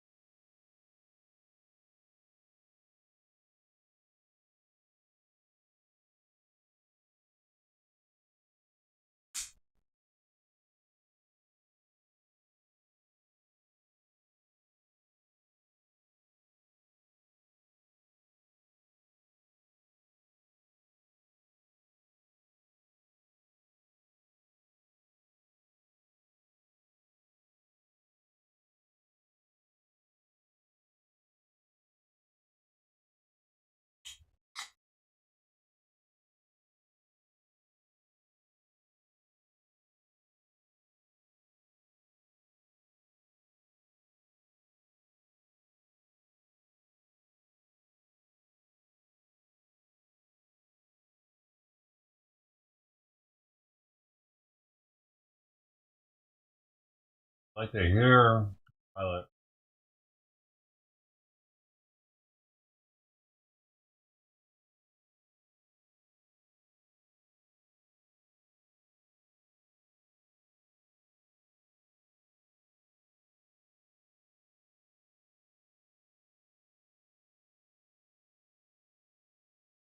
I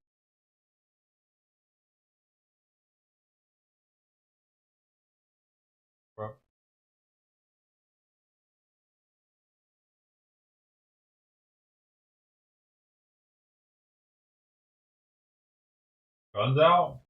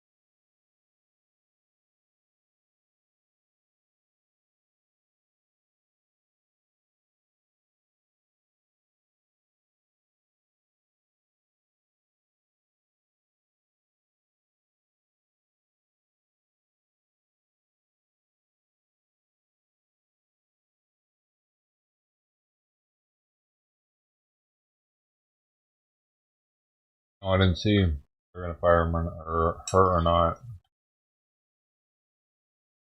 Haven't said for sure.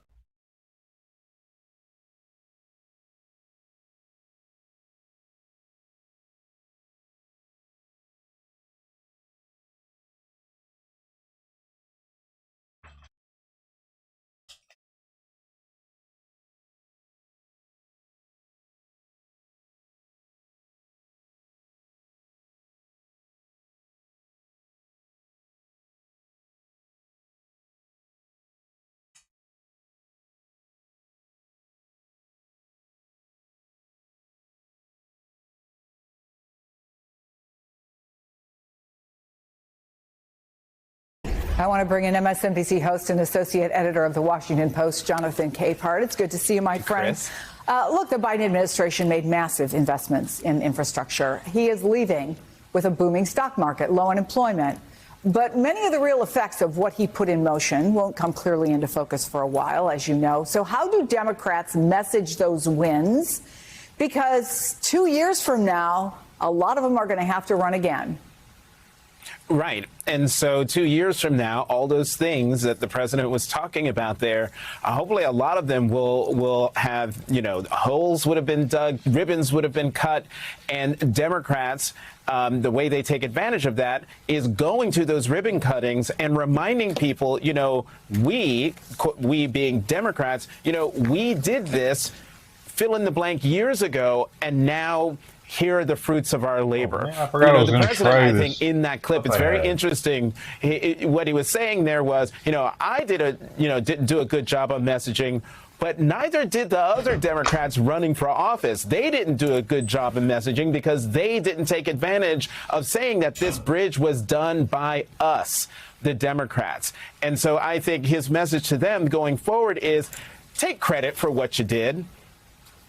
Yeah, I think part of that is, that is one thing Donald Trump knows how to do is take credit. So let me talk a little bit about what veteran political strategist James Carville said. He summed up the end of the Biden administration this way, quote, Joe Biden's story is one of the great tragedies of American politics. I really mean that. He should be having a glorious, well-deserved, highly acclaimed retirement, and he's not. It's hard to blame anybody but him.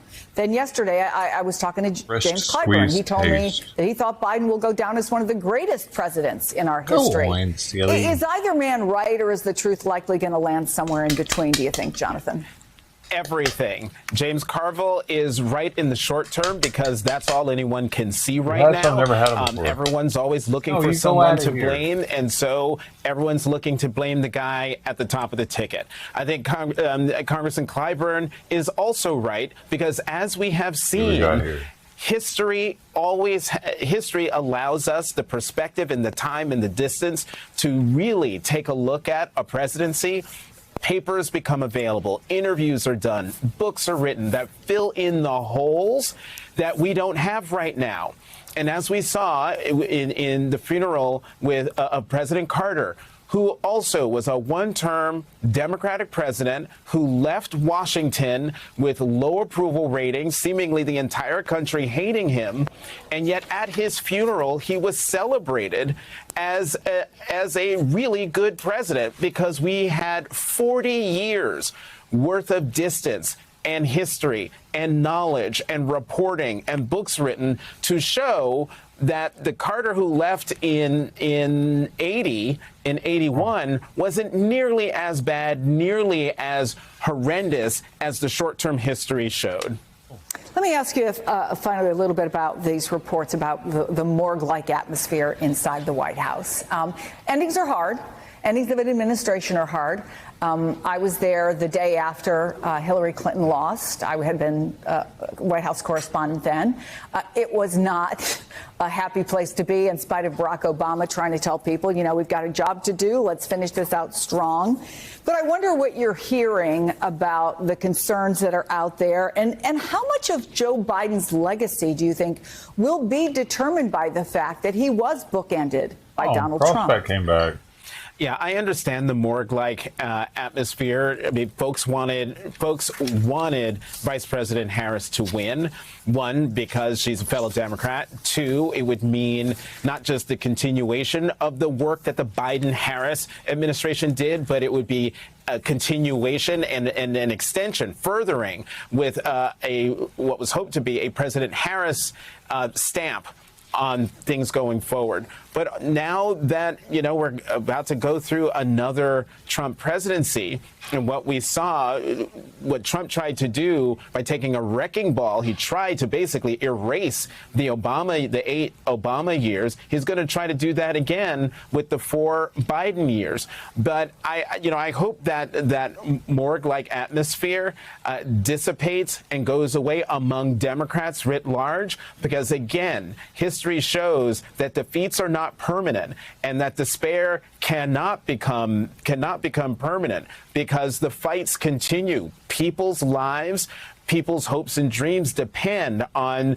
folks in that White House right now dusting themselves off and taking the fight legislatively, culturally, to the other side to move the country forward. Yeah, very little can happen until you can shake it off, which is easier said than done. Right. Jonathan, always good to see you. Right.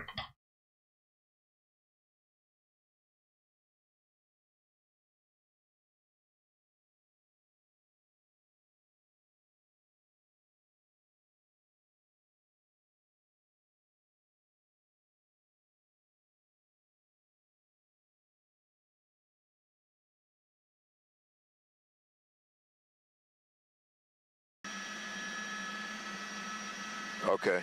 Well, Over. so this way? What's going on down there? Party time.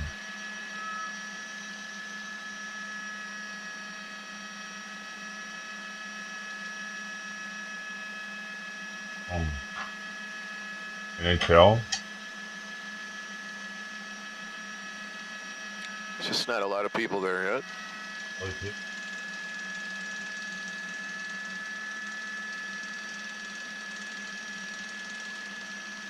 Okay.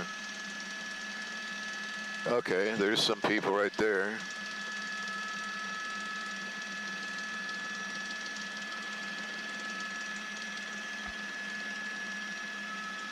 Yes, Mia.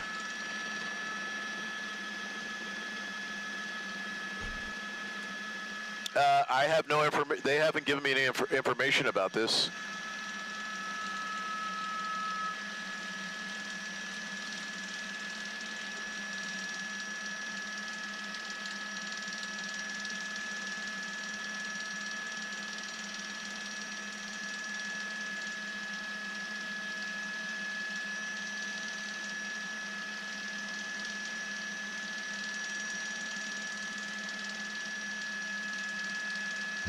Need that one? There's a lot of it going on in that one. Let's do that again. Yeah.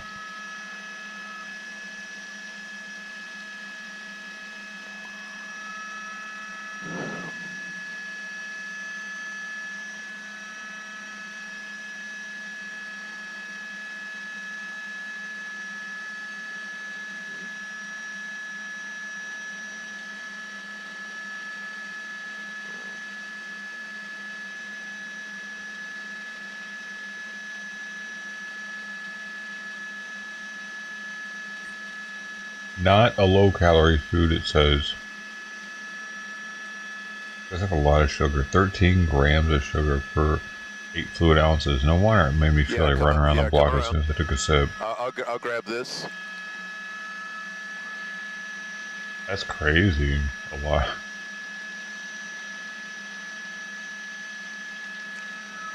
But it's got fiber. Vitamin A. Calcium, a lot of vitamins. Whoa.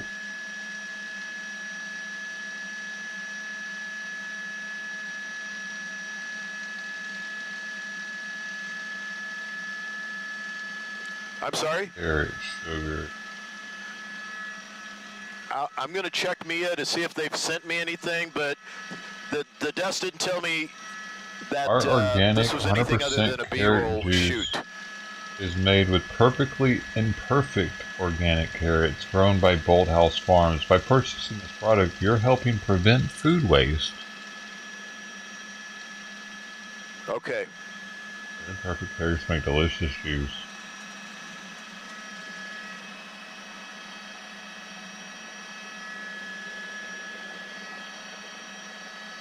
Okay, hold on. It doesn't say it. All right, I'm getting... Flash What do you got, Mia? cold filled for quality. I don't have it yet, Ryan. I'm still It looking doesn't for say it. it's cold pressed. You can't have Yeah,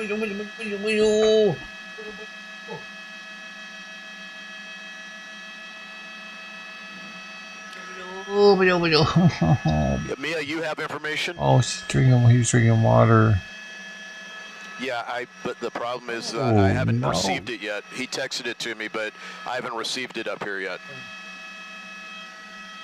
Looks like he's drinking a lot of water.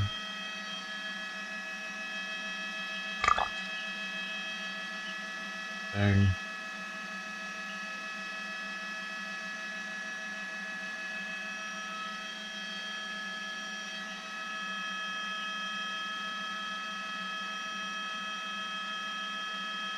First time I've seen Cross drink so much. Juices tea? Oh, it's not that much. 2 to 3 million worth of from that. Thousands of essential items. Yep, got it.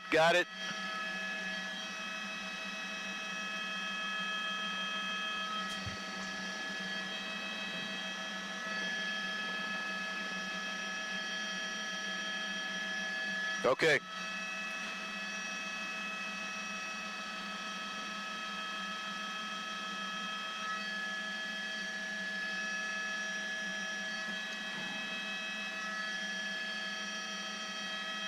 I think he was down the alley, across the street. Some people were walking down the sidewalk, though. I think that's fine.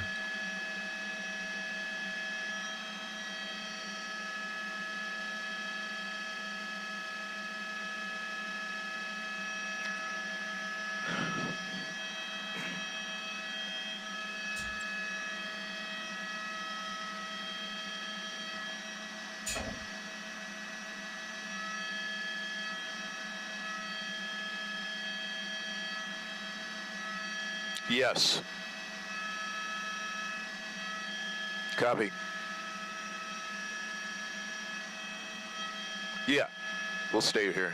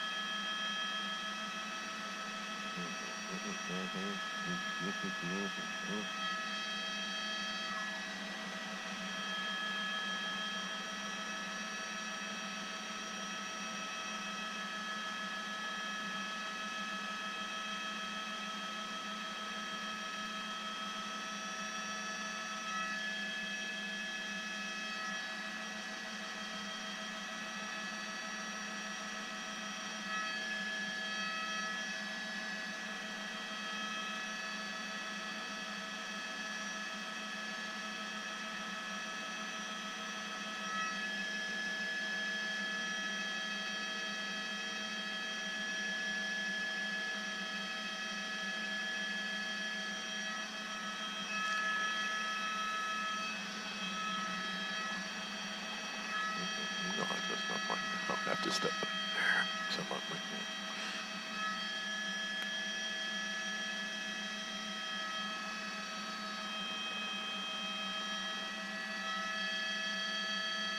Okay.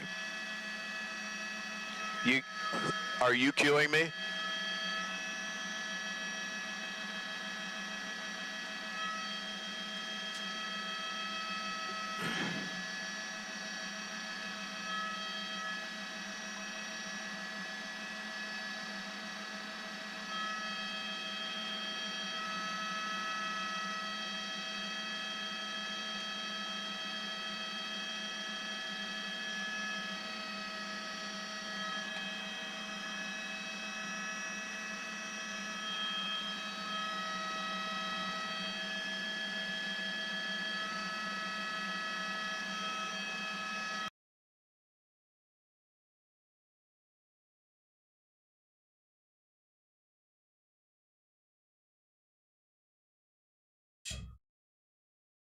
Did I put two of them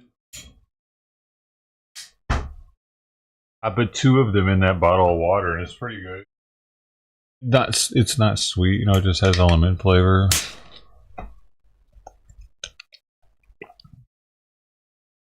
But definitely tastes like lemon.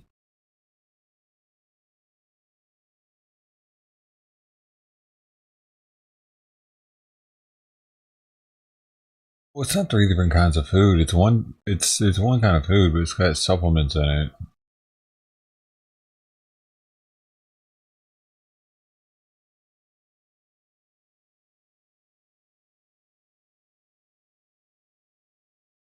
Firefighters trying to look around that dump truck, and again, at this moment, what we're being told is there are possibly 2 injuries associated with this incident.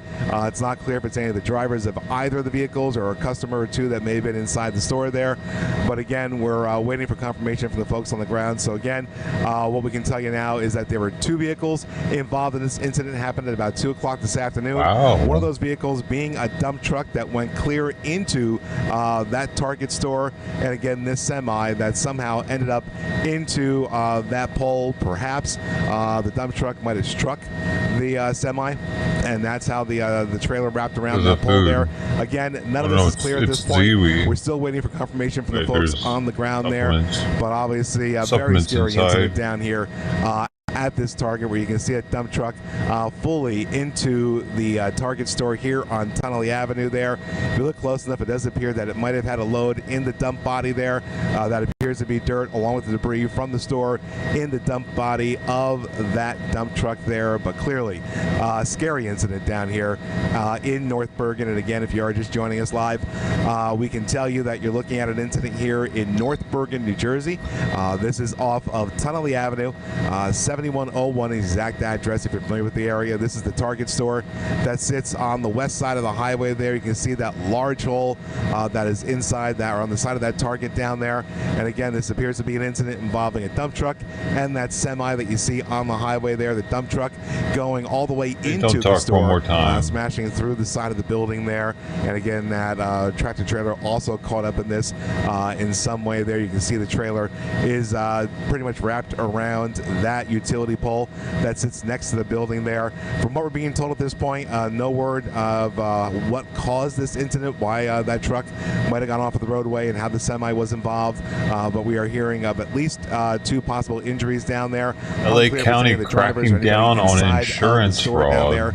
And of course, they will be doing an investigation down here. North Hudson Fire Department on the scene. Now you for have the the fire, Bergen County folks down there as well. You can see one of the workers down there trying to get an idea on how they're going to handle the situation with the trailer that's sitting over here on Tunnelly Avenue. And if you are traveling through the area here, keep in mind Tunnelly Avenue is shut down through the area of 71st Street, both directions, as crews try to get a handle on the situation down here. And of course, we'll stay over the scene and give you any updates as we get them into the newsroom or up here in the helicopter.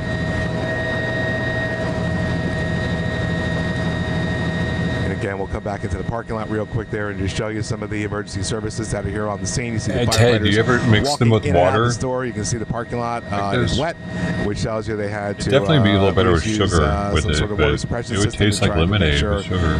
Nothing happened as far as It fire tastes or like any other lemon, incidents in there. But again, lemon and water right now. It tastes in North Bergen, New Jersey. Very like lemon. It tastes right. That's what's telling.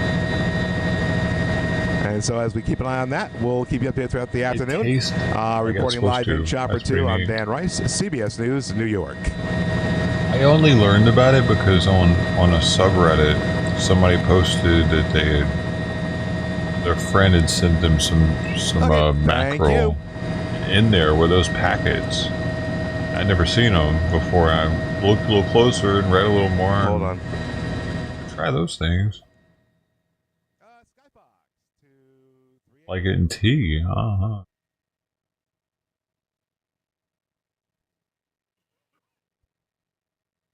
well that's pretty much done.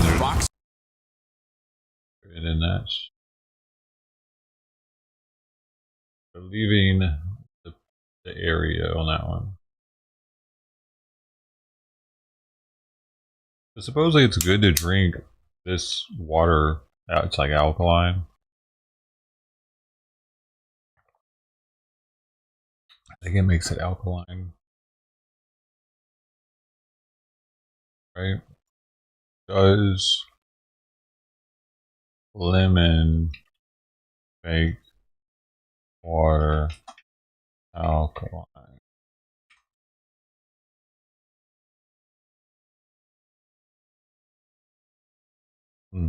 Okay, no, I was incorrect there. But it says no, lemon juice does not make water alkaline, but it can have an alkalizing effect on the body after it's metabolized.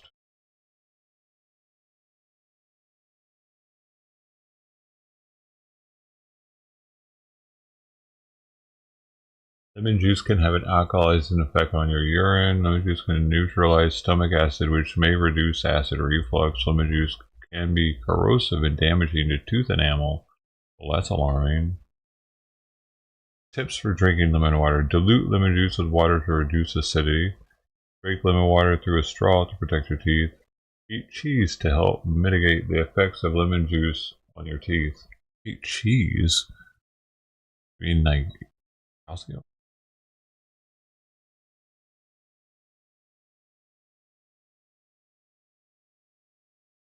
Isn't the only reason cheese has calcium in it because we fortify milk with it? Do we fortify? We put the calcium in milk, or is it just there? Or no, we fortified it with a D, maybe. Fortify.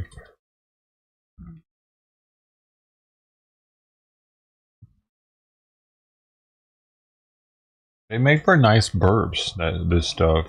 Yes, calcium is added to most milk in the United States. Calcium is added to milk to improve its nutritional value and promote bone health. Yeah, so what would they, like, it must have a pretty low calcium content without us doing that. Yeah, and vitamin D is added. Calcium and vitamin D. You cleaned your teeth for real? I don't think that's the issue though, is it?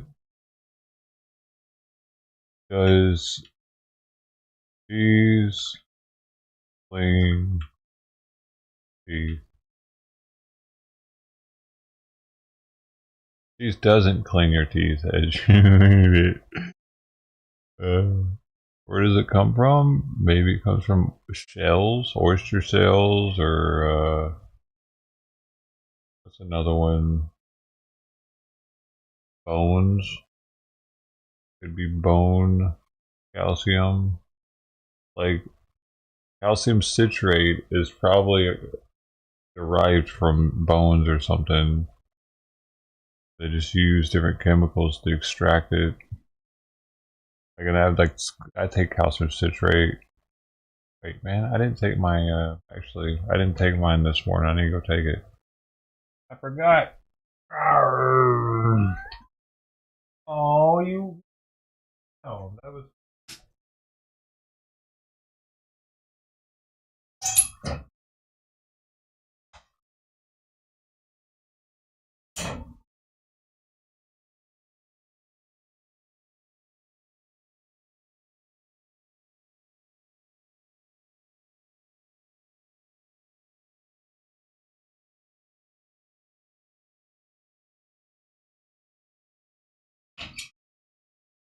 So some people have to watch out for like their calcium, where it actually comes from.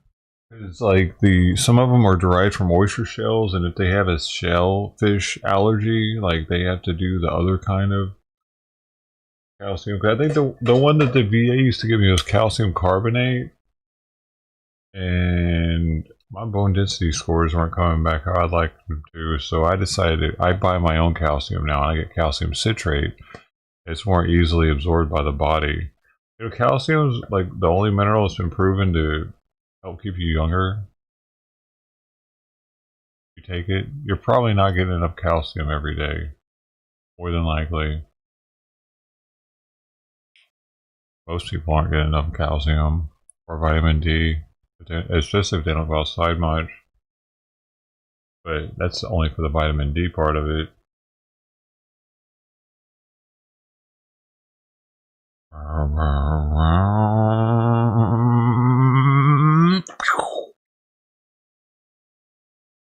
Milk, cheese, and vegetables. Yeah, but calcium isn't actually natural, as natural as people think it is in milk and cheese.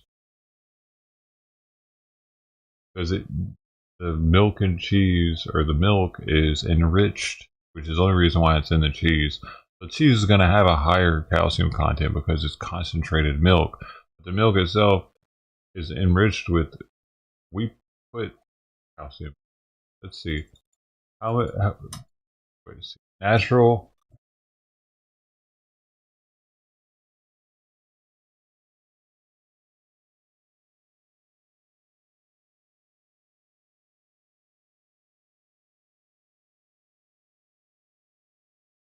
Enriched milk has more calcium than natural milk. Enriched milk is milk that has calcium added to it. A cup of dairy milk has 300 milligrams of calcium. Enriched milk has more calcium than natural. For example, lactate, calcium enriched milk has 500 milligrams of calcium per cup, which is 40% of the daily value. Fortified plant-based milks like almond milk are all high in calcium also, for the same reasons, of course. However, the body may not absorb all the calcium in plant-based milks because some compounds in them inhibit calcium absorption. Yeah. Dairy milk naturally has 300 milligrams per cup. So enriched milk will have sometimes 500 milligrams per cup, so almost double. So I guess it did normally have some, but half as much. I just said earlier, like bones and shells, seashells. Like, I was serious about that. They actually, on one of my calcium bottles I used to get from the VA, it said the origin of it was shells on the bottle.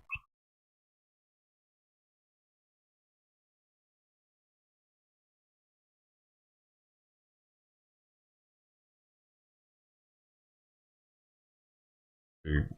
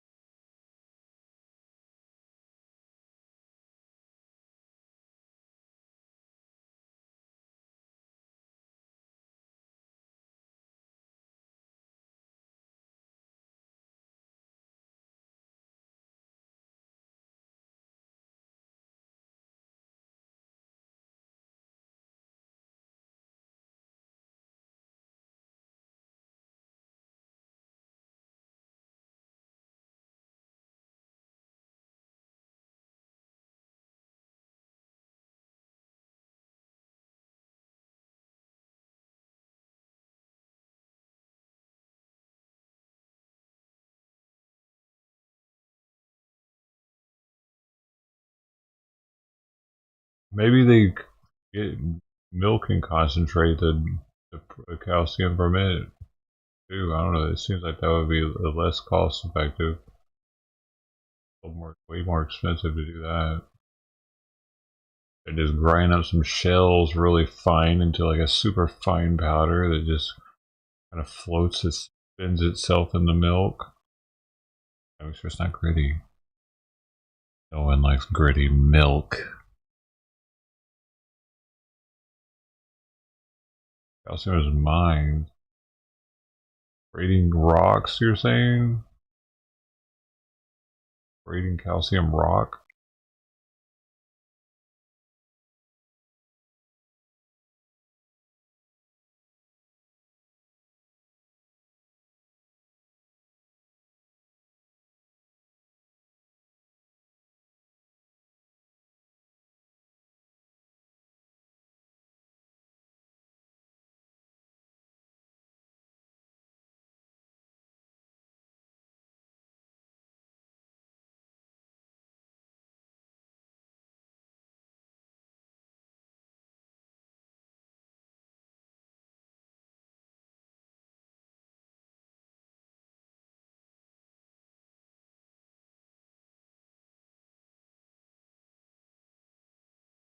Right, it's back.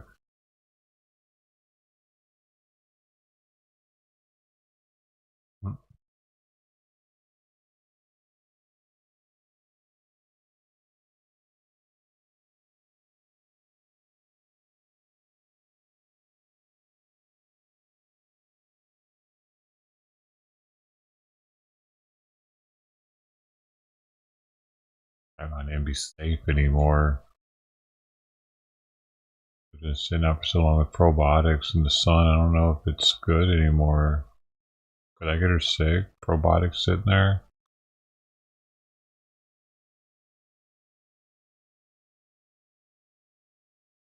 What do you think?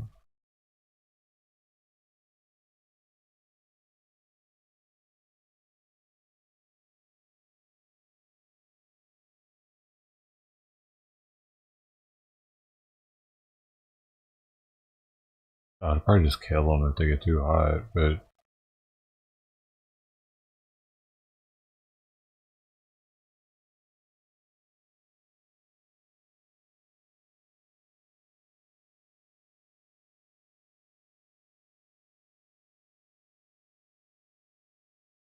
I don't know which would be better, hot or lukewarm. I know hot would kill them, but lukewarm might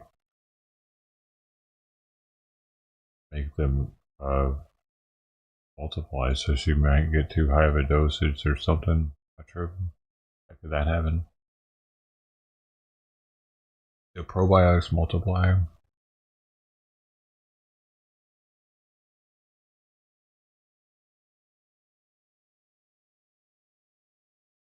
And that's got a bunch of stuff in it too. It's also got the fish oil.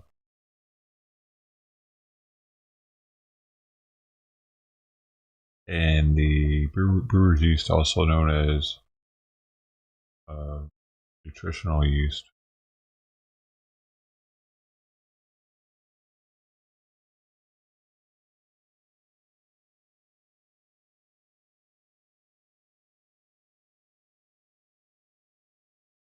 Oh, that's enough, she said.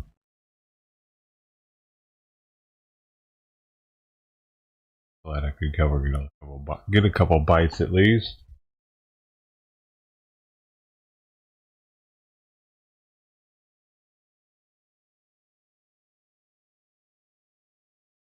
Oh, really? Interesting. So they do put it straight into them sometimes.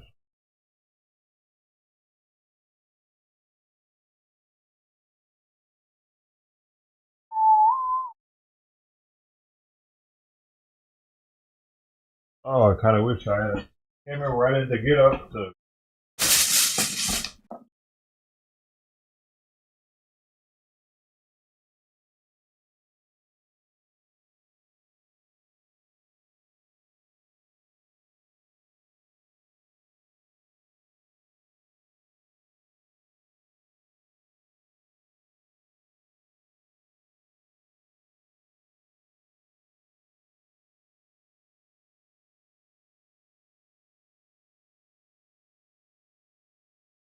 She's up front.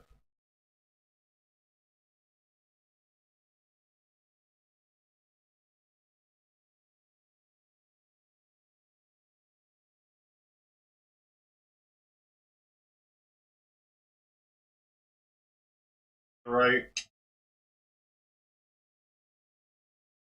That way I can't tell where she went. She was out of our line. Oh, it's a he. I keep forgetting.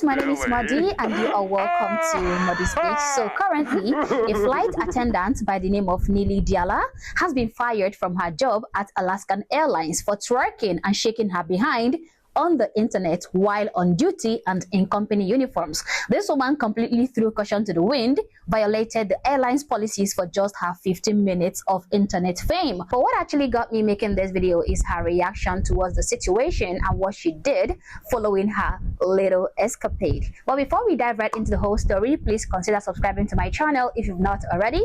Like and share this video to keep people informed, and consider joining my membership or buy me a coffee if you like, as a way of supporting the channel. Alright, so this Alaskan Airlines flight attendant, despite knowing better, because I'm sure that after she was hired for the job, she must have received series and series of training on what she can do and what she cannot do as per company policies as a company representative, because that is exactly what she is, especially when she is in company uniform. She is representing the image of the company. So despite knowing better, she still decided to go ahead and throw away her promising career just for stupid TikTok video. Mind you, this woman was just hired by Alaskan Airlines only 6 months ago, and out of that 6 months, she spent 3 months as a probationary period, so she's just 3 months proper into her job as a flight attendant. Now, she posted this video, which has gone viral, by the way, with the caption, "Get to bay till I die." And by bay, she means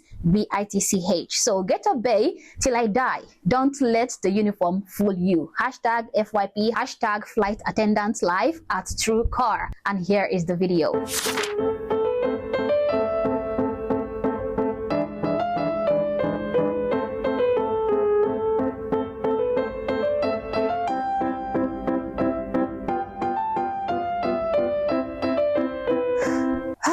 Adults.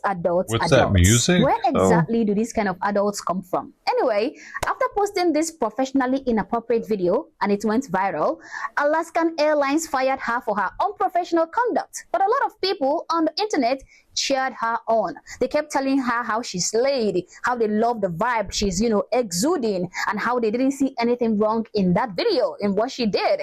Just like this comment that read, "I didn't see what you did wrong. These people be hating." Fuck. Another one said, "What's so wrong about this beautiful woman dancing?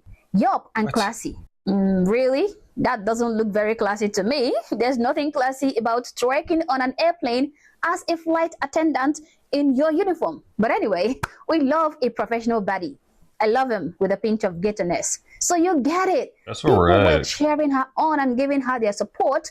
But on the other hand, there were also reasonable people who understood that she was playing with fire. And they also told her that. This person said, "Delete this. If your company sees this, they could terminate you. Something similar happened to someone I know who made a video shaking booty on the plane." Another comment read, "I would love to, but the airline I'm with, I'm signed to death row." This is to tell you that there are certain public code of conduct that are included in their contract as flight attendants, which they must abide by. Now, this person said when they get hired, they are explicitly told that if they are wearing the uniform, even off property, they are reflecting the values of the company and must maintain certain standards. I guess she forgot the memo. Now, guys, this is what I'm talking about. The policies in their contracts as flight attendants should be taken very seriously. And I'm not even a flight attendant, but even I know that. So why doesn't she, a flight attendant, know that? Or better still, why can't she respect the company policies? Now, instead of maybe taking down this video, even though I know that might be totally useless because she has already been fired, but instead of taking it down nonetheless, she decided to pin this video to her profile on TikTok and even reposted the video to her social media platforms with a new caption. She said in the repost video, "Can't even be yourself anymore without the world being so sensitive. What's wrong with a little talk before work? People act like they never did this before." She stood her ground, implied that there's nothing wrong with what she did and that everyone does it. Maybe by people doing this all the time, she means strippers, TikTokers, so-called influencers, dancers, OnlyFans models, etc. Madam, show me one flight attendant who works on the internet and gets to keep their job. I'll wait. And then she went further to add, hashtag FYP, hashtag flight attendant life forever, hashtag discrimination is real. Discrimination is real. I knew it. I knew that there was no way that this woman would come on the internet, make a mess of herself, and not blame good old discrimination for the consequences of her actions. I knew it. It is almost impossible not to blame something. I'm even surprised that she did not full on blame this on systemic racism or white supremacy or misogyny. But I'm happy people weren't having her blame game nonsense and they called her out without mincing we words. want to cultural appropriate her the level of and twerk ourselves. you sign a contract, you follow it. It has nothing to do with being sensitive or discrimination. It is just your inability to follow the company's code of conduct. And that person said, it is called being an adult. And when you work for a company with a social media policy that you sign yearly, you agree to not post things like this in company uniform or company property. Another comment read, discrimination. Where? Nice try. Honestly, if she really wanted to express her freedom or whatever through twerking, she should have done that in regular clothes outside of work premises and shouldn't have posted it on the internet for the world and her job to see. Because I know airlines, they're not going to tolerate such behavior. And I don't think that that little twerking is going to worth losing her career with the airline. Just like this person who said, was your job worth 1,930 likes? To which she replied, you must have not seen Twitter, baby girl. Now this leads me to believe that she's basking in this newfound fame. She is loving all the attention she is getting from this viral moment. And she even went further to make a video about it. She said, I'm a Leo. I love this attention you all are giving me. Oh my goodness. She even took this viral opportunity to set up a GoFundMe for being, according to her, unjustly fired. The title of her GoFundMe reads, help me recover from unjust job loss. She says, I woke up and lost my job for doing a dance move. The company said it was very unprofessional to be dancing that way in uniform on the clock.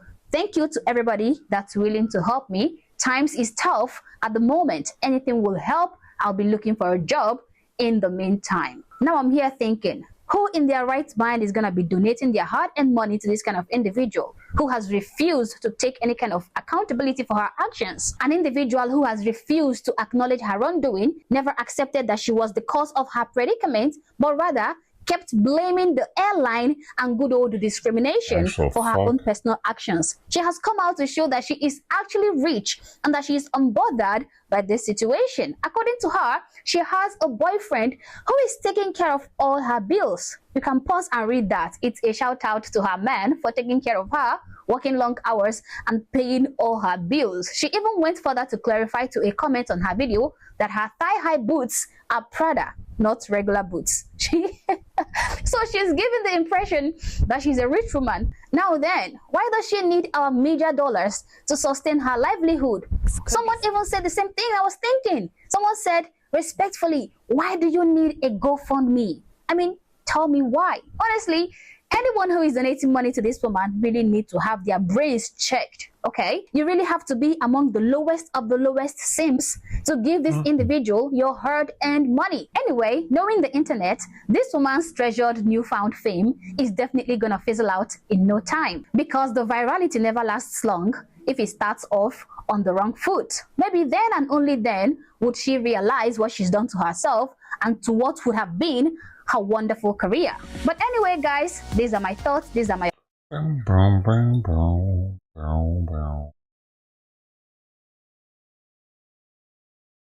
I'm Veronica Morley, your senior reporter. Ahead of President-elect Donald Trump's inauguration on Monday, a variety of topics are expected to be discussed, including the president's promises for mass deportations on day one. In a community like Kern County, where agriculture is a main industry, should the administration follow through with these promises, the economic impacts could be significant. We are going to start the largest mass deportation in the history of our country because we have no choice. It's not sustainable. President-elect Donald Trump promising to enact large-scale deportations of undocumented immigrants. But for the agriculture industry, many worry the consequences this could have. Let's say the worst-case scenario, and we do deport over half of the undocumented labor force. That's still close to either a third or half of the actual ag labor force. Economics professor Aaron Hedge is the executive director of the Grimm Family Center for Agricultural Business at Cal State Bakersfield. He estimates that 50 to 65% of the ag workers in Kern County are undocumented. Should that workforce take a significant hit, there will be a ripple effect. It may not be immediate, but you're looking at it over a period of time. Hegde said not only will farmers be impacted, but all businesses throughout the county. He estimates that for every $1 undocumented workers receive in wages, $1.30 goes back into the local economy. Hegde also suspects if farmers lose their undocumented workforce, they'd face financial losses in unharvested crops and replacing labor. The reason we have up to 2/3 of the farm labor force being undocumented is because those who are documented, those who are citizens or permanent residents, are not willing to do that. In Minnesota, a few years ago, they did a study where they offered, at the time, the national minimum wage was $7 or $6, and they offered $18.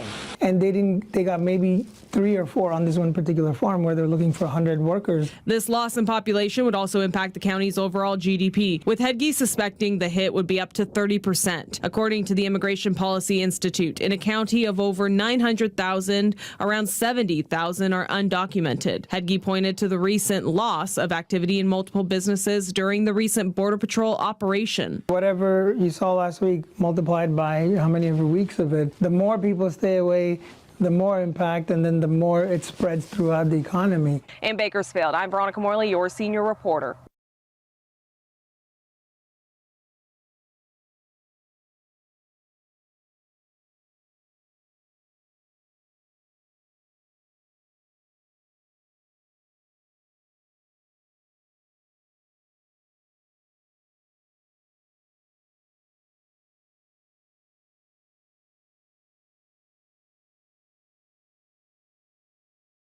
Oh, it's time for them to eat lunch now.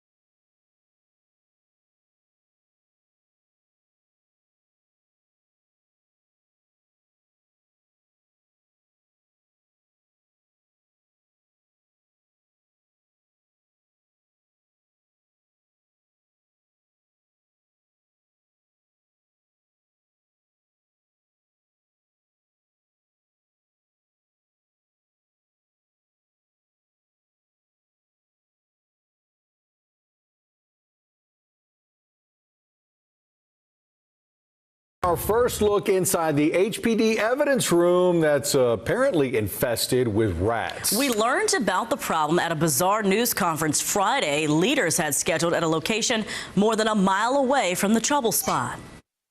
This is difficult getting these rodents out of there. I mean, think about it. They're drug-addicted rats. They're tough to deal with.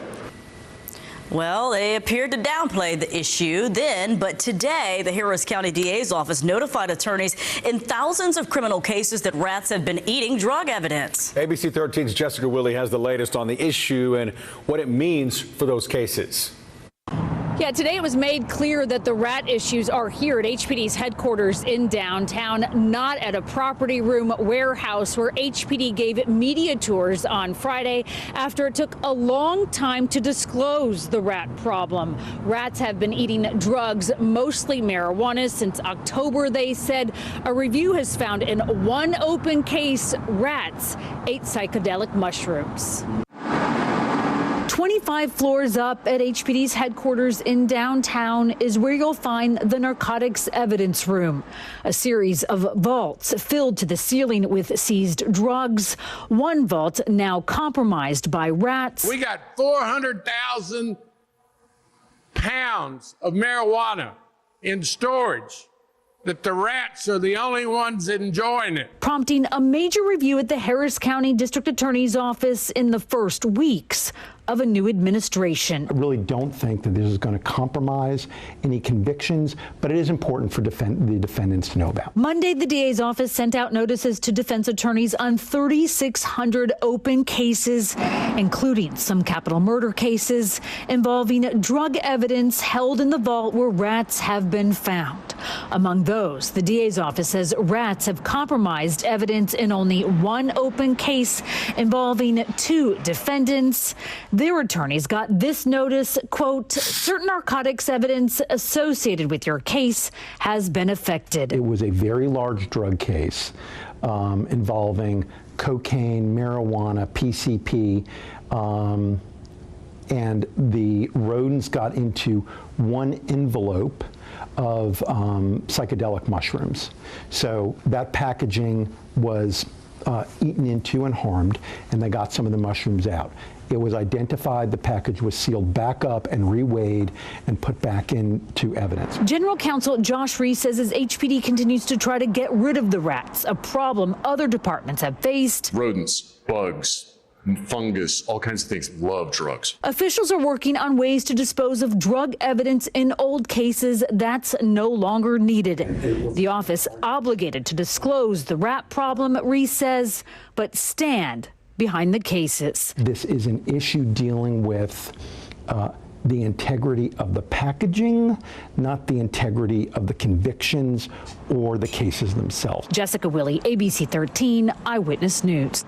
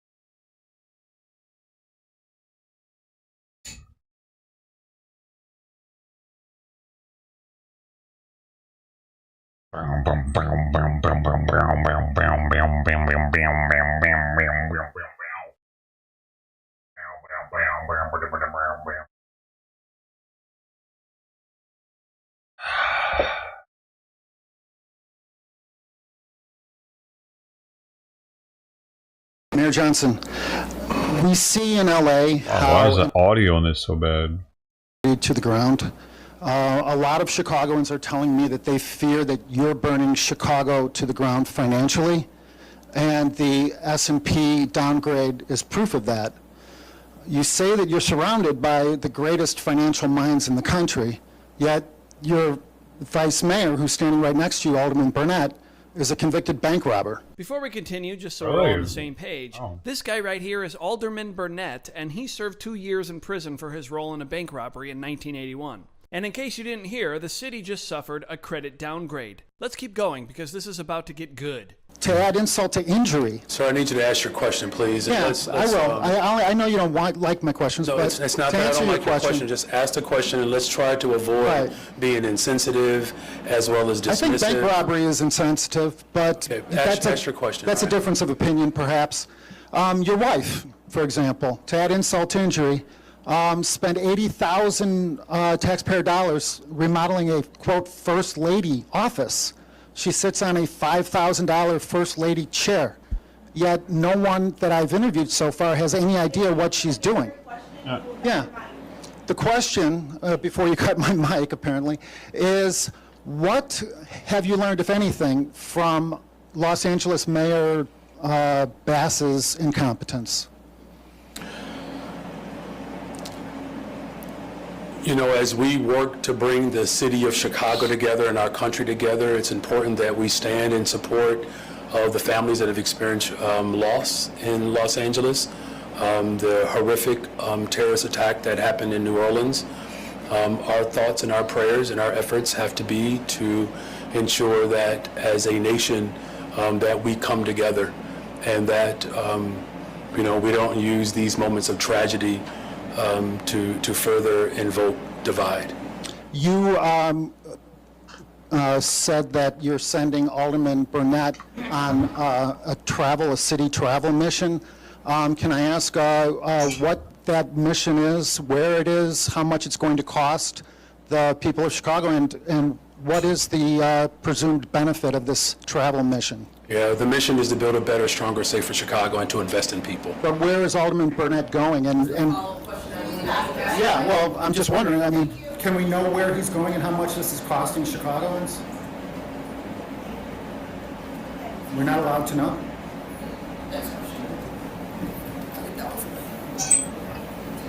So speaking of reparations and other Holocaust,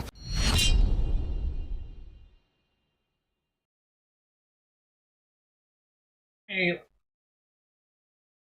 come here.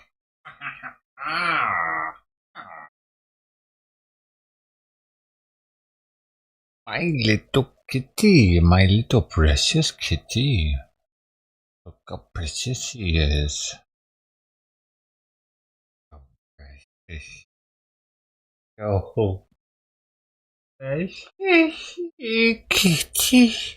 Ah, look at her joy. Oh, she giving me an arm hug. Oh. Okay, go. Okay, go. Okay. No, not yet. Okay, go. Ow! She wanted to smell that anyway.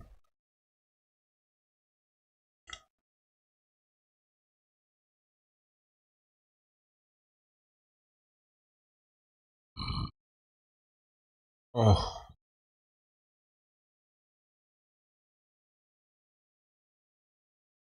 A little gassy there.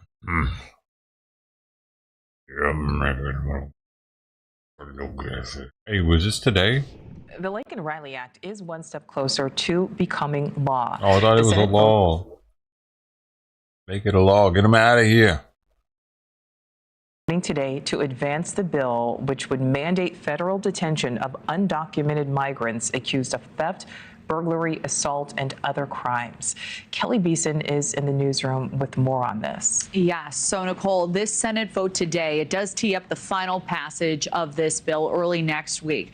So the bill is named after Laken Riley, a Georgia college student who was killed almost a year ago by a Venezuelan migrant who had been arrested for shoplifting ahead of the attack and paroled in the U.S. And there's his photo. Now, as you said, the legislation mandates federal detention of immigrants without legal status who are accused of theft, burglary, assaulting a law enforcement officer, among other offenses.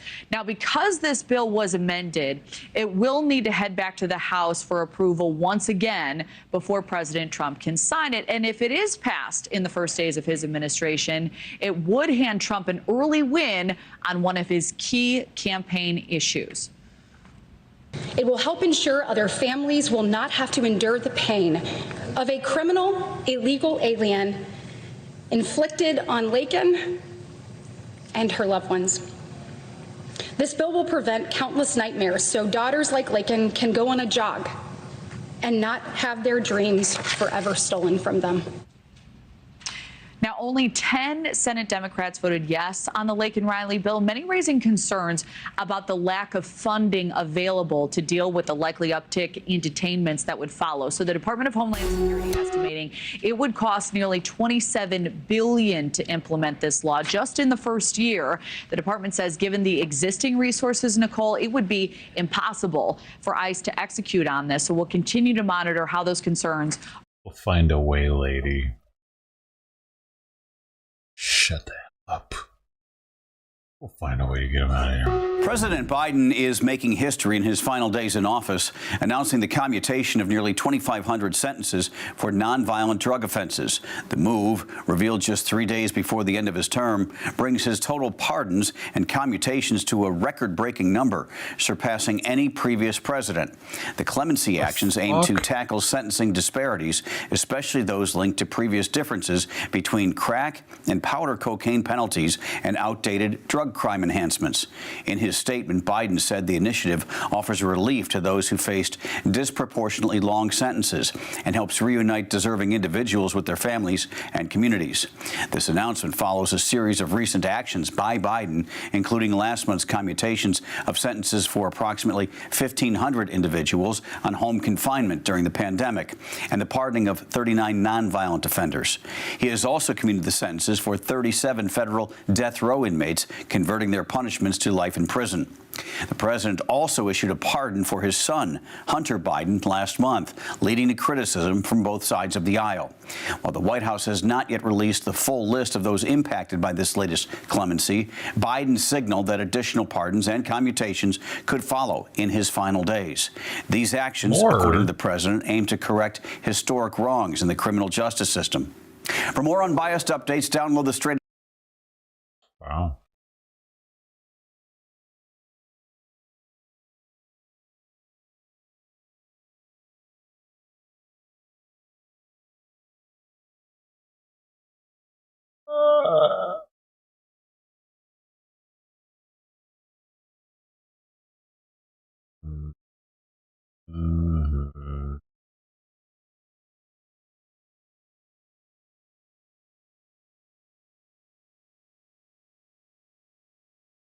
Boom boom.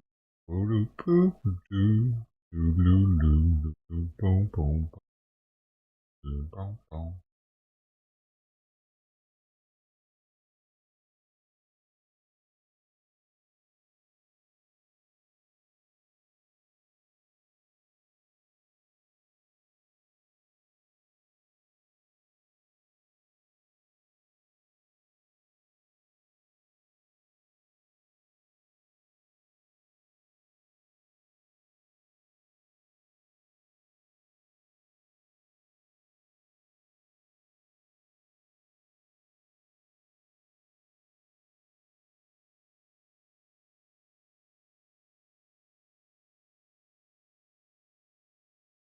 National Cheese Lovers Day is today, or what?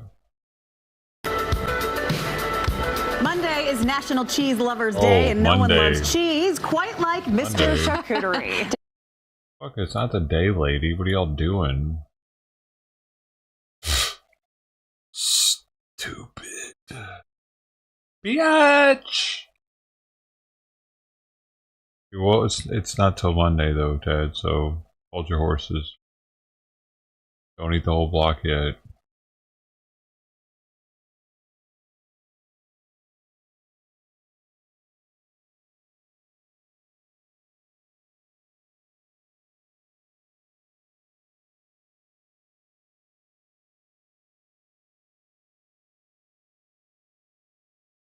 Maybe you should hold off on all the cheese eating you've been doing lately. Have you thought about that? Have you thought about maybe you're going a little too far with all the cheese eating? I know last time you were eating cheese too, and the time before that, and I think the time before that. What are you doing, Dad? You're gonna have to slow it down, otherwise death will become you. Yeah, you're gonna die one day, man, if you don't knock it off. For cheese.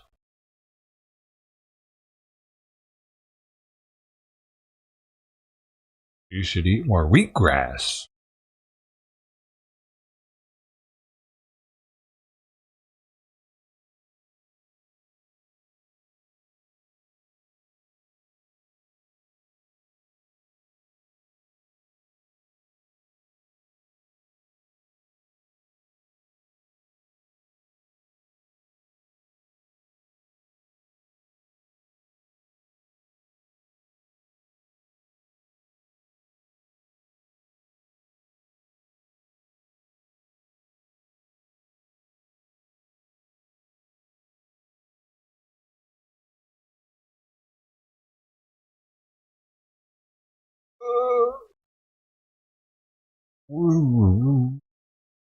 It's Friday, man.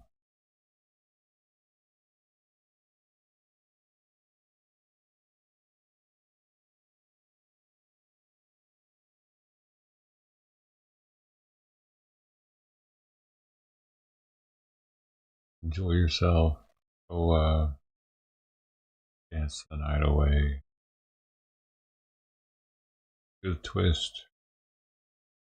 Do the twist. I guess the ladies do the twist. Yeah. It's ladies. Chubby checker. I'm sticking my leg for you, baby. Twisting it. Imagine what else I can do. Oh yeah, when I'm butt naked. I'll twist it.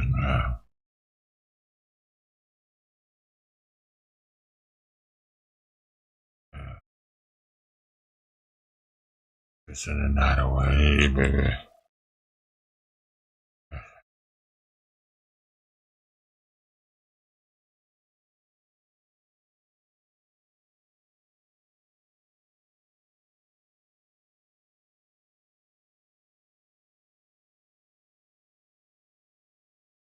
There's nothing on TV. They're starting early with nothing on. Everybody went home early today so they could have the weekend.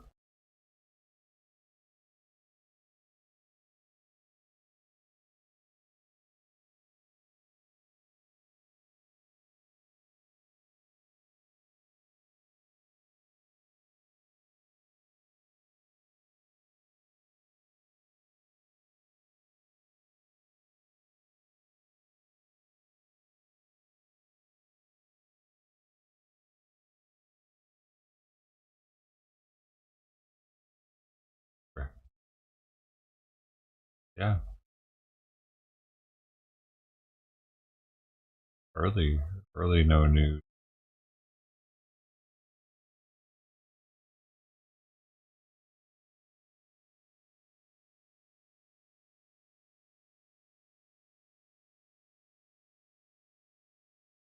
I know it's going to be a long week next week.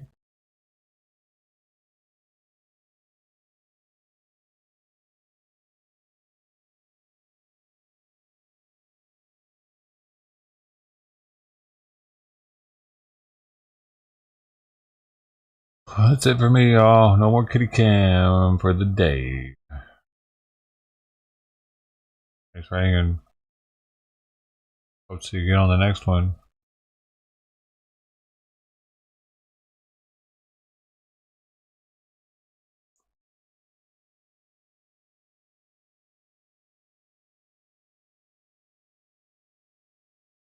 What the heck's going on with all the Twitch follows? I don't recognize those names. Sharon Deem, Angela Baker, Jennifer Thomas, Rachel Moore. Do you recognize any of them? Is that where I'm getting follows at? It's not nighttime yet, Bill. What the heck? Go to bed already? I have 1,600 follows now. It used to be 1,500 something. I'm going to check to make sure I'm not getting botted.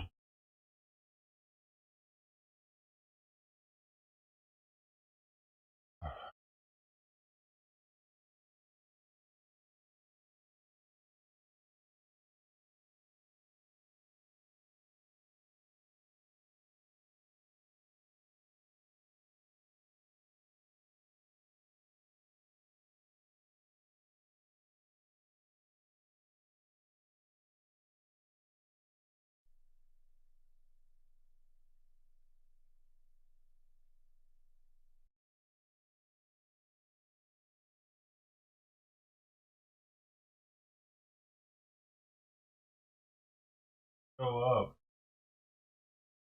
Those aren't real. They don't even show up on my follower list. They've already been defollowed. Aaron, Angela, Jennifer, Rachel. No, those are all fake.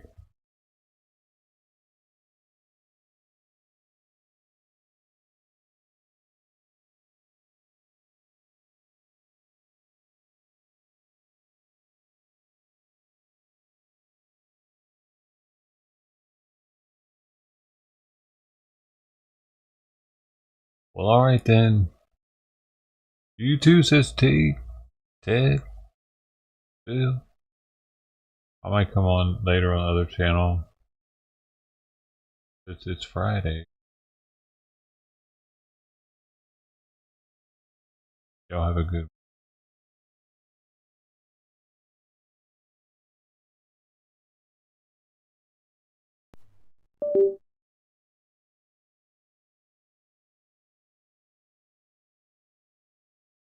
Meow, meow, meow, meow, meow, meow.